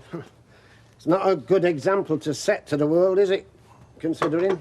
Hey, Joss, I mean, not as though you have convinced me. But you could make a few bob out of this, you know? You what? Papers. They pay a fortune for something like this. I mean, they'll print it whether they believe it or not. When can you just see it? Front page, you and our Vera. Vera's family comes up trumps. Never in my life would I do anything to embarrass royalty. And while we're on the subject, that Gilroy, cracking jokes about it. Ah, he's like that. Not him, you, gobbing off. Look, this isn't something you spell to your riffraff, you know. Many's the time I could have used it to better my position in life, but I kept it shut. More fool you, Cop. Look, there's 2 words I say to you, official secrets. Look, mate, Vera's one thing, but don't start giving me that load of nonsense. It's a world you cannot comprehend. You mock it because it's out of your depth. And I'll tell you this for now. Just you keep stum. Son of me. Oh, hiya, Dad. Oh, what's that? It says? I borrowed it off Percy Sugden. Do you know, it makes me go all cold just looking at it. Can you imagine how they'd feel their end? Oh, shut it, you. Oh, sorry. It takes a lot of adjusting to. You know, I've got a feeling that my laddo's going to have the toughest time of all of us. And a box of chocolates. The dangerous-looking ones. Oh, right. Someone being treated tonight? That's right, Audrey. 12.52, love, please. Right. Hang on. Thought you were going away. I am. To the land of peace and forgiveness. Sanctuary and clean glasses. Ta. See ya. See ya. Well, the woman is totally unreasonable. Well, I'd have been unreasonable if you'd barged into me shouting the odds. Look, she could have avoided this. Oh, God, it sounds like you gave her the right run around. Well, why not? I mean, every week we're getting letters from that school about lotteries and raffles. I mean, if gambling is such a bad word, she ought to watch her double standards. Anyway, she wants to talk to you.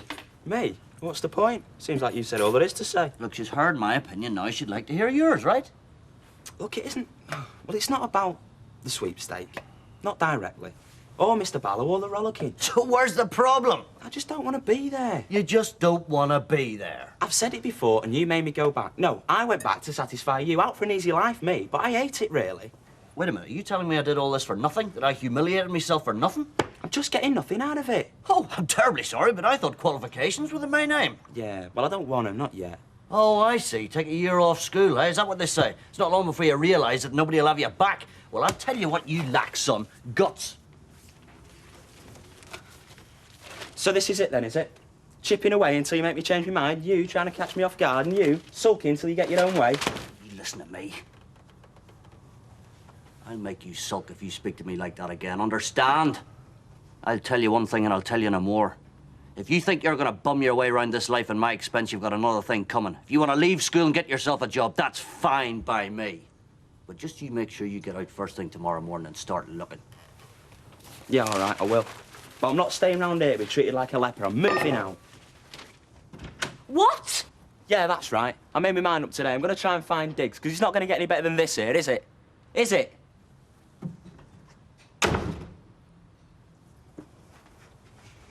Andy!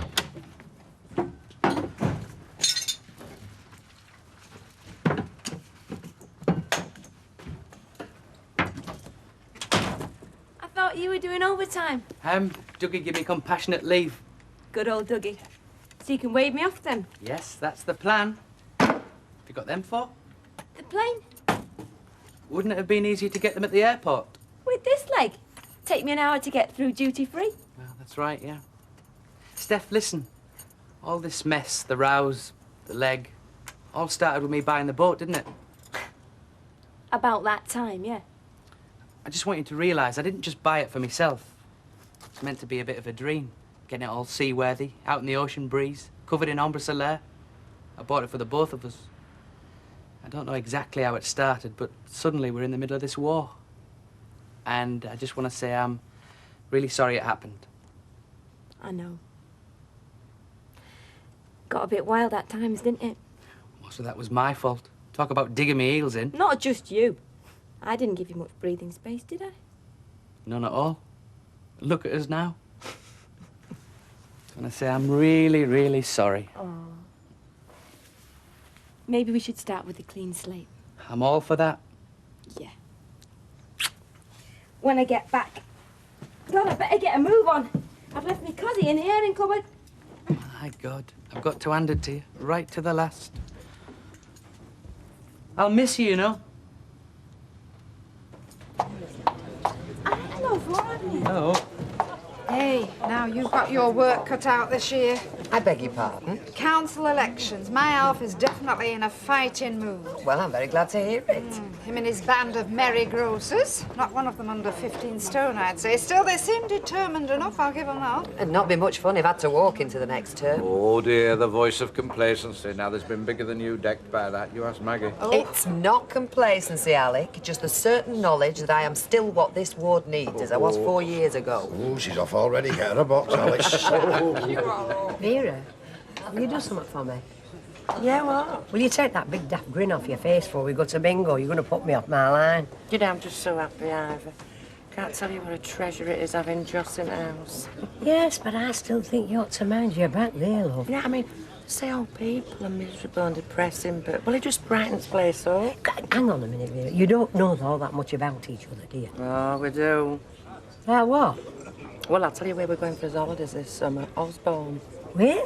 Isle of Wight. You know where Queen Victoria used to stay? Well, what's all that got to do with Joss? Come on, Ivy, sup up. We're going to be late for the first house. Hiya. Any cases then? Just them there. Okay. Right. This is it then. This is it. That's me for the week.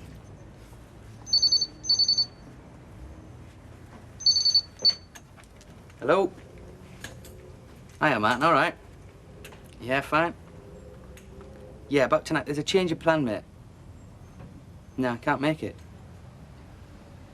Look, can I ring you back in about 5 minutes? Yeah? All right. See you. Bye-bye. It's Martin. Steph?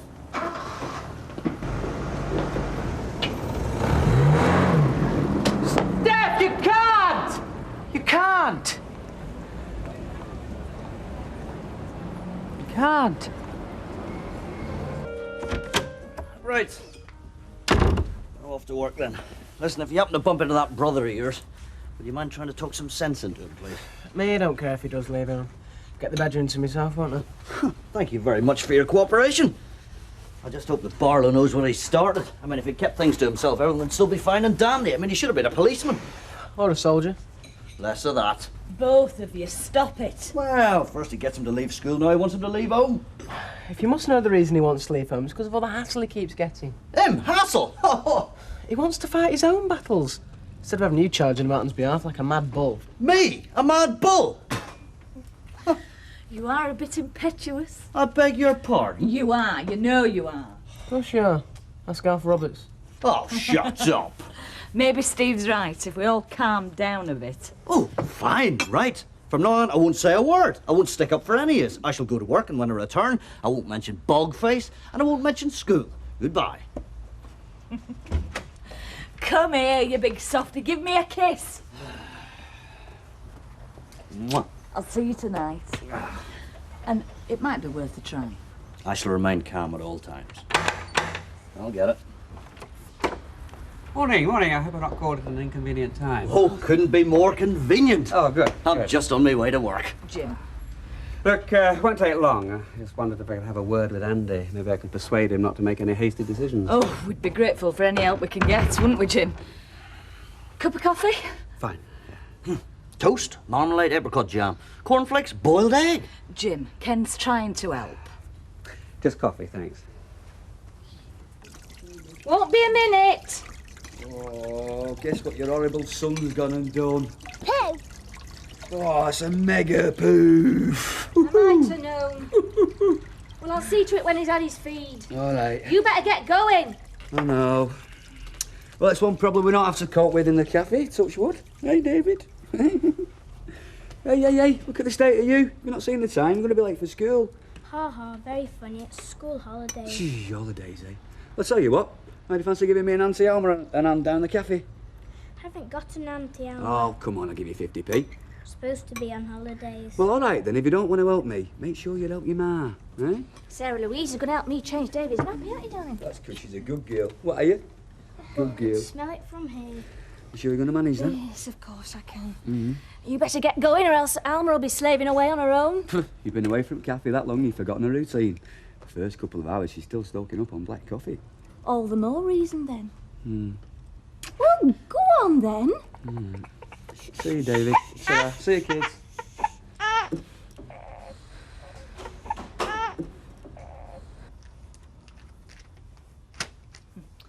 I'll just give him another shout. Andy, are you coming down? Sorry it's so early, but I got to catch a train. Oh, yeah, the 10:13 to Newcastle. Officially, it's called the 10:13 Express, and they say satire's dead. Well, you could have asked him if he wants another coffee. Would you like another cup of coffee, Mr. Barlow? Can. Thanks, but I've had my caffeine quota this morning. Ah, Andy, sorry to get you out of bed, but I've got a train to catch.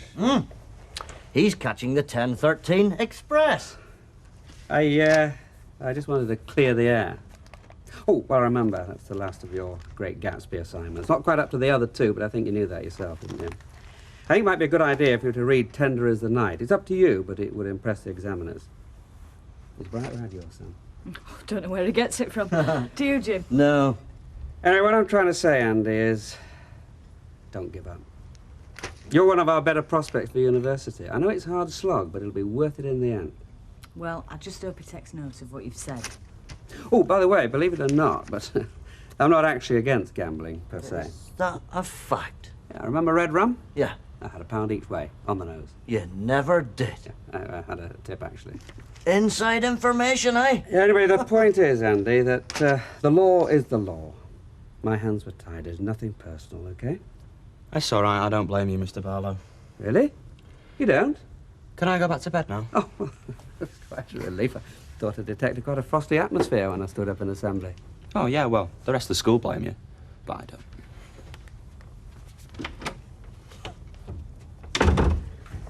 But it's a listed building. So? Well, you probably have to ask Prince Charles's permission to put double glazing in. But, Mike, it's beautiful. Bit far out of town, though. It's only 25 minutes. All countryside gives me the creeps. All those people walking around, all that barbed wire. Very nasty. OK, we'll leave it. No, hang on. No harm in going and having a look, I don't suppose. You sure? Yeah. Thanks, Mike. I'll leave this with you, then. Come in. Morning, Mrs. Ingram. Morning. Yes, Ivy, what is it? Those invoices, mister. Oh, you found them. Where were they? £800 sample box. I knew I left them somewhere. What would I do without you? Oh, I dare say you'd manage. You usually do. Well, don't think I don't appreciate you, because I do. You thinking of moving house? Yeah, what do you think? Think that's me, eh? Squire Baldwin's residence? Not really my scene, is it, eh? Whew. It looks as if you could charge coach parties to look round. You hadn't thought of that. Oh, it's lovely, Mr. Bowen. It's like one of them heritage centres. Yeah, thanks. I remember that. Oh. So you'll be settling down now, then? What do you mean? Well, getting wed. What gives you that idea? Once you join that country set, Mr. Baldwin, you just have to do things by the book. Oh, well, thanks for your advice. But if I decide to get married, it'd be when I decide, not you or anyone else. Now, if you finish the sermon, I suggest you get on with your own work.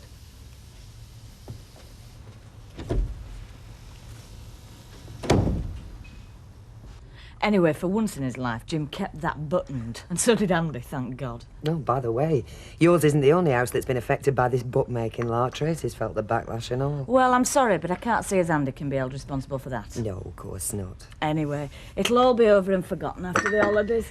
Listen, before you go, I was wondering if you'd like to do me a favour. Of course I will.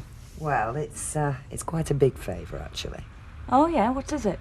You know my term of office is up and I'm standing again. Yeah, against Alf Roberts. Amongst others. And? I'd like you to be my agent. Me? Why not? What would I have to do? Back me up. Give me moral support. But why me? Well, for one, I count you as a mate. And two, I like to think we're both mature enough to say what we think to each other. If we disagree about something, well, we might have an argument, but at least we come out the other side still talking. That's the sort of person I want to be associated with. Someone that people can trust. And to my mind, that means more to the voters than where I stand on the hard EQ. Because I say so, and the fresh air will do you good, and I don't want that ball bouncing on the babies. And give Sarah a kick. When's dinner time? Not for half an hour yet. Peace at last. How's Kevin? Oh, he's fed up. It's not much of a job. And the money is not half as good as what he was getting at Casey's garage. And he was in charge there. I mean, now he's just doing tyres and exhaust. He can do it all in his sleep. Talking about sleep. Oh, Gail, let me just tell you, she slept all the way through last night. Oh, I knew she'd do it in the end. She didn't wake up till 6:15. So things are looking up. Yeah. If the money was coming in, there would be. Can't you go back to the shop? Oh, no, I don't want to get a baby minder, not just yet. I won't trust her with anybody. Nobody? Not even me? No, I'm talking about a stranger. You'll manage, I suppose. Thousands do, don't they? Well, supposing I had her.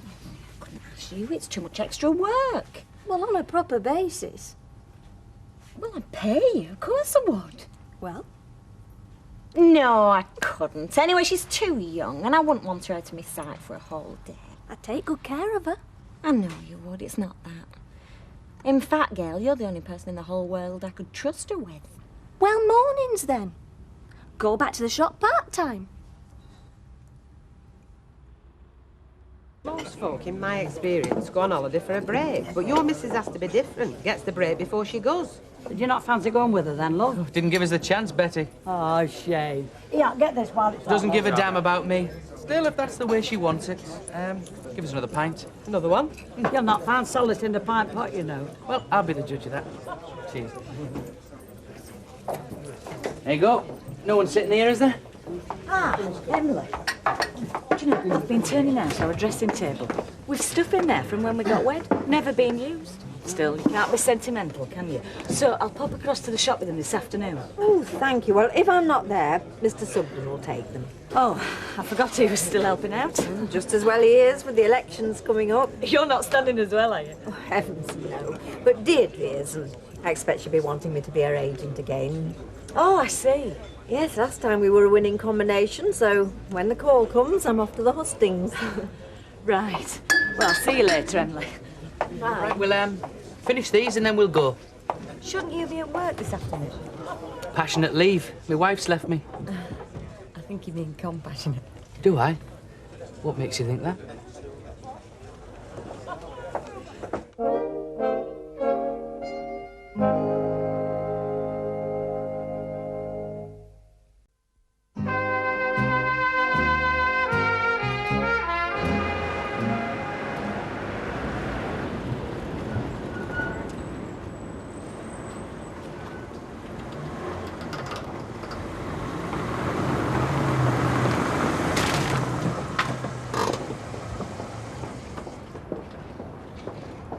I warned you, it's a bit of a tip. Oh, you can't. It is that bad. Still, you're getting paid. Right, let's have a look then. What's this?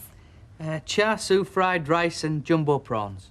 It smells like yoghurt. Everything smells like yoghurt. The whole house. So what do you reckon? £3 an hour. Do it yourself. Needs a woman's touch. Needs a flamethrower. It's not all mine. Some of it's Steph's. So, just because you can't organise your own domestic arrangements, I don't see why I should. £4. That's your answer to everything, isn't it? Well, I don't agree with it, and I'm not doing it. Why not? I'll tell you why not, Des. Your sort, you're all wine bars and skiing holidays and XR3 eyes, but behind your lace curtains and double glazing, you're just a slob, aren't Hey, you? steady on. You are, and you call students all names under the sun just because they don't have loads No, of money. No, I don't. You do. You call us scroungers and layabouts. You're now a bit hypocrite. Look at it, it's a tip. How about a £5? Stuff it. What about some of your mates, then? What about some of yours? Why not ask Jack Duckworth? Jack Duckworth? The one that's married to Vera? You ever been in their house? Well, I'm sorry, Ivy, you just have to sort it out for yourself. Me and Mrs. Ingram have got to go out this afternoon. I see. Well, in that case, I'll have to, won't I? What's got into her? Oh, a nasty, festering streak of old-fashioned Puritanism. Because we're taking time off work? No, because we're living in sin. Over the brush, as she puts it. Poor Ivy. What do you mean, poor Ivy? Busybody. It's got nothing to do with her. Well, she's a good supervisor. You obviously trust her. As far as I could throw her. You've employed her in the past. People like Ivy, we shouldn't upset. So? So, we'd better make it legal. Yeah. Is that a proposal? Well, it sounded like it to me. What, so we don't upset Ivy? Can't you think of a better reason than that? Oh, other reasons like we're in love. Not with Ivy, we're not. Oh, well, let's say keeping her happy is a little bonus. Yeah, hang on a minute. Aren't I supposed to ask you? You know, man's privilege and all that? You're as old-fashioned as she is. Go on, then. Ask me. Will you marry me? I'll have to think about it. Oh, cheeky. Come here. Look, I'm sorry, when you've got a baby, housework is the top priority, especially somebody else's. Look, I'm desperate, Sal. I've asked Andy, she didn't want to know. That man said he was desperate. What's he desperate about? Never you mind about that, Nicky, lad. That's grown-up talk, is that?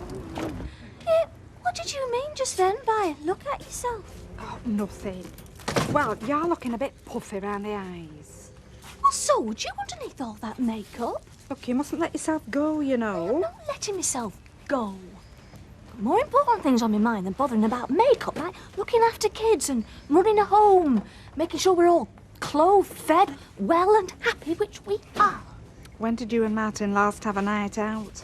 Can't remember. To be honest, as long as I can get my feet up at the end of the day, I'm not that bothered.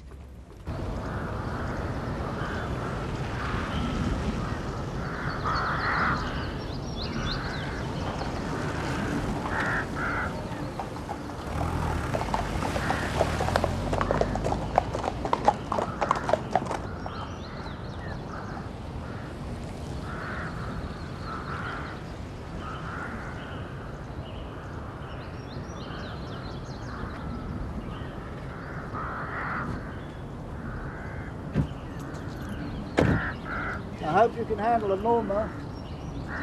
All I'm saying is it's about time you took her out.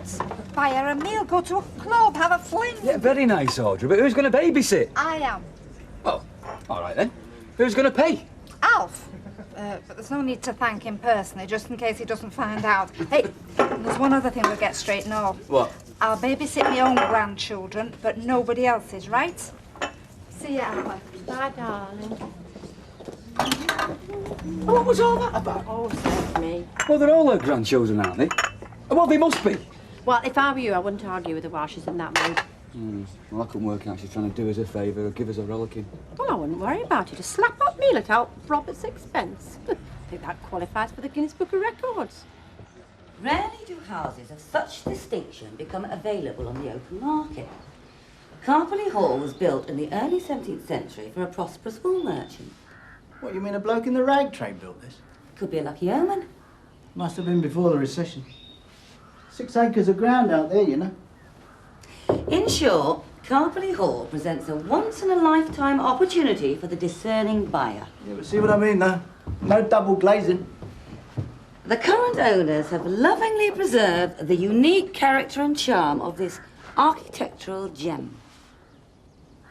Nowhere is this more apparent than in the master bedroom. And where's that? Here. Now that's what I call a bed. Well, what do you think? Well, it's got potential, I'll give you that. Breakfast on the terrace? What do you mean, got potential?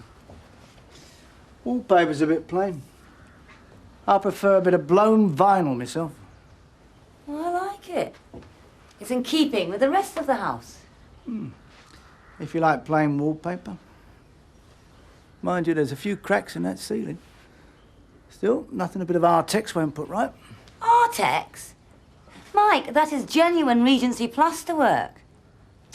And you know it.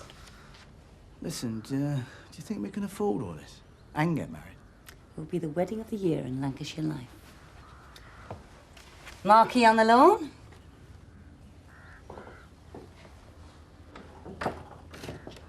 I don't believe it. A Leonardo.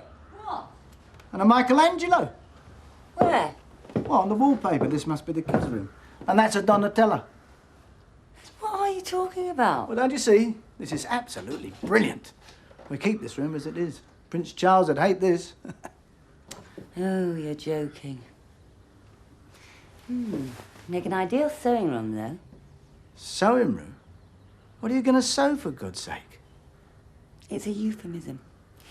It means a room of my own.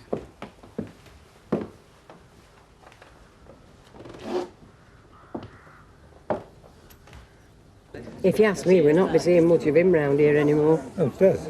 Oh, Baldwin. Oh, Don, it's a proper chocolate box of a place. It's got fancy window stables. He's certainly landing on his feet there, all right. Oh, there'll be fireworks when she finds out what he's been up to behind her back. He's only chatting up bet now. Never. Yeah, Mickey the monkey over there. Yes. Get away! Hey, I'm telling you, it's like one of them horror films. I'm scared to go in my own house in case they get me. Guess who gets you? Filthy plates and bottles. If I'm found dead in the morning, you'll know what's happening. No, I insist. Let me buy you one. Go on then, lager and lime. Oh, Emily, what are you having? Oh, tonic water, thank you. About the election, I was telling Liz at lunchtime. I've made arrangements with Mr. Sugden, amongst others, to help out in the shop. So, I'll be at your disposal as and when you require.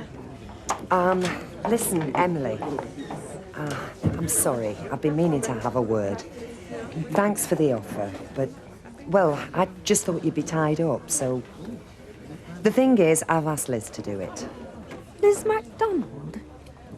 But I was talking to her at lunchtime and she never mentioned it. I really think you could have been more open with me, Deirdre, both of you. I feel I've been made rather a fool of. Slice of lemon. Told her then. Yeah, I'm not sure she'll be even voting for me. Well, I did try to warn you. Yes, I know you did. But I want the best person for the job, and that happens to be you, not Emily. Have a quick word, please, love. Yeah, listen, I've just had a phone call from Belfast. My ma's been taken for the worse. So I'm going to have to get a flight for tomorrow morning, all right? I'll see you later. Bet, do you mind if I go home? Jim's mum's not very well. Oh, you get off, love. We'll manage. Don't rush back. Thanks. Deirdre, did you get any of that? Yeah, listen, if there's anything I can do to help. Well, I'll catch you before he goes, but I think maybe you should have asked Emily after all. I mean, I don't know how long he's going to be over there.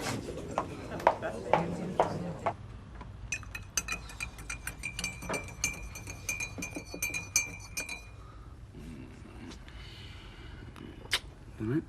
Shall I go up and read? Nah, she's asleep. Nicky's just had another chapter of his football book. We don't get much chance to talk, do we? Mm-hmm. Come and sit down. Okay. Oh, cheers. Have I been neglecting you? Audrey seems to think I should take you out more. Take you for a fling. She said I looked like a sack of taters. She didn't. Do you fancy a fling? Well, I always fancy a fling.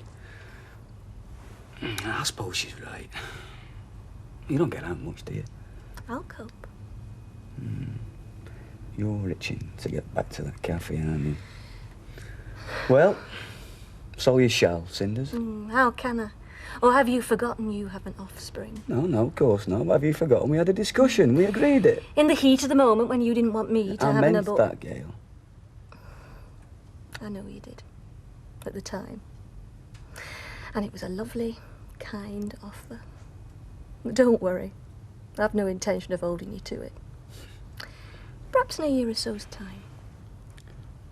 Thanks anyway. No, Gail. I still mean it.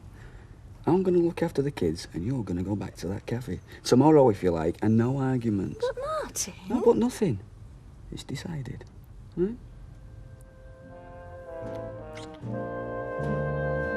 What do you do when we finish with the packets? Fold the packets over. Right, you do and you haven't done it. So don't come moaning to me when they don't snap, crackle and pop anymore. Right? What's all this? Spring clean? Good morning, darling. No, it's a shopping list, actually. When you run out, you've got to buy in. Organisation, that's the name of the game. Why do men always think they can do everything better than we? Because we can. Martin, What? I've been thinking. This is crazy. Oh, come on, we've decided. Yeah, I know we decided, but it's crazy. Gail, you're going to the cafe and I'm going to be an house husband. There, you might start laughing. That's what you're going to call me in future, Mr. House Husband. And I don't want you both to salute when you do it, all right? Yes, sir. Seriously, love. It's not too late to change your mind. Gail, we've made an agreement. I'm happy to stick with it. But, well, you know, if you're bottling out. Oh, much as I love this lot, I need to feel part of the outside world again. Even if it's only for a couple of hours a day. Is that terrible of me? Cinders, you shall go to the ball. So get your pinny, get it piked and get off to work. Then you'll be stuck here instead. Oh, Gail, I think I can live without Percy Sugden moaning that I've burnt his toasty tea cake again. It won't be easy, but I think I'll struggle through. Listen, this lot could be more of a handful than Percy Sugden any day. No way. Are you sure you can cope? Gail, they don't call me Superman for nothing, you know. You're one hell of a fantastic fella, do you know that? I do know it. I'm just glad to hear you do. I love you! I love you too. Now, come on, get off to work. You don't want to be late on your first day back. See you later. See you later. I'll see you later, kids. Behave yourself for Martin, right? I suppose you've heard the latest about Mark Bowen and his lady love. Can't say I'm all that interested. What? Oh, they're only looking round for posh old houses, isn't it? Smug little devil. I'll tell you what, if I didn't have a living to earn, I'd be glad to see it back of him. Where do you keep your mustard now? Second shelf down on the left. Actually, Ivy, if you did leave, you could work from home. And do what? Take up a few bits of sewing and come on, or do you not earn washers? You would. You could take the kiddies off our girls' hands sometimes and all. Are you saying I don't do my share with my own grandchildren now? No, you're very good. It's just that she could do with some extra help, poor love. She's worn out. He's got me chained to this counter all the hours God sent. Well, I'm sorry, Audrey, but if Gail has got her hands full, she's only got herself to blame, hasn't she? That is a terrible thing to say, Ivy. Is it? Come on, we both know having this last one was a big mistake. I know no such thing. David's a lovely little baby. Gail wouldn't be without him. None of us would. All the same, when you cock a snug at holy matrimony, you can't grumble when the going gets rough. You and your wife would do well to remember that as well. Hey? Because the next thing to separate holidays is separate lives. Bit of a step, isn't it? I mean, come on, never mind chasing all this extra excitement and everything. Appreciate what you've got. I'll tell you something, shall I? If my Brian had been a bit more appreciated in his marriage, he might still be alive today. What did I do? Picked the wrong shop to buy your baked beans in, Chuck. Me, I've got no choice. I'm flaming stuck here. Right, coffee. And there's some shepherd's pies in the freezer. Oh, and there's some stewing steak you can defrost. It's all right, we won't be bothering with that. Hey, you're not living on junk food the whole time I'm gone. I've fetched you both up to be quite capable of putting a stew in the oven.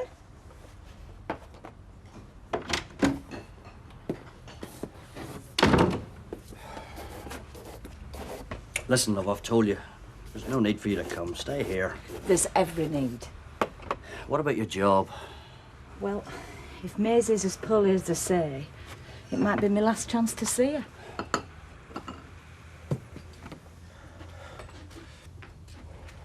Do you reckon my gran's gonna die? No, we're made of tough stock, us McDonalds. Jim, they're not babies. We own the truth. Yeah, well, all right, fellas. Look, the news isn't that brilliant. Your granny's heart hasn't been in very good shape for a while now. But don't worry, my ma's a tough wild bird. Yeah, and there's operations and things, isn't there? Bypasses, pacemakers, transplants. She's too old for a transplant, you dope. Oh, and you know? Are you a doctor? I've never had somebody I know die before. It's weird, like 1 minute she's there and the next she's not. She's gone. Nothing. She'll always be there for you, Steve, inside your head. The way we all remember her. Yeah. Yeah, she could laugh on holidays, wouldn't she, when we were kids? Yeah. She let us do things you wouldn't. Grands always spoil the grandchildren. That's a fact of life. You all right? Yeah. Listen, I think I'll just pop across to the yard and do a few bits and pieces before we have to go. All right, I'll see you in a bit. Do you want any help? No. I think he prefers to be on his own. Nice to see your happy smiling face back, Beth. It's very nice to be back, Mickey. But it's nice to hear you say it. Or is it just my special way with bacon buttons? Of course. Morning, ladies. Hey, what do you think of these? Just the thing for frying chips in. And I got myself an ivory silk teddy, very page 3, but I'm not going to show you that in here. What's brought on this spending spree? Oh, just the dawning realisation that if I don't spoil my little self, nobody else will. Do you still miss him? Well, if you think I'm going to be sensible and say I'd be better off without the two-timing little snake, you would be wrong. I did think it. Shall I tell you something really shocking? I'd have him back tomorrow. Fat chance. What can I say? Well, you could say that I am one very stupid middle-aged woman. Hey, do you know, it is nice to have you back. I mean, Marty's a grand lad. I can't talk to him like I can to you. No, you can't show him your pure silk teddy either. Oh, I don't know about that. I do. You're a lucky girl, Kibble. Tell me something I don't. Emily! Your double vanilla slice. Kale in the flabby flesh. Never mind your sexy undies. If you're not careful, I'll show you my stretch mark. Where's Martin? Is he here? No, it's figuratively. Just we've swapped jobs. You mean he's looking after the children? That's right. But what about the baby? Well, I dare say I'll remember to give him the odd bottle. That's when he's not opening beer cans or watching football on the telly. You know, he's a damn sight more capable than most women, Emily. I should know. Oh, I dare say he is, but he's not. Not what? Well, he's not a mother, is he? No, but he is a father. Or doesn't that count? A cup of tea and a round of toast, please. Wholemeal. Oops. Stepped on her corns there, Petal. She stepped on mine first. Do you know, I like this role reversal arrangement, but, you know, don't expect everybody to approve. Who on earth do you mean by everybody, Mrs. Sedgwick? Joyce Phillips' husband been sent back from work, so... Well, I'll have to let her go. Why, what's wrong with him? Well, he's had a bit of a grumbling appendix for a while, and on the other hand, she reckons it could be that prawn curry he had last night. My bet's on the prawn curry. Hey, how did you go on with that house you look after? Oh, a dream, Ivy. A veritable dream. Yeah, I'll bet. She's buying it then? Yes, we will be making an offer. But I don't expect we will be moving in until after the wedding. Oh, well, am I supposed to congratulate you then? I don't care what you do. If you don't, it won't accept the nuptials. I've got to hand it to you, Mr. Baldwin. You always seem to come up smelling of roses, don't you? Yes, I do, don't I, Ivy? Listen, we've known each other a long time. Which means that you think that gives you the license to speak your mind. Mrs. Ingram, she seems like a nice woman. What do you mean, seems? Is. I have excellent taste, Ivy. So was Alma Sedgwick. A nice woman. Not on the agenda, Ivy. All I'm hoping is at least you treat this one right. And you better go and let Joyce off before her husband pops his clogs.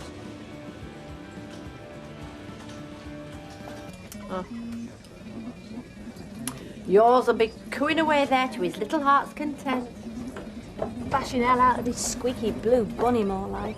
Well, you're not still fretting about what Emily said, are you? No, you were right. Martin's a hell of a lot more capable than most women. Hey, why this sudden downer? You've been a revolting little sunbeam all morning. Because I've got a desperate need to be with him, cuddling, like a steel wire pulling me back. Well, if that's what they call mother love, it sounds jolly inconvenient to me. The word is bonding. I'm bonded. Stronger than super glue. Does that mean that you're planning to dash home every few minutes? Oh, I'm sorry I can't just serve this sausage, egg and chip stuff now, but I've got this irresistible, uncontrollable desire to go and change a nappy. I didn't say I was going. I also want to be here. I think you've got a problem, Kate. Yeah, no more than any other working mother. Guilt, hormones, and an identity crisis in about equal parts. It's a lethal cocktail.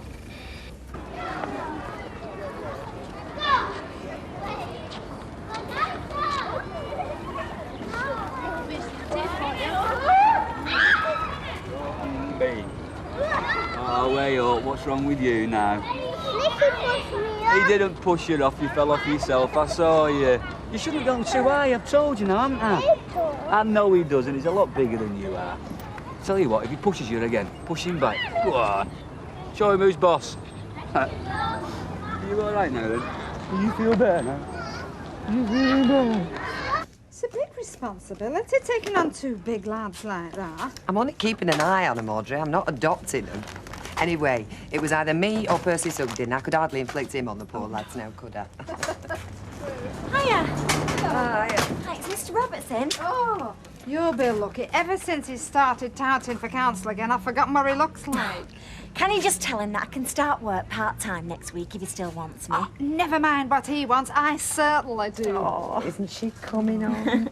Who's going to be looking after her? Gail. Fortunately, she's the only person I'd trust her with. I didn't know she definitely agreed that, Sam. Well, yeah, more or less. Well, I'm sorry, love, but as much as I'd like you back, I think my daughter's got quite enough on her plate without taking on any more. Well, I think that's up to Gail, Mrs. Roberts. She knows how much she can cope with, doesn't she? I wonder if she does. I must say I was very surprised to see her back so soon. Back where? At the cafe. She can't be. She was certainly there this morning. Well, maybe she was just helping out for an hour. I mean, Martin might be poorly. No, it's their new arrangement. Apparently he's looking after the kiddies while she goes out to work. Must say it all seems rather unnatural to me, but then it's probably none of my business.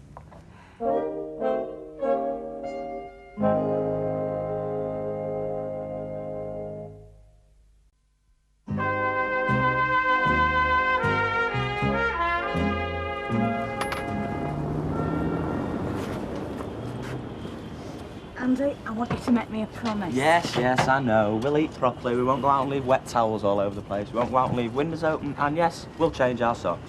That too, but the main thing I want to know is that you'll still be here when we get back. Where else am I going to be? Well, you have mentioned leaving home a lot recently. Oh, come on, Mum. Do us a favour. I'm not a complete idiot. Couldn't trust Dumbo there to look after himself, could I? Tyler. Come on, sweetheart. That boat train won't wait for us. All right, give her love to Gran. I will. Tell her we hope she's better soon. And behave yourselves.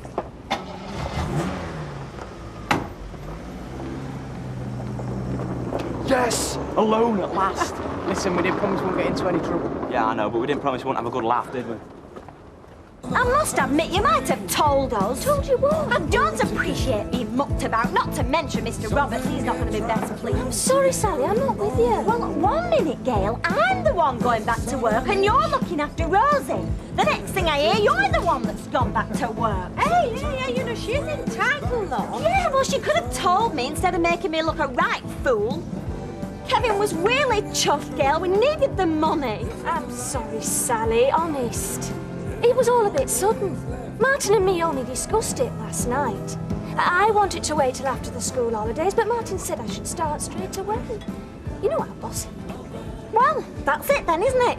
There's nothing more to be said. Chicken salad or roast beef? Yeah. It's a choice, greedy guts. But other men get to go out on these boozy executive lunches. And other men get pot bellies that make them a total turn-off.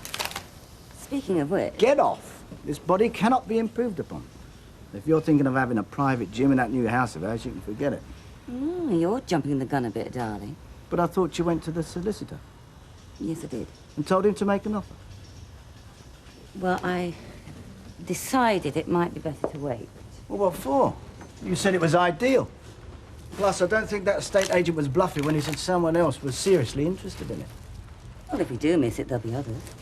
But you were in love with the place yesterday. Now, why have you changed your mind overnight? I haven't. It's a lovely house. So what's your problem? Mike, before we start getting involved in something as major as buying new property, but there are things we need to discuss. Such as? Not here. We'll talk about it tonight. And afterwards, if you're good, you get an apple. Yeah, that's right, John. Tonight, round at our house. Spread the word, yeah? Don't tell him that. We'll get gate crashes. Oh, it's all right. It's just little bro getting a bit chicken about uninvited guests. Yeah, the more the merrier. What? Oh, listen, I'm gonna have to go. All right, I'll see you. Hiya. Hiya. Having a party? Yeah, that's right. Tonight at a friend's house. We're just organising it, right, Steve-O? Oh, yeah, right, yeah. Oh, well, as long as it's at a friend's house and not yours, that's fine. Only your mum did ask me to keep an eye on things, and I think they've got enough to worry about without any problems here, don't you? Oh, absolutely, yeah. Definitely, yeah. Oh, good. Well, I'll be popping in from time to time just to make sure you're okay. Lucky I'm only a few doors down, isn't it? Ta-da. See ya. Bye.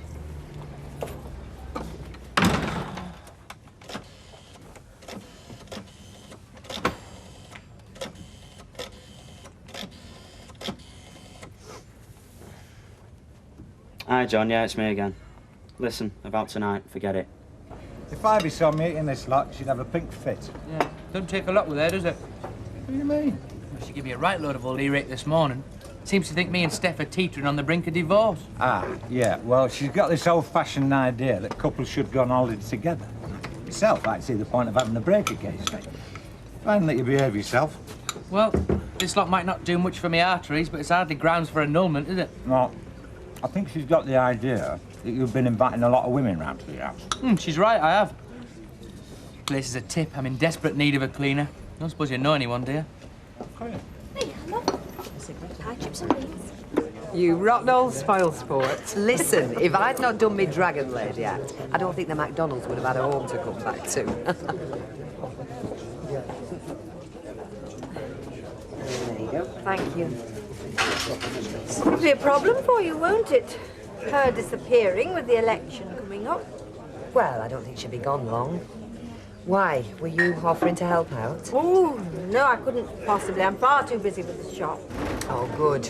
Only I did think you were just the tiniest bit knocked when I asked Liz to be my campaign manager. Well, when I thought about it, I'd have only had to say no. Hey, did you hear that? That MacDonald woman's thrown a lot in with Deirdre Barlow. So? So she knows we're supporting Alf in this. It's downright disloyal to her employers, is that? Disloyal and deceitful. It's also democratic, Tiger. Now, you believe in democracy, don't you? Oh, of course I do. Of course you do, so long as everybody votes the way you want them to. Oh, naturally. I mean, I know what's best for them. Love it when you're all masterful.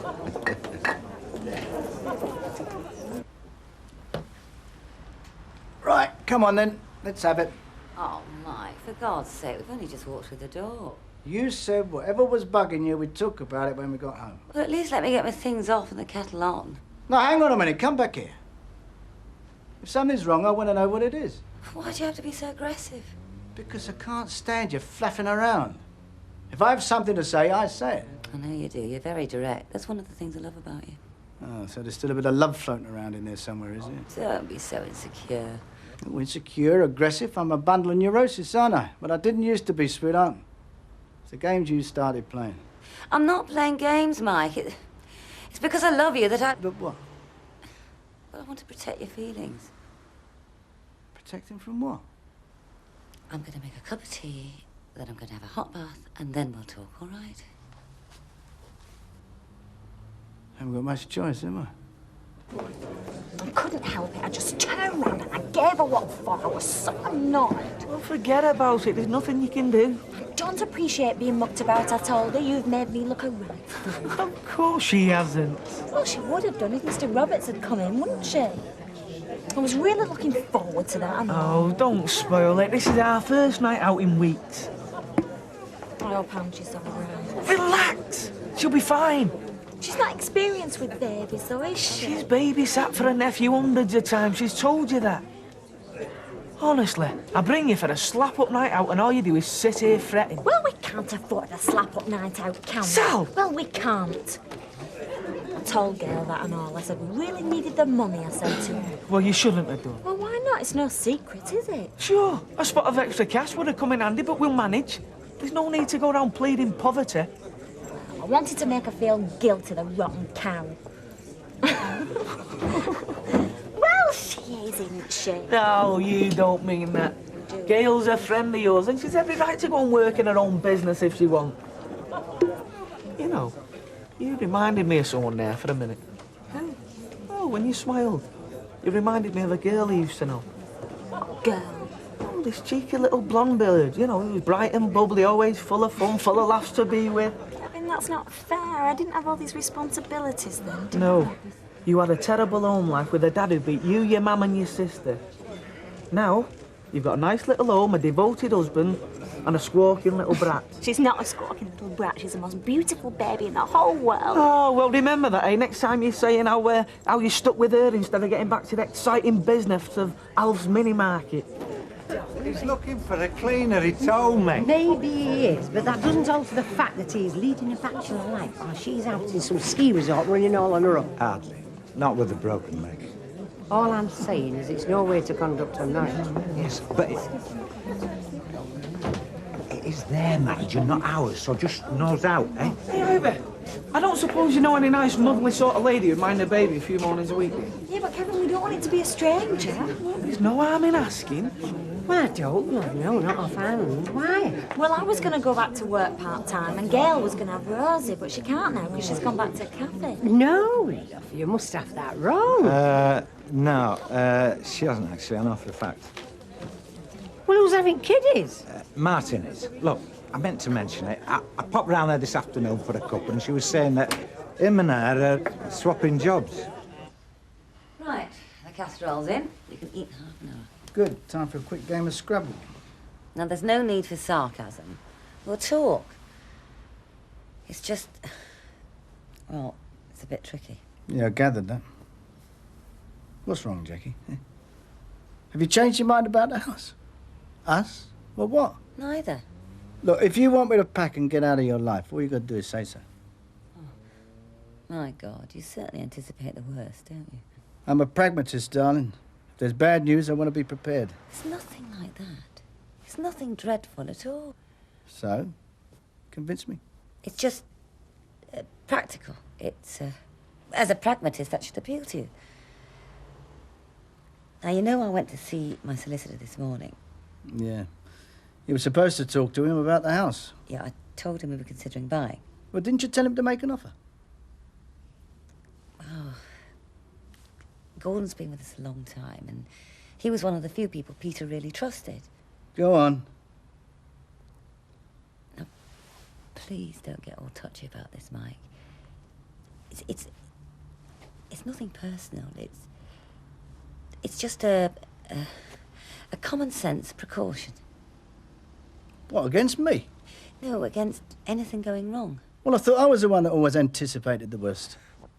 Well, you know what lawyers are. It's their job. I told him we're getting married. And he wants you to agree to a premarital contract. Oh. Oh, I see. Oh, I knew you'd get upset. No, I'm not. Not at all.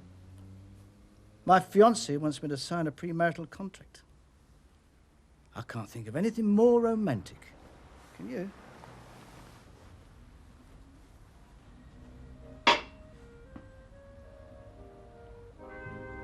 Well, that does surprise me, Ivy. You working on a day like today. Oh, why shouldn't it be? You're working, aren't you? Well, I don't claim to be religious, do I? $2.85 for this, please. I know of nothing in our Lord's teaching that says you can't work on a Good Friday. Yes, well, I haven't got my Bible on me, but I just thought today was a holy day, that's all. And so it is. Wait till you're my age. You'll find you can't work any day. Because nobody will give you a job. Bye, Phyllis. Bye, love. No doubt you've heard the latest then. What? About that daughter of yours going out to work, leaving Martin at home looking after the kids. Oh, what's so terrible about that? Come off it, Audrey. There are some things that fly right in the face of nature. A mother should be with her children, especially when they're that age, it should be. And nobody is going to tell me any different. Well, I won't bother trying then. 195, please. Oh, so you're going to side with her then, are you? I am siding with nobody, Ivy. I think it's Gail's business, and I'm sure she and Martin are quite capable of sorting it out on their own. And anyway, judge not, that ye should not be judged. I gather that's in your Bible somewhere, isn't it? So you can have the terms of the divorce worked out before the marriage? Well, look, forget it. I won't do it. No. No, if that's how you see it, then I can't. No, all I'm saying is, now come on, let's be honest. Your solicitor wants us to sign a contract so that if this marriage ends in tears and divorce, I can't take you to the cleaners, right? Well, that's the idea, yes. Well, okay. It doesn't mean I think we'll ever get divorced. I wouldn't marry you if I thought that. Well, I wouldn't be marrying you if I thought that either. So look, all that's going to happen is we're going to sign this contract. That's going to hang around picking up dust, and your solicitor's going to get a few quid out of it by drawing it up, right? Good luck to him. But one thing it would do... What? Well, stop people saying you're marrying me, because that way you get your hands on the factory. You get a lot of people saying that, do you? No, just... Well, just one or two friends of mine. But they've only got my own interests at heart, Mike. And it's just that... If I have this contract, then I can say, no, look, you're wrong. And this proves it. Yeah. That's all I want it for. It doesn't mean I have any doubts about us or think the marriage isn't going to last. Yeah, well, all right, let's do it. If that's what you want. You get the contract drawn up and I'll sign it.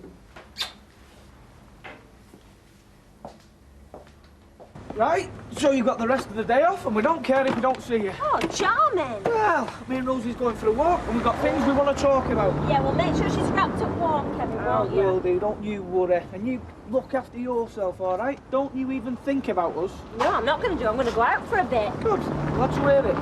All right, see you later. Mwah. See you later. Bye. Here we go. All right.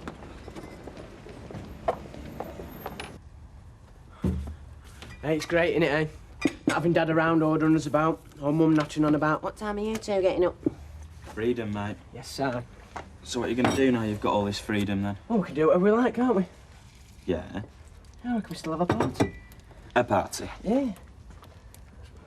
Never mind Mrs. Barlow, she doesn't have to know, does she? Get some booze in. Smash the place up. No, we don't have to do that. And then Dad comes back and says it's exactly what he expected us to do. How immature we are, and how he's never going to trust us again. And what are you going to do, then? Me? Uh-huh. I'm going to do something he won't expect. What? Andy? I can hardly criticise you wanting to go back to work when I'm wanting to go back myself. What can I? I don't know about wanting to. Whoops, it was more Martin insisted. So Martin hadn't changed his mind then after finding out how difficult it is. Claims he enjoys it. Oh, God. To be honest, I think he's got a lot more patience than I have. If that's Martin you're talking about, I'd have to agree. Yeah, you would.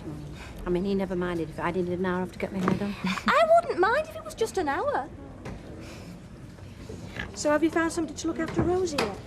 Well, the trouble is finding someone that I know. I was nearly tempted to ask Martin. Could do worse. Do you think he would? You're serious? Gail, would you mind if I asked him? Sally is a free man. Well, I mean, he's not exactly free, but I'm sure he'd be very reasonable. Who do you think were in my shop this morning? Wanted to know how that daughter of mine could take herself off to work and leave her baby to be looked after by a man. Oh, no. Oh, yes. Who? Ivy! Laying down the law she was, what was natural and what wasn't. Told her to get lost. Actually, I even managed to quote the Bible at her. I think it surprised her as much as it did me. Well, there's one thing about Ivy. You always know where you are with her. 1950s. Well, I was going to say the Middle Ages. Do you think there's anything, unusual about a man looking after a baby, do you? Not nowadays. Well, no. certainly not when he's as good as Martin. See?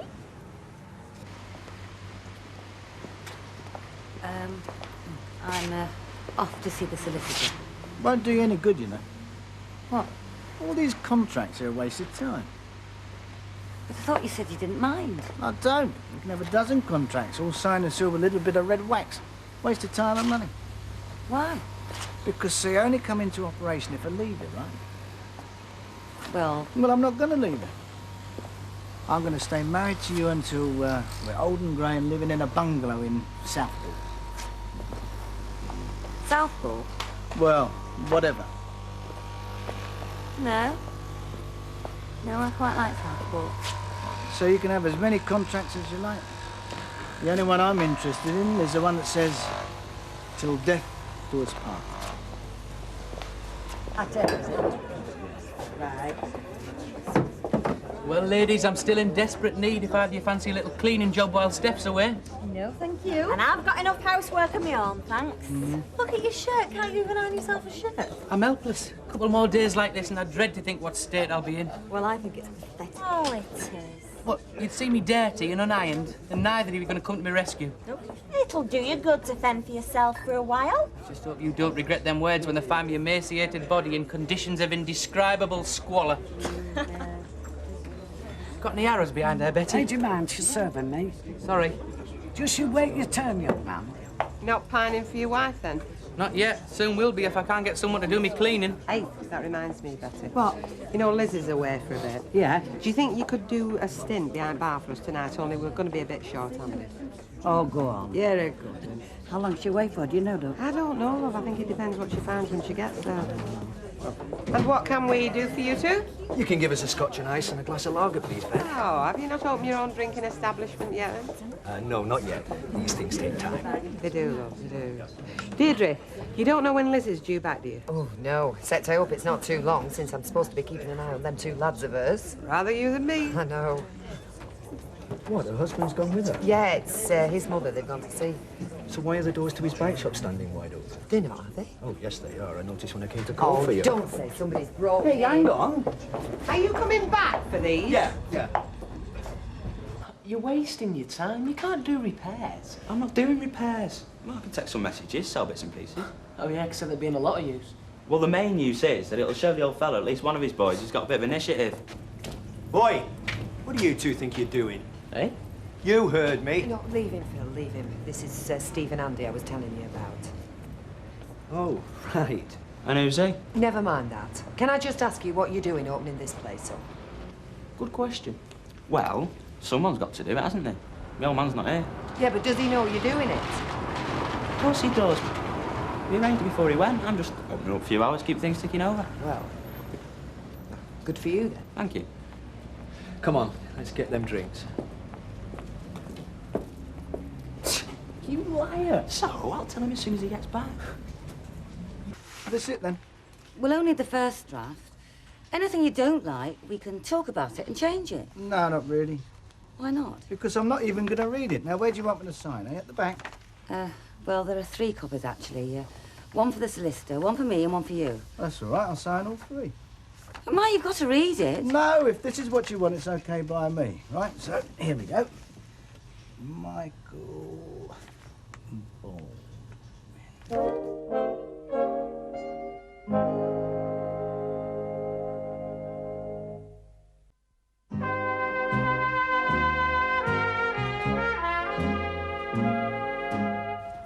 Hey, what's happened to you two? Have you stopped saying hello when people come in?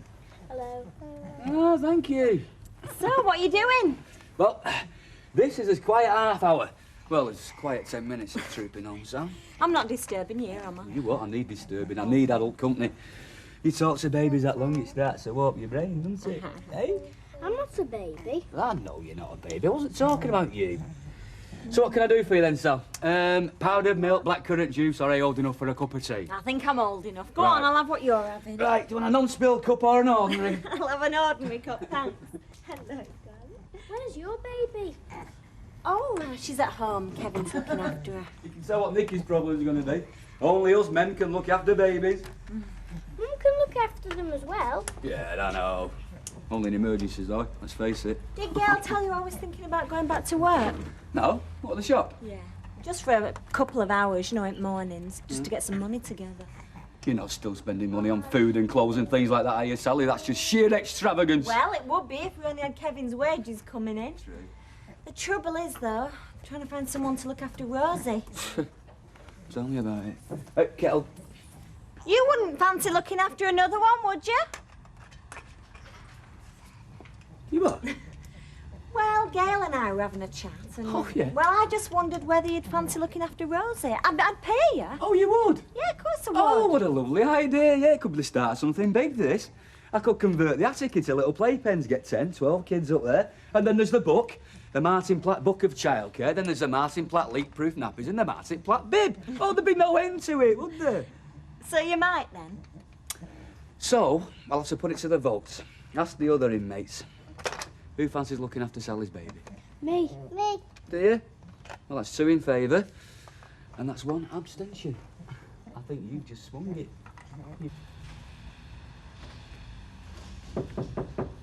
Yeah? What is it, Ivy? Sorry to trouble you, Mr. Baldwin, but some girls would like to get off early, and we've come to end of a run, so I wondered... Yeah, that's okay. Knock off when you feel like it. Ivy. Oh, thanks, Mr. Baldwin, because I must admit I quite like to get off early myself. See if my grandchildren are still surviving. Why, what's that with them?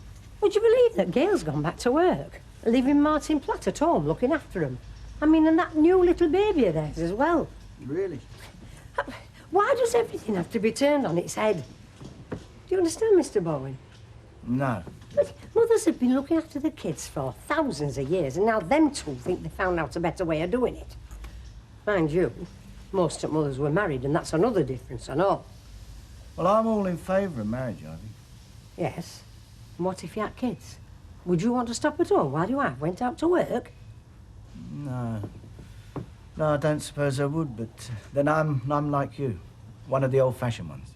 I don't think it's being old-fashioned, Mr. Baldwin. I think he's doing things as nature intended. Yeah, probably. Anyway, thanks.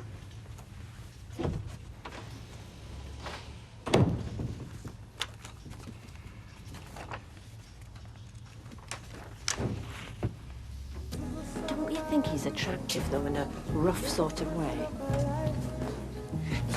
I think he looks a bit spiffy. Spiffy? Yeah. You know, the type who never pays full price for anything. Always knows somebody who can get it cheaper. Oh, do you know, I think that's the type that I'm attracted to. Well, I wouldn't trust him as far as I could throw him.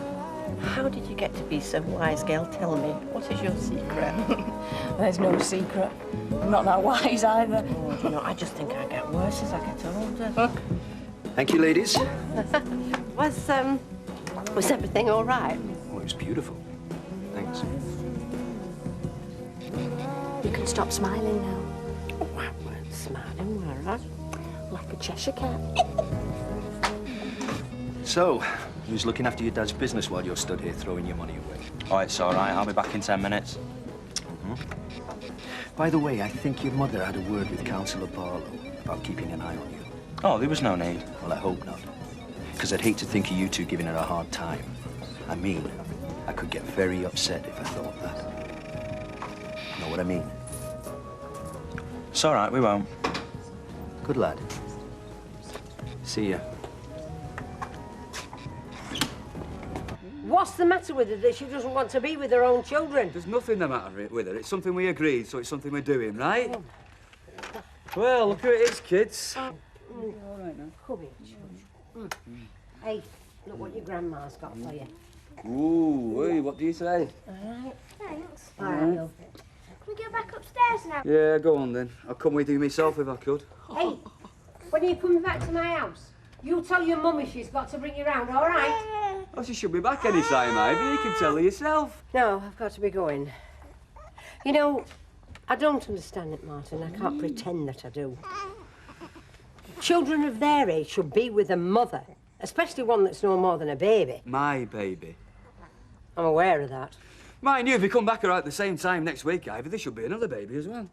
What other baby? Sally Webster's. I'm going to look after it while she's working in the shop next week. Never. Yeah, ask her yourself. What's the world coming to, Martin? I mean, you've all got to be different, haven't you? You know, I was thinking about a nice little miniskirt number next week. It should be nice. Yes, well, you can do what you like, Martin. You're old enough to make what a mess you like of your own life. But I'll tell you what you are not entitled to do. You're not entitled to play your silly games with the lives and happiness of my grandchildren. Bye. That was your Grandma Ivy. No, not the Spanish Inquisition. Your Grandma Ivy. So, what do you fancy doing? Eating in? Eating out? In. Don't feel like restaurants tonight. Okay. You're not starving, though, are you? Oh, no, I wouldn't mind a bath first. I feel as though I smell of that factory. No, you go on. Well, it won't be long. Oh, just a minute. About that contract. What contract? The marriage contract. Oh. Yes? It only comes into operation if the marriage fails. Is that right? Well, yes, it's like an insurance policy. It's better to have it, even though we both hope we'll never need it. Your solicitor say that, did he? Oh, yes, he did, actually. Yeah. Thought he might have done. Mike? What's the matter? Nothing. Nothing at all. You go and have your bath. Okay.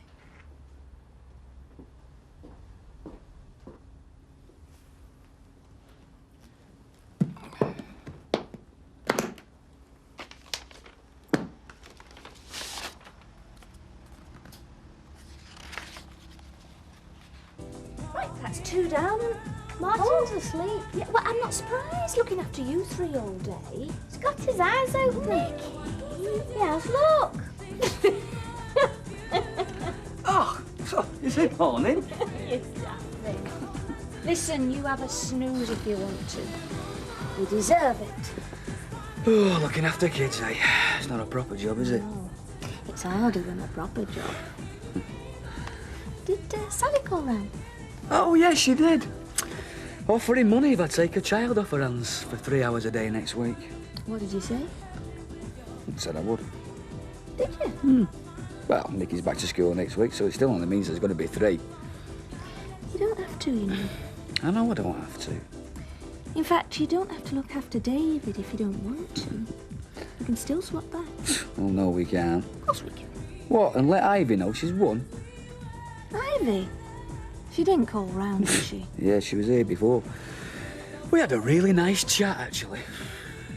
And then do you know what he said? I've no idea. He said that next week he was going to look after Sally Webster's baby and all. 152, Duck. Thanks, Betty. Thanks, love. Have you ever heard of such a thing? He'll be having you on. Well, he didn't sound to me as if he was having me on. He's bound to be. He's got a very dry sense of humour. Oh, he must be joking. He doesn't know what he's doing half the time. Quite do tonight. Well, you're not hearing me complaining, lovey. No, I know. I shall hear, though. Good evening, lady. Hiya, Bet. A pint of bitter and an orange juice, please. You've got it. Hey, I didn't think he'd let you out twice in one day. Oh, it's been marvellous. Do you know, I've not had to do a thing since I woke up this morning. Good for it. Hey, and I might have a childminder, which means I can go back to work. Hey, it has been a good day. Oh, it I has. don't care. Just sit down. I'm only going to ask if it's true. It isn't true, I've told you. He was only joking. So what's the harm in asking then, Doc? Ivy, it's none of our business. What? No, love, not at all. Well, I think it is our business. When you say go back to work, do you mean for Alf Roberts or Des Barnes? Oh, Alf Roberts. I won't do any cleaning for Des Barnes. No way. No. Anyway, he asked you first. What? With him in there on his own and his wife away? You won't get me through that door for £1,000. It's not. Yes. You know, this place has never been so clean since the day we moved in. You've done a marvellous job. Marvellous. Hey, you'd better not let the wife hear you say that, or we'll both be in bother. I don't care. It's the truth. And a marvellous cook as well. Why didn't I come to you in the first place? Because you were too busy going round those young girls, weren't you? And you didn't come to me until they turned you down. Not true, Phyllis. No. Ah, it's true enough, love, but I don't mind. There's none of them could look after you the way I'm going to.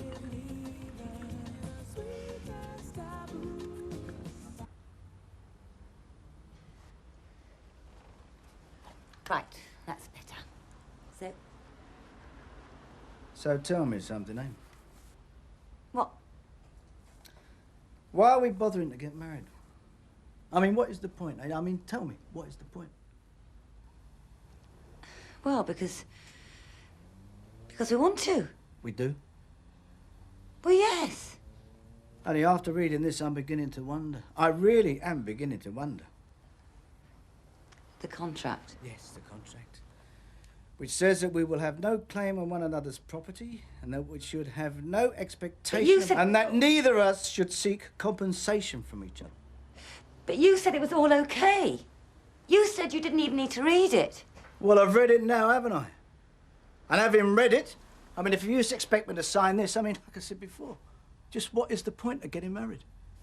But it's what it always was. Because, listen, just a minute. I mean, I thought marriage was... Now, correct me if I'm wrong. I may be a bit old-fashioned, but I mean, I thought marriage was two people getting together. Two people sharing each other.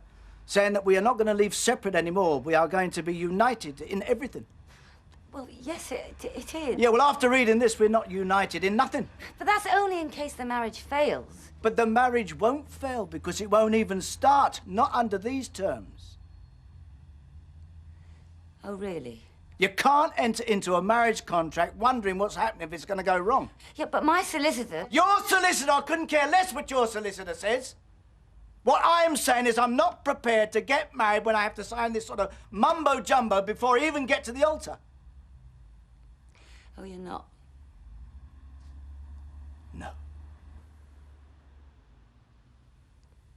Well, we both now know then, don't we?